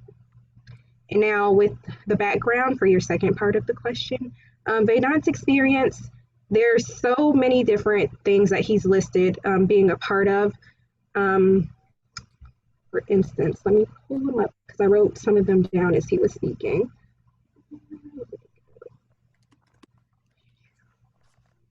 I know he was on the UGB, the Union Governing Board. He's also involved in DEI, the Diversity, Equity, and Inclusion Committee. He chaired SPIC-McKay, which is the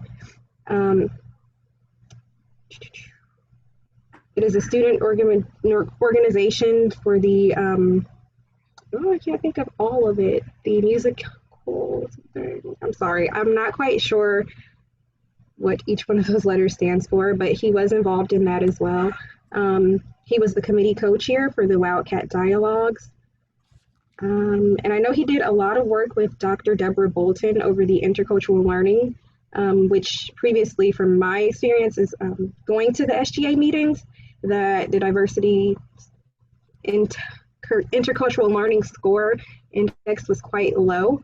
So I think that is something that would be very great for SGA, including with diversity. And another thing I would like to point out is that many of you guys want to know how you can make SGA feel more inclusive and, you know, improve student interaction.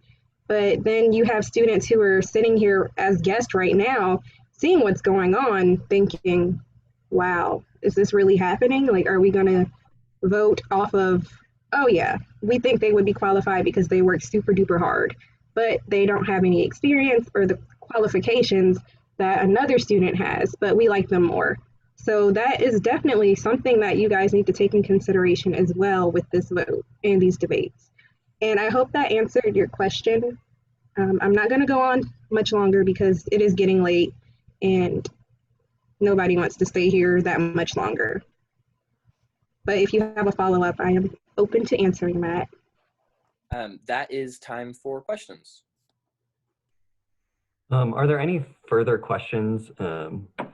Sorry, there's a lot of people going in the chat. Senator Dowd, are you moving to extend time for questions by 10 minutes? Yes, there was a second for that. Is there an objection to time for questions being extended? See none. Senator Hurd, you have 10 more minutes to take questions. Are there any more questions for Senator Hurd? I believe, and sorry, I saw the questions in the chat include Senator Heatherman. I think you're listed first. Hey, Brenda, I was wondering if you have personally served in any of the organizations that Vedant has either served in a leadership capacity in or has been the president of. Okay, well, firstly, I'm going to answer your question, but I don't think this pertains to my qualifications, as I am not the one running for a position in such a high caliber, but I am involved with different organizations on campus. I am the president of the Multicultural Student Coalition, also known as the Coalition, and we are... I'm going to jump in here just to be timely. Senator Hurd, I think the question was about if you and Vedant Kulkarni have ever been in the same organization. Right. I believe that was the question, and I was in the middle of getting to my answer. May I resume? Okay, sorry about that. I saw this going a different way. Oh, no, I'm trying to give... Okay, never mind. Anyway, yeah, I was an at-large member on DEI, so I've worked with Vedant with that organization as well, a part of SGA.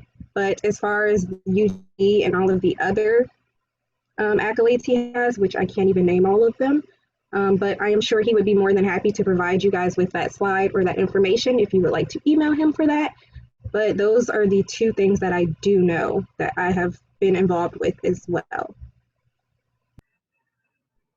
Can I get a follow-up? Granted. I've heard from numerous speakers mention of Vedant holding numerous positions. Could you speak to priority over holding numerous titles or the quality of time in those positions? Sure. And like he addressed earlier in his first question and answer session, he did mention that he knows how to prioritize which things come first, you know, academics and being able to be involved in SGA and all of the various other positions he's held. Now, I can't speak to what exactly he's planning on running for next school year, but I do know that he is a very reliable person. I know from my experience that when I first walked into the room for SGA, him and Natalia were one of the only two people to introduce themselves to me. So that says a lot about his character. But as far as him getting things done, I know for a fact he can do that. And I know you're wondering quantity over quality, you know, all of that. But we do need to take in consideration, yes, he has experience compared to, yes, they have some experience, or the fact that he has so much going on, but we don't think he's paying enough attention to one thing. And then some people who don't have experience in any of those things. So I think some type of experience is better than none. And the fact that he's prioritizing and making sure that he pays attention and everybody gets the correct amount of time allocated towards that, then I think he is doing a pretty wonderful job. I believe there were further questions in the chat. I'm sorry, I'm needing to scroll back up. Senator Koger, I believe you had a question. Yeah, just real quick. I remember you briefly mentioning that Blake, being from a rural community, would be a disadvantage compared to Vedant being from a large metropolis of 1.5 million, he said in his speech. Do you feel that students coming from rural backgrounds gives them a disadvantage in terms of unique perspectives? First, to clarify, that was to address Senator Billman. And when I asked the question about her experience with diversity, and she mentioned she's from a rural background, and it was a bummer. That was for that question. I did not say that that is a disadvantage. However, it does play a role in how they've experienced and how they would handle such situations if another America First or TPUSA situation was to happen. How would they be able to handle that and address it? Thank you. So I see that it's been acknowledged in the chat, and I just want to make sure everyone is aware. I've seen the thing about argumentative questions. I want to remind everyone of the rules for questions right now. So, you know, if your question is debate-like in nature, save it for actual debate, which we're still doing. Additionally, you probably shouldn't be asking questions that you already know the answer to, as well as any sort of questions that are like hypotheticals. So with all of those in mind, we'll continue through questions, but I want to keep people, you know, really wary of that. If you have debate-like points to make, don't try to make them through questions, make them in your own debates. With that, I want to, sorry, I am losing who has the next question in the chat. I believe that it is Senator Booz. Yeah, yeah, Senator Hurd, thank you for your debate and both of your debates. And I'm going to try to make sure that this is not argumentative, as always. Yeah, so when you are evaluating the candidates here, are you evaluating DPC related qualifications above other qualifications?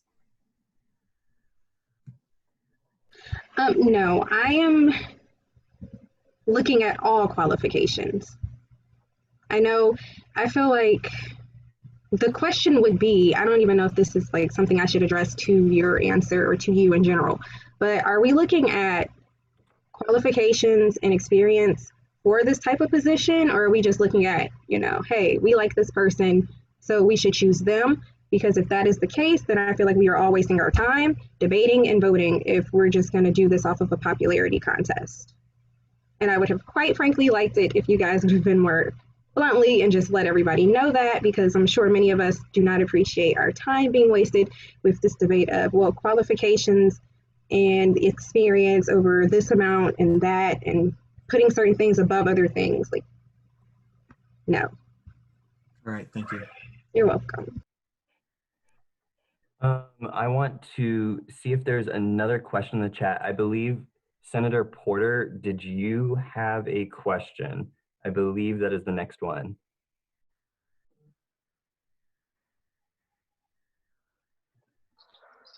Yeah, after your clarification on the rules, I'm not sure if there's actually a question or something for debate, but Yeah, I'll go ahead and say it. Yeah, you can ask me any questions you have right now about rules. That is allowed. I'll just go ahead and say my piece. I'm just a little concerned with the obsession over title. So, sorry, Senator Porter, this isn't time for debate. You can ask me about the rules if you want, but this isn't time for debate. So, all right, sorry about that. Sorry if I was not clear on that point. With that, are there any further questions for Senator Hurd that I did not get to? Okay, not seeing any. We will move on now we are now seeking debate for Blake Phillips if there is more debate. Senator Rodriguez has moved to close debate. That was seconded by Senator Snyder, and that's the first thing I have on my list. It's been moved and seconded to close debate. Are there any objections?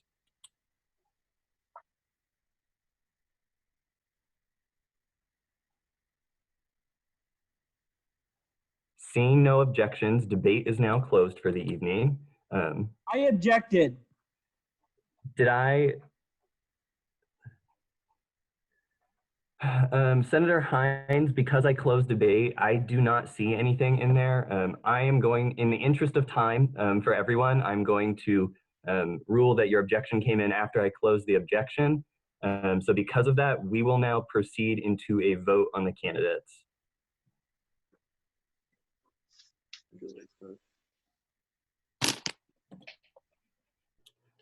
With that, Jansen, I believe you have the voting stuff created. Yes, you have all been sent an email for the next ballot for Speaker Pro Tempore. Once you get that, if I could get confirmation, it doesn't have to be from everyone, but just from 2 or 3 people saying yes in the chat, that would be very helpful. And okay, great. That's good to see that it's coming. And then with that too, if you did not receive it, then please send me your email address immediately. For those who didn't get it the first time, I should have rearranged it and made sure that you were included on this. So it has been moved to appeal the decision of the chair. So this is a motion. Max, can you tell me the motion to appeal, does it require majority or 2/3? That's a majority vote. Okay, so that's a majority vote. So to explain what Senator Hines' motion is, he disagrees with the ruling that I made earlier. Because of that, he is motioning to overturn my decision to not allow his objection. So because of that, if you vote yes right now, you are voting to overturn my earlier decision and allow debate to continue. So a vote yes will allow for that. A vote no will not allow until, yes, and please don't vote for Speaker Pro Tem right now until this is settled. Parliamentary inquiry. Yes. Is that a debatable motion? I'm going to defer to Max on that one. I do not, because the motion to appeal is not one I'm familiar with, I do not know. Yes, thank you, Nathan. Senator Dowd has it right in the chat. That is debatable. So that because that is debatable, Senator Hines gets the first right to debate. Nathan, I do have a parliamentary inquiry as well. Yes. So it, and Max, you can correct me, but I do think so. The appeal is actually you're voting. If you vote in the affirmative, it's to uphold your decision. Sorry, can I get clarity on? So a vote yes means agree with the chair. A vote no means not. Yes. Okay. Yeah. Thank you, Tal. We will get to that in a sec. Because this is a debatable motion, Alan Hines, you have the first right to debate on this. Yeah, so basically I clicked, I typed out that I object, and whether it was internet on someone's end or not, supposedly it came in late. However, I objected because someone had mentioned in the chat that they'd like to talk, and seeing as people would still like to speak, I think we need to reconsider closing debate and allowing people to talk if they actually have something they would like to say. Are there any questions for Senator Hines? Seeing none, we will now move into debate in the negative. So right now you're debating, right now we are moving into debate in the negative. So we're just gonna keep going with the way I established earlier. So debate in the negative, you'd like to affirm the decision of the chair and not appeal. So is there any debate in the negative? Senator Watkins, you can go. Yeah, so a couple of things there. One, I already voted because I thought that that's the point where we were at. Second of all, if there was somebody who would still like to talk, then they could have made that objection to the motion themselves. So seeing as that and the fact that you would close the debate before that objection came in, I think that it's only fair to stick by the principle of when the chair closes that we uphold that decision.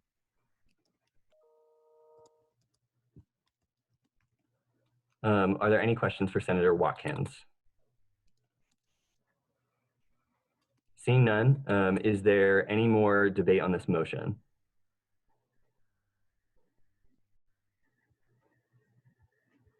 Seeing none, we will move into another hand vote on this.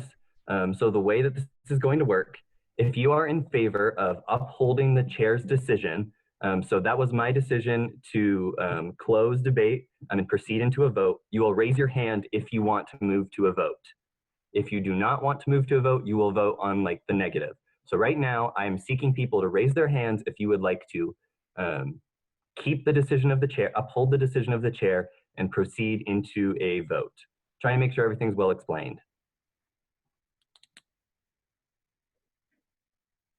So I'm going to run through, and if Jansen, if you will double count the hands with me, so.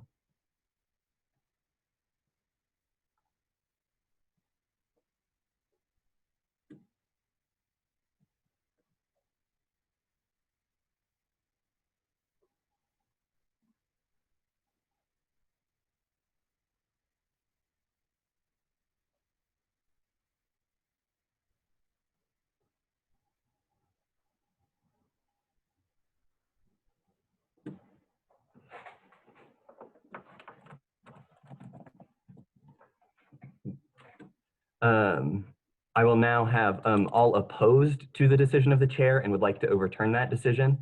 Please raise your hand.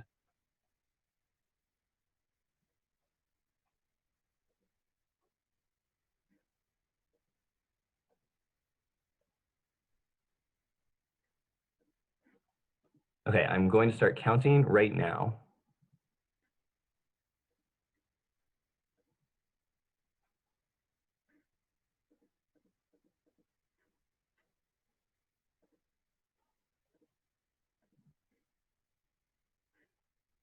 By my count, and I verified this with Jansen, I had 37 to 11. So that meets the majority. So the decision to appeal fails. So because of that, we will proceed into a vote right now. So you have all gotten an email, or you should have, with the Speaker Pro Tem ballot. If you previously casted your vote and there was 9 votes cast in that time, I had deleted your previous votes and I'd closed the poll so that we could get through this matter. So you will need to vote again if you're one of those 9 who had previously voted. I know I've forwarded it to a couple people who've already asked me to, but if you did not receive this email in your inbox 3 to 5 minutes ago, then please send me your email address and I'll make sure it gets to you.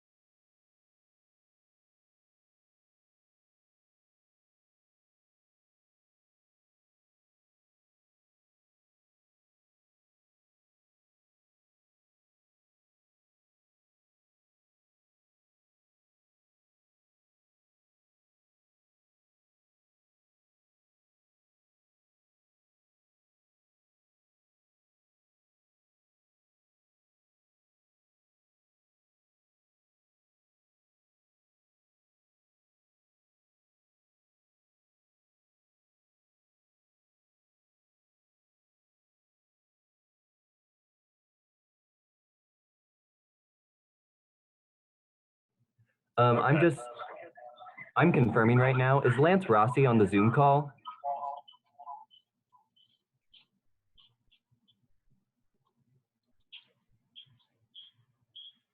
I'll take that silence as my answer. Thank If you. you search for participants, he is not on the Zoom call. Thanks, Andrew.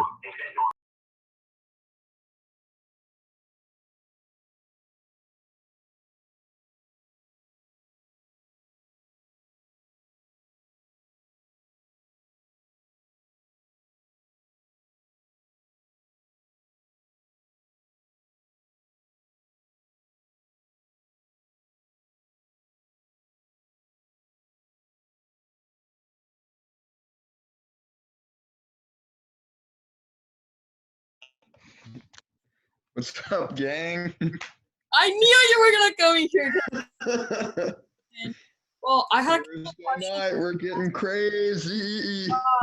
For those of all you that were wondering what snack I was looking for earlier today, there were Doritos. I know a couple people text me asking me what snack was so important. What's your favorite flavor? That was actually burning in my mind, I tell you. And I put hot sauce on them. What was it? The regular Doritos and then hot sauce on them. Oh, so like kind of kind hot of like a sauce? hot Cheeto, but not all the way. So why not just do the hot Doritos? Like they make them with the hot sauce already on there. They're not good enough. Just like Well, you're right. they use is like Yeah. Mexican hot sauce, so it's like good flavor, not just like spicy. It's like What kind of hot sauce? It's called Valentina or Tapatio? Valentina. Yep, somebody asked Oh, that. yeah. Yeah. It's 99 cents at Walmart. Get it. That's hot sauce, whatever. Hey guys, let's all meet at B-Dubs after Senate tonight. Down. Cameron, you're making me mad. Don't say that. I actually camp out in the old Fuzzies building after every Thursday, so you guys can still join me there if you want. Did you Hey, I see heard that we're getting O'Malley's Torchy's got tacos. broke into? People were We're getting drinking what? in there. A Torchy's tacos. I guess they're like really prevalent in Oklahoma and Texas. Yes. Where did you see that? Oh my gosh. I don't know. I heard that at Amazing. one point early this spring. And when I went to Dallas for an SFA trip, that's like all that I ate. So I'm planning on that for like after Senate meals in the future. Never heard of If they Torchy's were- tacos in my life. If they don't have as many health code violations as Fuzzies, I quite frankly don't care. Didn't the one in Aggieville Fuzzies, get shut down? bro. Oh, definitely, yeah. Really care about the health code violations anyway. Like part of the experience. You gotta risk it. No, that's part of the fun part, yeah. I just didn't think too hard about Fuzzies, you know. Creighton, I think that Also- you need to invest and open up a new Fuzzies franchise in the exact same location as before. I can do it. They still have to sign up and everything. Yeah, just I just have to say really quick, the only reason I seconded the decision to overappeal the decision of the chair was because I was so proud that somebody remembered that from New Senate. that like it just Major proud parliamentarian moment. Now So I was whoever that very was. excited. hats off to you. Just my input. Torchy's Tacos is the superior taco to anyone wondering. Okay. What's the difference? No, It's hold a on. tortoise taco. From Oh boy. Mexico, I like Taco John. never gonna be the same. Yeah, Taco John's is not it. I'm sorry. Taco John and slept on. They got what? Potato chunks? I'm not there for it. Potato Olay. That's the They're only good. They have Cheetos burritos, dog. That sounds like Taco Bell. Exactly. It's very similar. It's pretty much the same. I don't actually like very much that whole type of food. Hey, so I know Senator Snyder changed his spring candy of choice. Did anybody else this season? From Blaine, what was your change? Normal peanut butter It was- eggs to the white chocolate ones? Yeah. The white ones are better. Anybody care to discuss? I don't Normal. think white chocolate counts as chocolate, but you do you, dog. Yeah, it doesn't count as chocolate. Thank you, Andrew. Thank you. Technically, I've it's always not. respected you a lot. It's not chocolate, let's be honest. It's dog chocolate. We're not dogs, we're people. Can dogs It's eat white actually, chocolate? it's actually called white. Yeah, because it's not chocolate. What is it?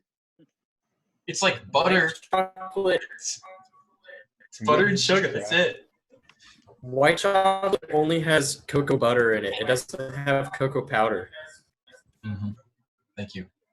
Wait, what makes Still chocolate tastes better with peanut butter. Does anyone else like dark chocolate? powder? Anyone? Yes. Anyone? I Yeah. like Yeah. I love partially. dark chocolate. Not too Big fan. like then it gets bitter. Yeah, if it gets bitter, it's not good. It has to be like milk chocolate. It's like the perfect combination of both. I'm not like a dark chocolate elitist or nothing. I'm not one of those guys. I like it in the middle. I get like peace of mind because it's supposedly good for you. Like Dark chocolate? Nothing's good for you, Cameron. We all live in a lie. I say don't worry about it. We're all gonna die anyway. So Everyone, we we finished counting votes. If you could all mute, let me go for a sec. So to give everyone information, there were 55 total votes cast. We triple checked them. I counted, Jansen counted, and Kelly Ferris counted. And Secretary Michael Arnold verified that everyone who counted a vote was present. With 55 total votes, it requires more than 27 votes to get a majority. And one candidate received 28 votes, and that candidate was Maggie Billman. So Maggie Billman will be the next Speaker Pro Tempore.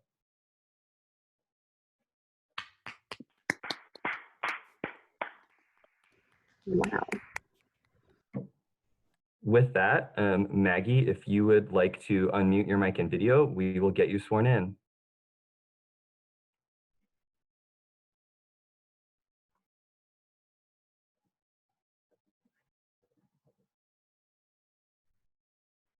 Are they back in the? Oh, I don't even know if they are back in. That might have been one thing that we missed. Do we need to act surprised? Yeah, I think through all the hustle, I forgot to text them. So My we bad. will get that text sent out to them. Yeah, just nobody tell them right now. I will make the same announcement that I just did.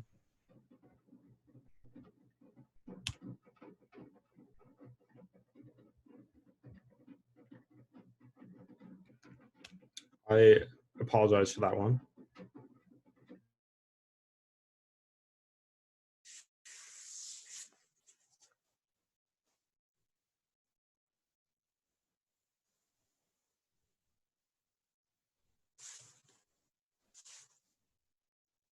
Speaker Bothwell, there's a question in the chat about publicizing the results of the votes.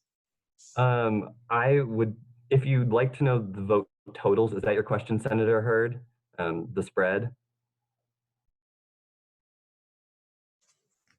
Yeah, so I will announce that, I guess. I can announce that when they come back in, since you want to know that information. I'll just say that when I say it again.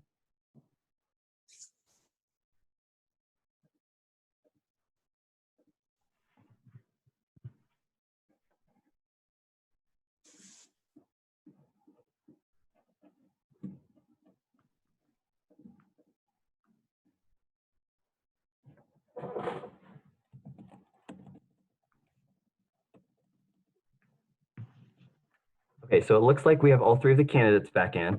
So to repeat the information, there were 55 total votes cast. So because there were 55 votes cast, we triple checked them. Jansen, myself, and Kelly all counted. Over those votes, it would require 27 votes to get a majority. So receiving 28 votes, Maggie Billman is the new Speaker pro tempore. And then I'll put the vote spread down in the chat so everyone can see it. Congratulations, Maggie. Thank you all. Congratulations to you too. I think you both would have been great. I'm so honored. Thank you. Yeah, congrats.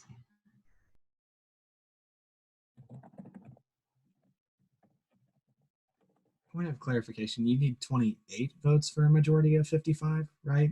I mean, Yes. that doesn't change anything. Yeah, so when we like did the math, it comes out to 0.509% is what it was. So it was over 50%. Right, yeah. With that, give me just one moment. Maggie, if you will raise your right hand and at the end say I will, and then we'll get you sworn in right now. So I do solemnly swear that I will faithfully execute the office of Speaker Pro Tempore of the Student Senate and will, to the best of my ability, preserve, protect, and defend the Constitution of the Kansas State University Student Governing Association. I will. With that, you're now the Speaker Pro Tempore. With that, we'll be moving on with the rest of our agenda. We have one other thing on the agenda really quickly, and that is introduction of legislation. So I'm going to shoot down to that on the agenda to be quick. If I can get a motion to consider that in the chat, please. I would also entertain any motions to summarize. Senator Koger moved. There was a second from Senator Wilcox, and Senator Carlson allowed the author to summarize, which was also seconded. Are there any objections to allowing the author to summarize? Seeing none, Sai Mari, you have the ability to summarize this. All right. I see an objection in the chat, Nathan. Sorry, there was Senator Hurd, was that objection to being allowed to summarize? Okay, so there was an objection to allow the author to summarize. On that point, we'll just take another hand vote. So you will raise your hand if you want the author to summarize this first time. So if you are in favor of the author being allowed to summarize, please raise your hand right now.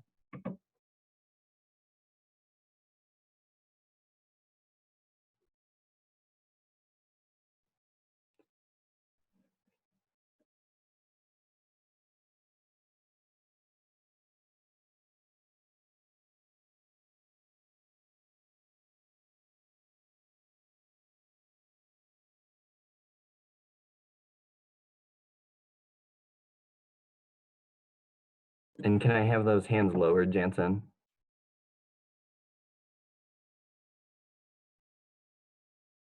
And then if you are opposed, same sign. Sorry, if you're opposed to, the motion to summarize.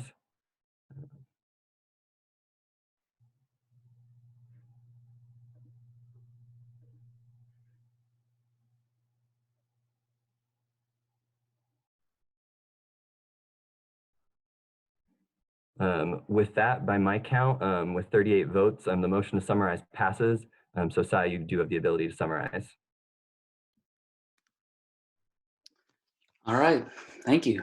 So for all the new leaders in the meeting, my name's Sai Mari. I have been the treasurer for this past school year. So today I'll just be introducing one last funding bill for this school year. So just a brief overview, the Academic Competition Team Funding Committee, we seek to allocate $90,000 from the student activity fee, which comes from privilege fee, to designated academic competition teams. So this year we had a total of 32 applicants. Their total request came out to $195,574. We only have, like I said, $90,000 to allocate. So the application process is 2 steps. It was an initial form application and then 1 video submission. So I'm not going to read out how much each group was allocated, but I will highlight the groups that received 0 funding, and I'll explain why. So starting with the KSU Concrete Construction Competition Team, they received 0 funding because they did not submit their video on time. The Kansas State Men's Rugby Team did not receive funding because they are classified as a sports club, not an academic competition team. The bowling club also was not qualified due to that same reason. And finally, the Forge Bowl competition team, they did not respond in time as well, so they were ineligible. So that's it. In the end, our committee was able to allocate our full $90,000 that we were budgeted. And that's pretty much it. Are there any questions for the speaker?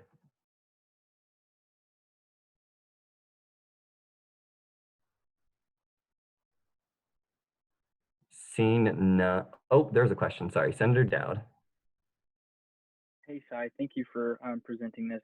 Could you speak a little bit to the decrease from, a wide majority of clubs that have received funding previously, And I guess more specifically, as a senator from the College of Ag, I have a strong interest in, the horse judging team, meat animal evaluation team, meat judging team, crop judging team, all of which that have performed well. Could you just give some guidance on how the committee made its decision on that?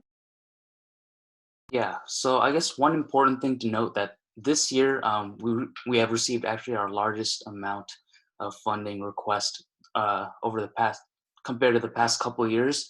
So, and that also was due to the higher number of applicants. So that in the end leads to a lower amount of funding that is available to be sent around to each group.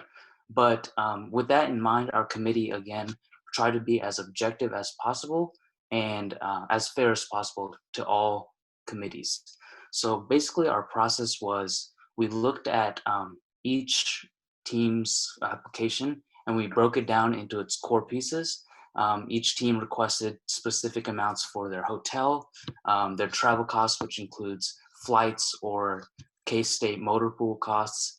And finally, there was a cost set aside for food. Our committee this year actually completely disregarded the food request from each applicant because our committee decided that it was more important to be able to fund this group, all of these groups' ability to travel, as opposed to funding food during these competitions for these groups. So that's why, those are some of the main reasons why some of these numbers may be down year over year, but and also the equipment was considered as well. But those were like the main reasons why some of the funding has been down. And in the end, once everything was structured out, we did a straight cut from each specific team. It was about like 37% cut. So every team got the same percentage cut in the end. And then that is what allowed us to reach that $90,000 allocated. Perfect. Thank Senator you, Kidd, Senator Kidd, your question. Yeah. Sai, thanks for presenting this to everyone tonight. So since this is a brand new Senate body, could you talk a little bit more about what happens if groups don't spend all the money that they requested, and or maybe also you could talk about too what's going on this year with COVID-19, like what's happening to the money that's been allocated to those groups for this year that's not going to be spent. So basically the process is when these groups receive this funding, it's actually through a reimbursement process. So the groups that received money from for this year, but actually didn't get to travel due to the situation, that money wasn't actually given to them up front, but instead stays in the student activity fee reserve account. So that money is basically not spent and then is transferred to that reserve account. And then the second part of the question, what was that? Sorry.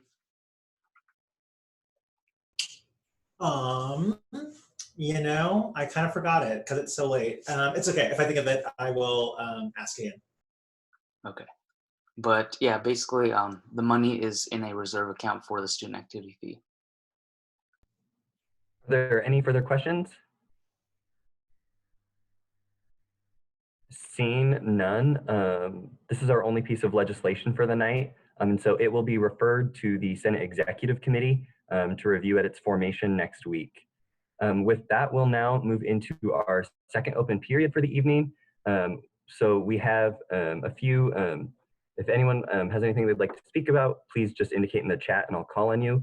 But I would like to start, and that is that tomorrow I will be sending out an email with the description for all Senate executive positions and what they do and the links for those applications. I think that there's a lot of people who are like really qualified in this body to do a lot of different tasks and roles. So I'm gonna be providing you with that information so you can finish that application. Those are all due by tomorrow at midnight. And then those interviews will be happening during the day on Sunday. You'll receive your interview time and sign up everything on Saturday. So like if you apply for one of those positions, please be on the lookout to your email over the weekend. because we'll be having Zoom interviews pretty much all day Sunday for those. I'll take any questions about like Senate exec applications right now.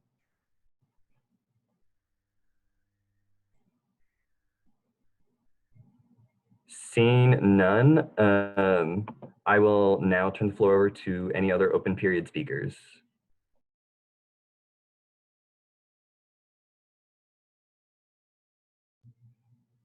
Seeing no, oh, there is one.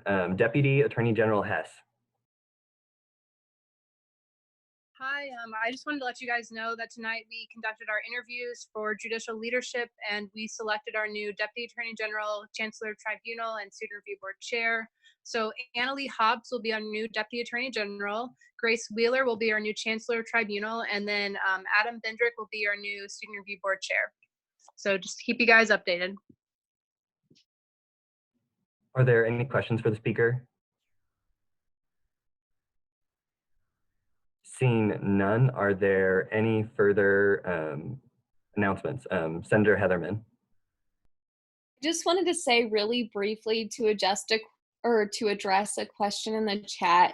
No, this isn't the normal length of a student senate meeting, but I'm still really proud of everybody for sticking out a 5-hour meeting. I do think that everything that was said here tonight is really important. So thanks everyone for doing that. But no, you should not always schedule off 7 o'clock to midnight in your calendar for Thursday nights. And that's it. Are there any questions or further announcements that people have?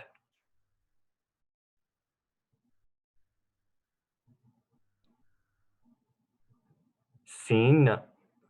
Oh, and then Senator Colburn said, congrats to Senator Rodriguez and Senator Gallardo for their election to Halo exec. Yeah, I guess we can't really do Senate shout outs in this digital format, but shout out to the two of them. Congratulations to those two senators. Any other final announcements?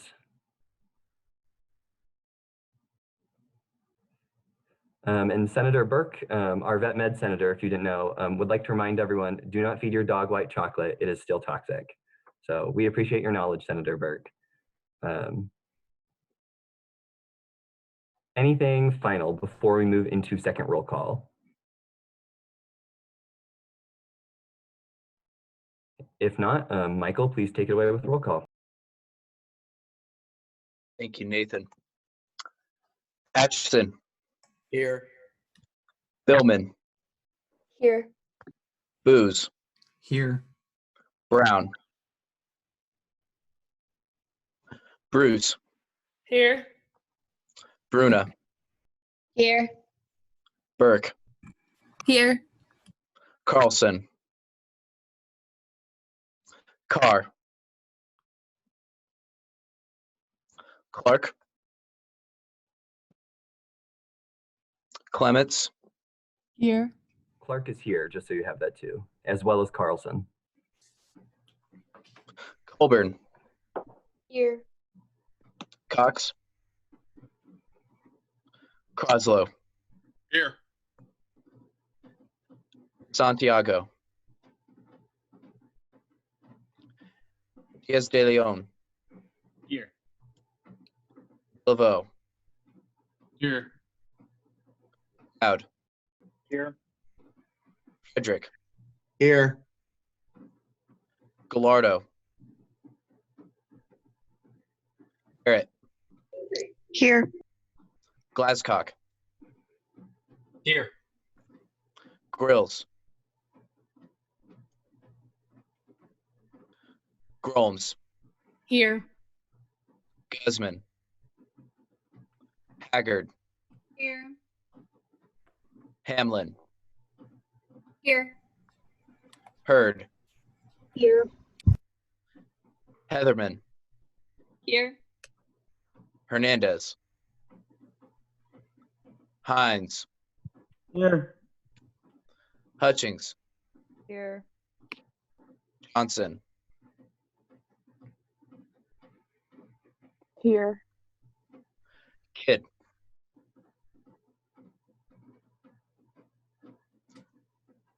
Ogre. Kid is here. Sorry. I'm here. Lopez. Here.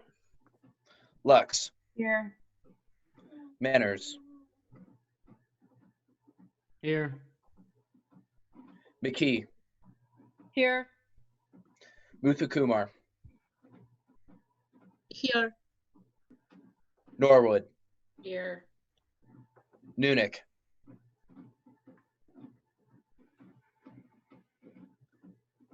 Panicatu. Here. Porter.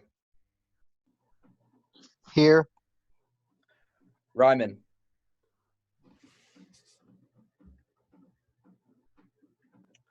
Reichenberg. Here. Rodriguez.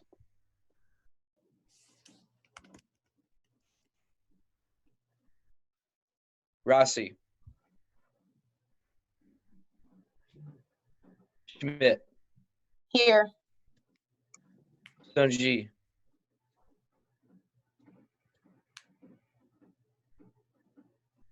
Snyder Blaine. Here. Snyder Ben. Here. Stone Street. Here. Vance. Here. Wagner. Wallace. Here. Ward. Here. Watkins. Here. Wilcox. Here. Willis. Here. Weinholtz. Here.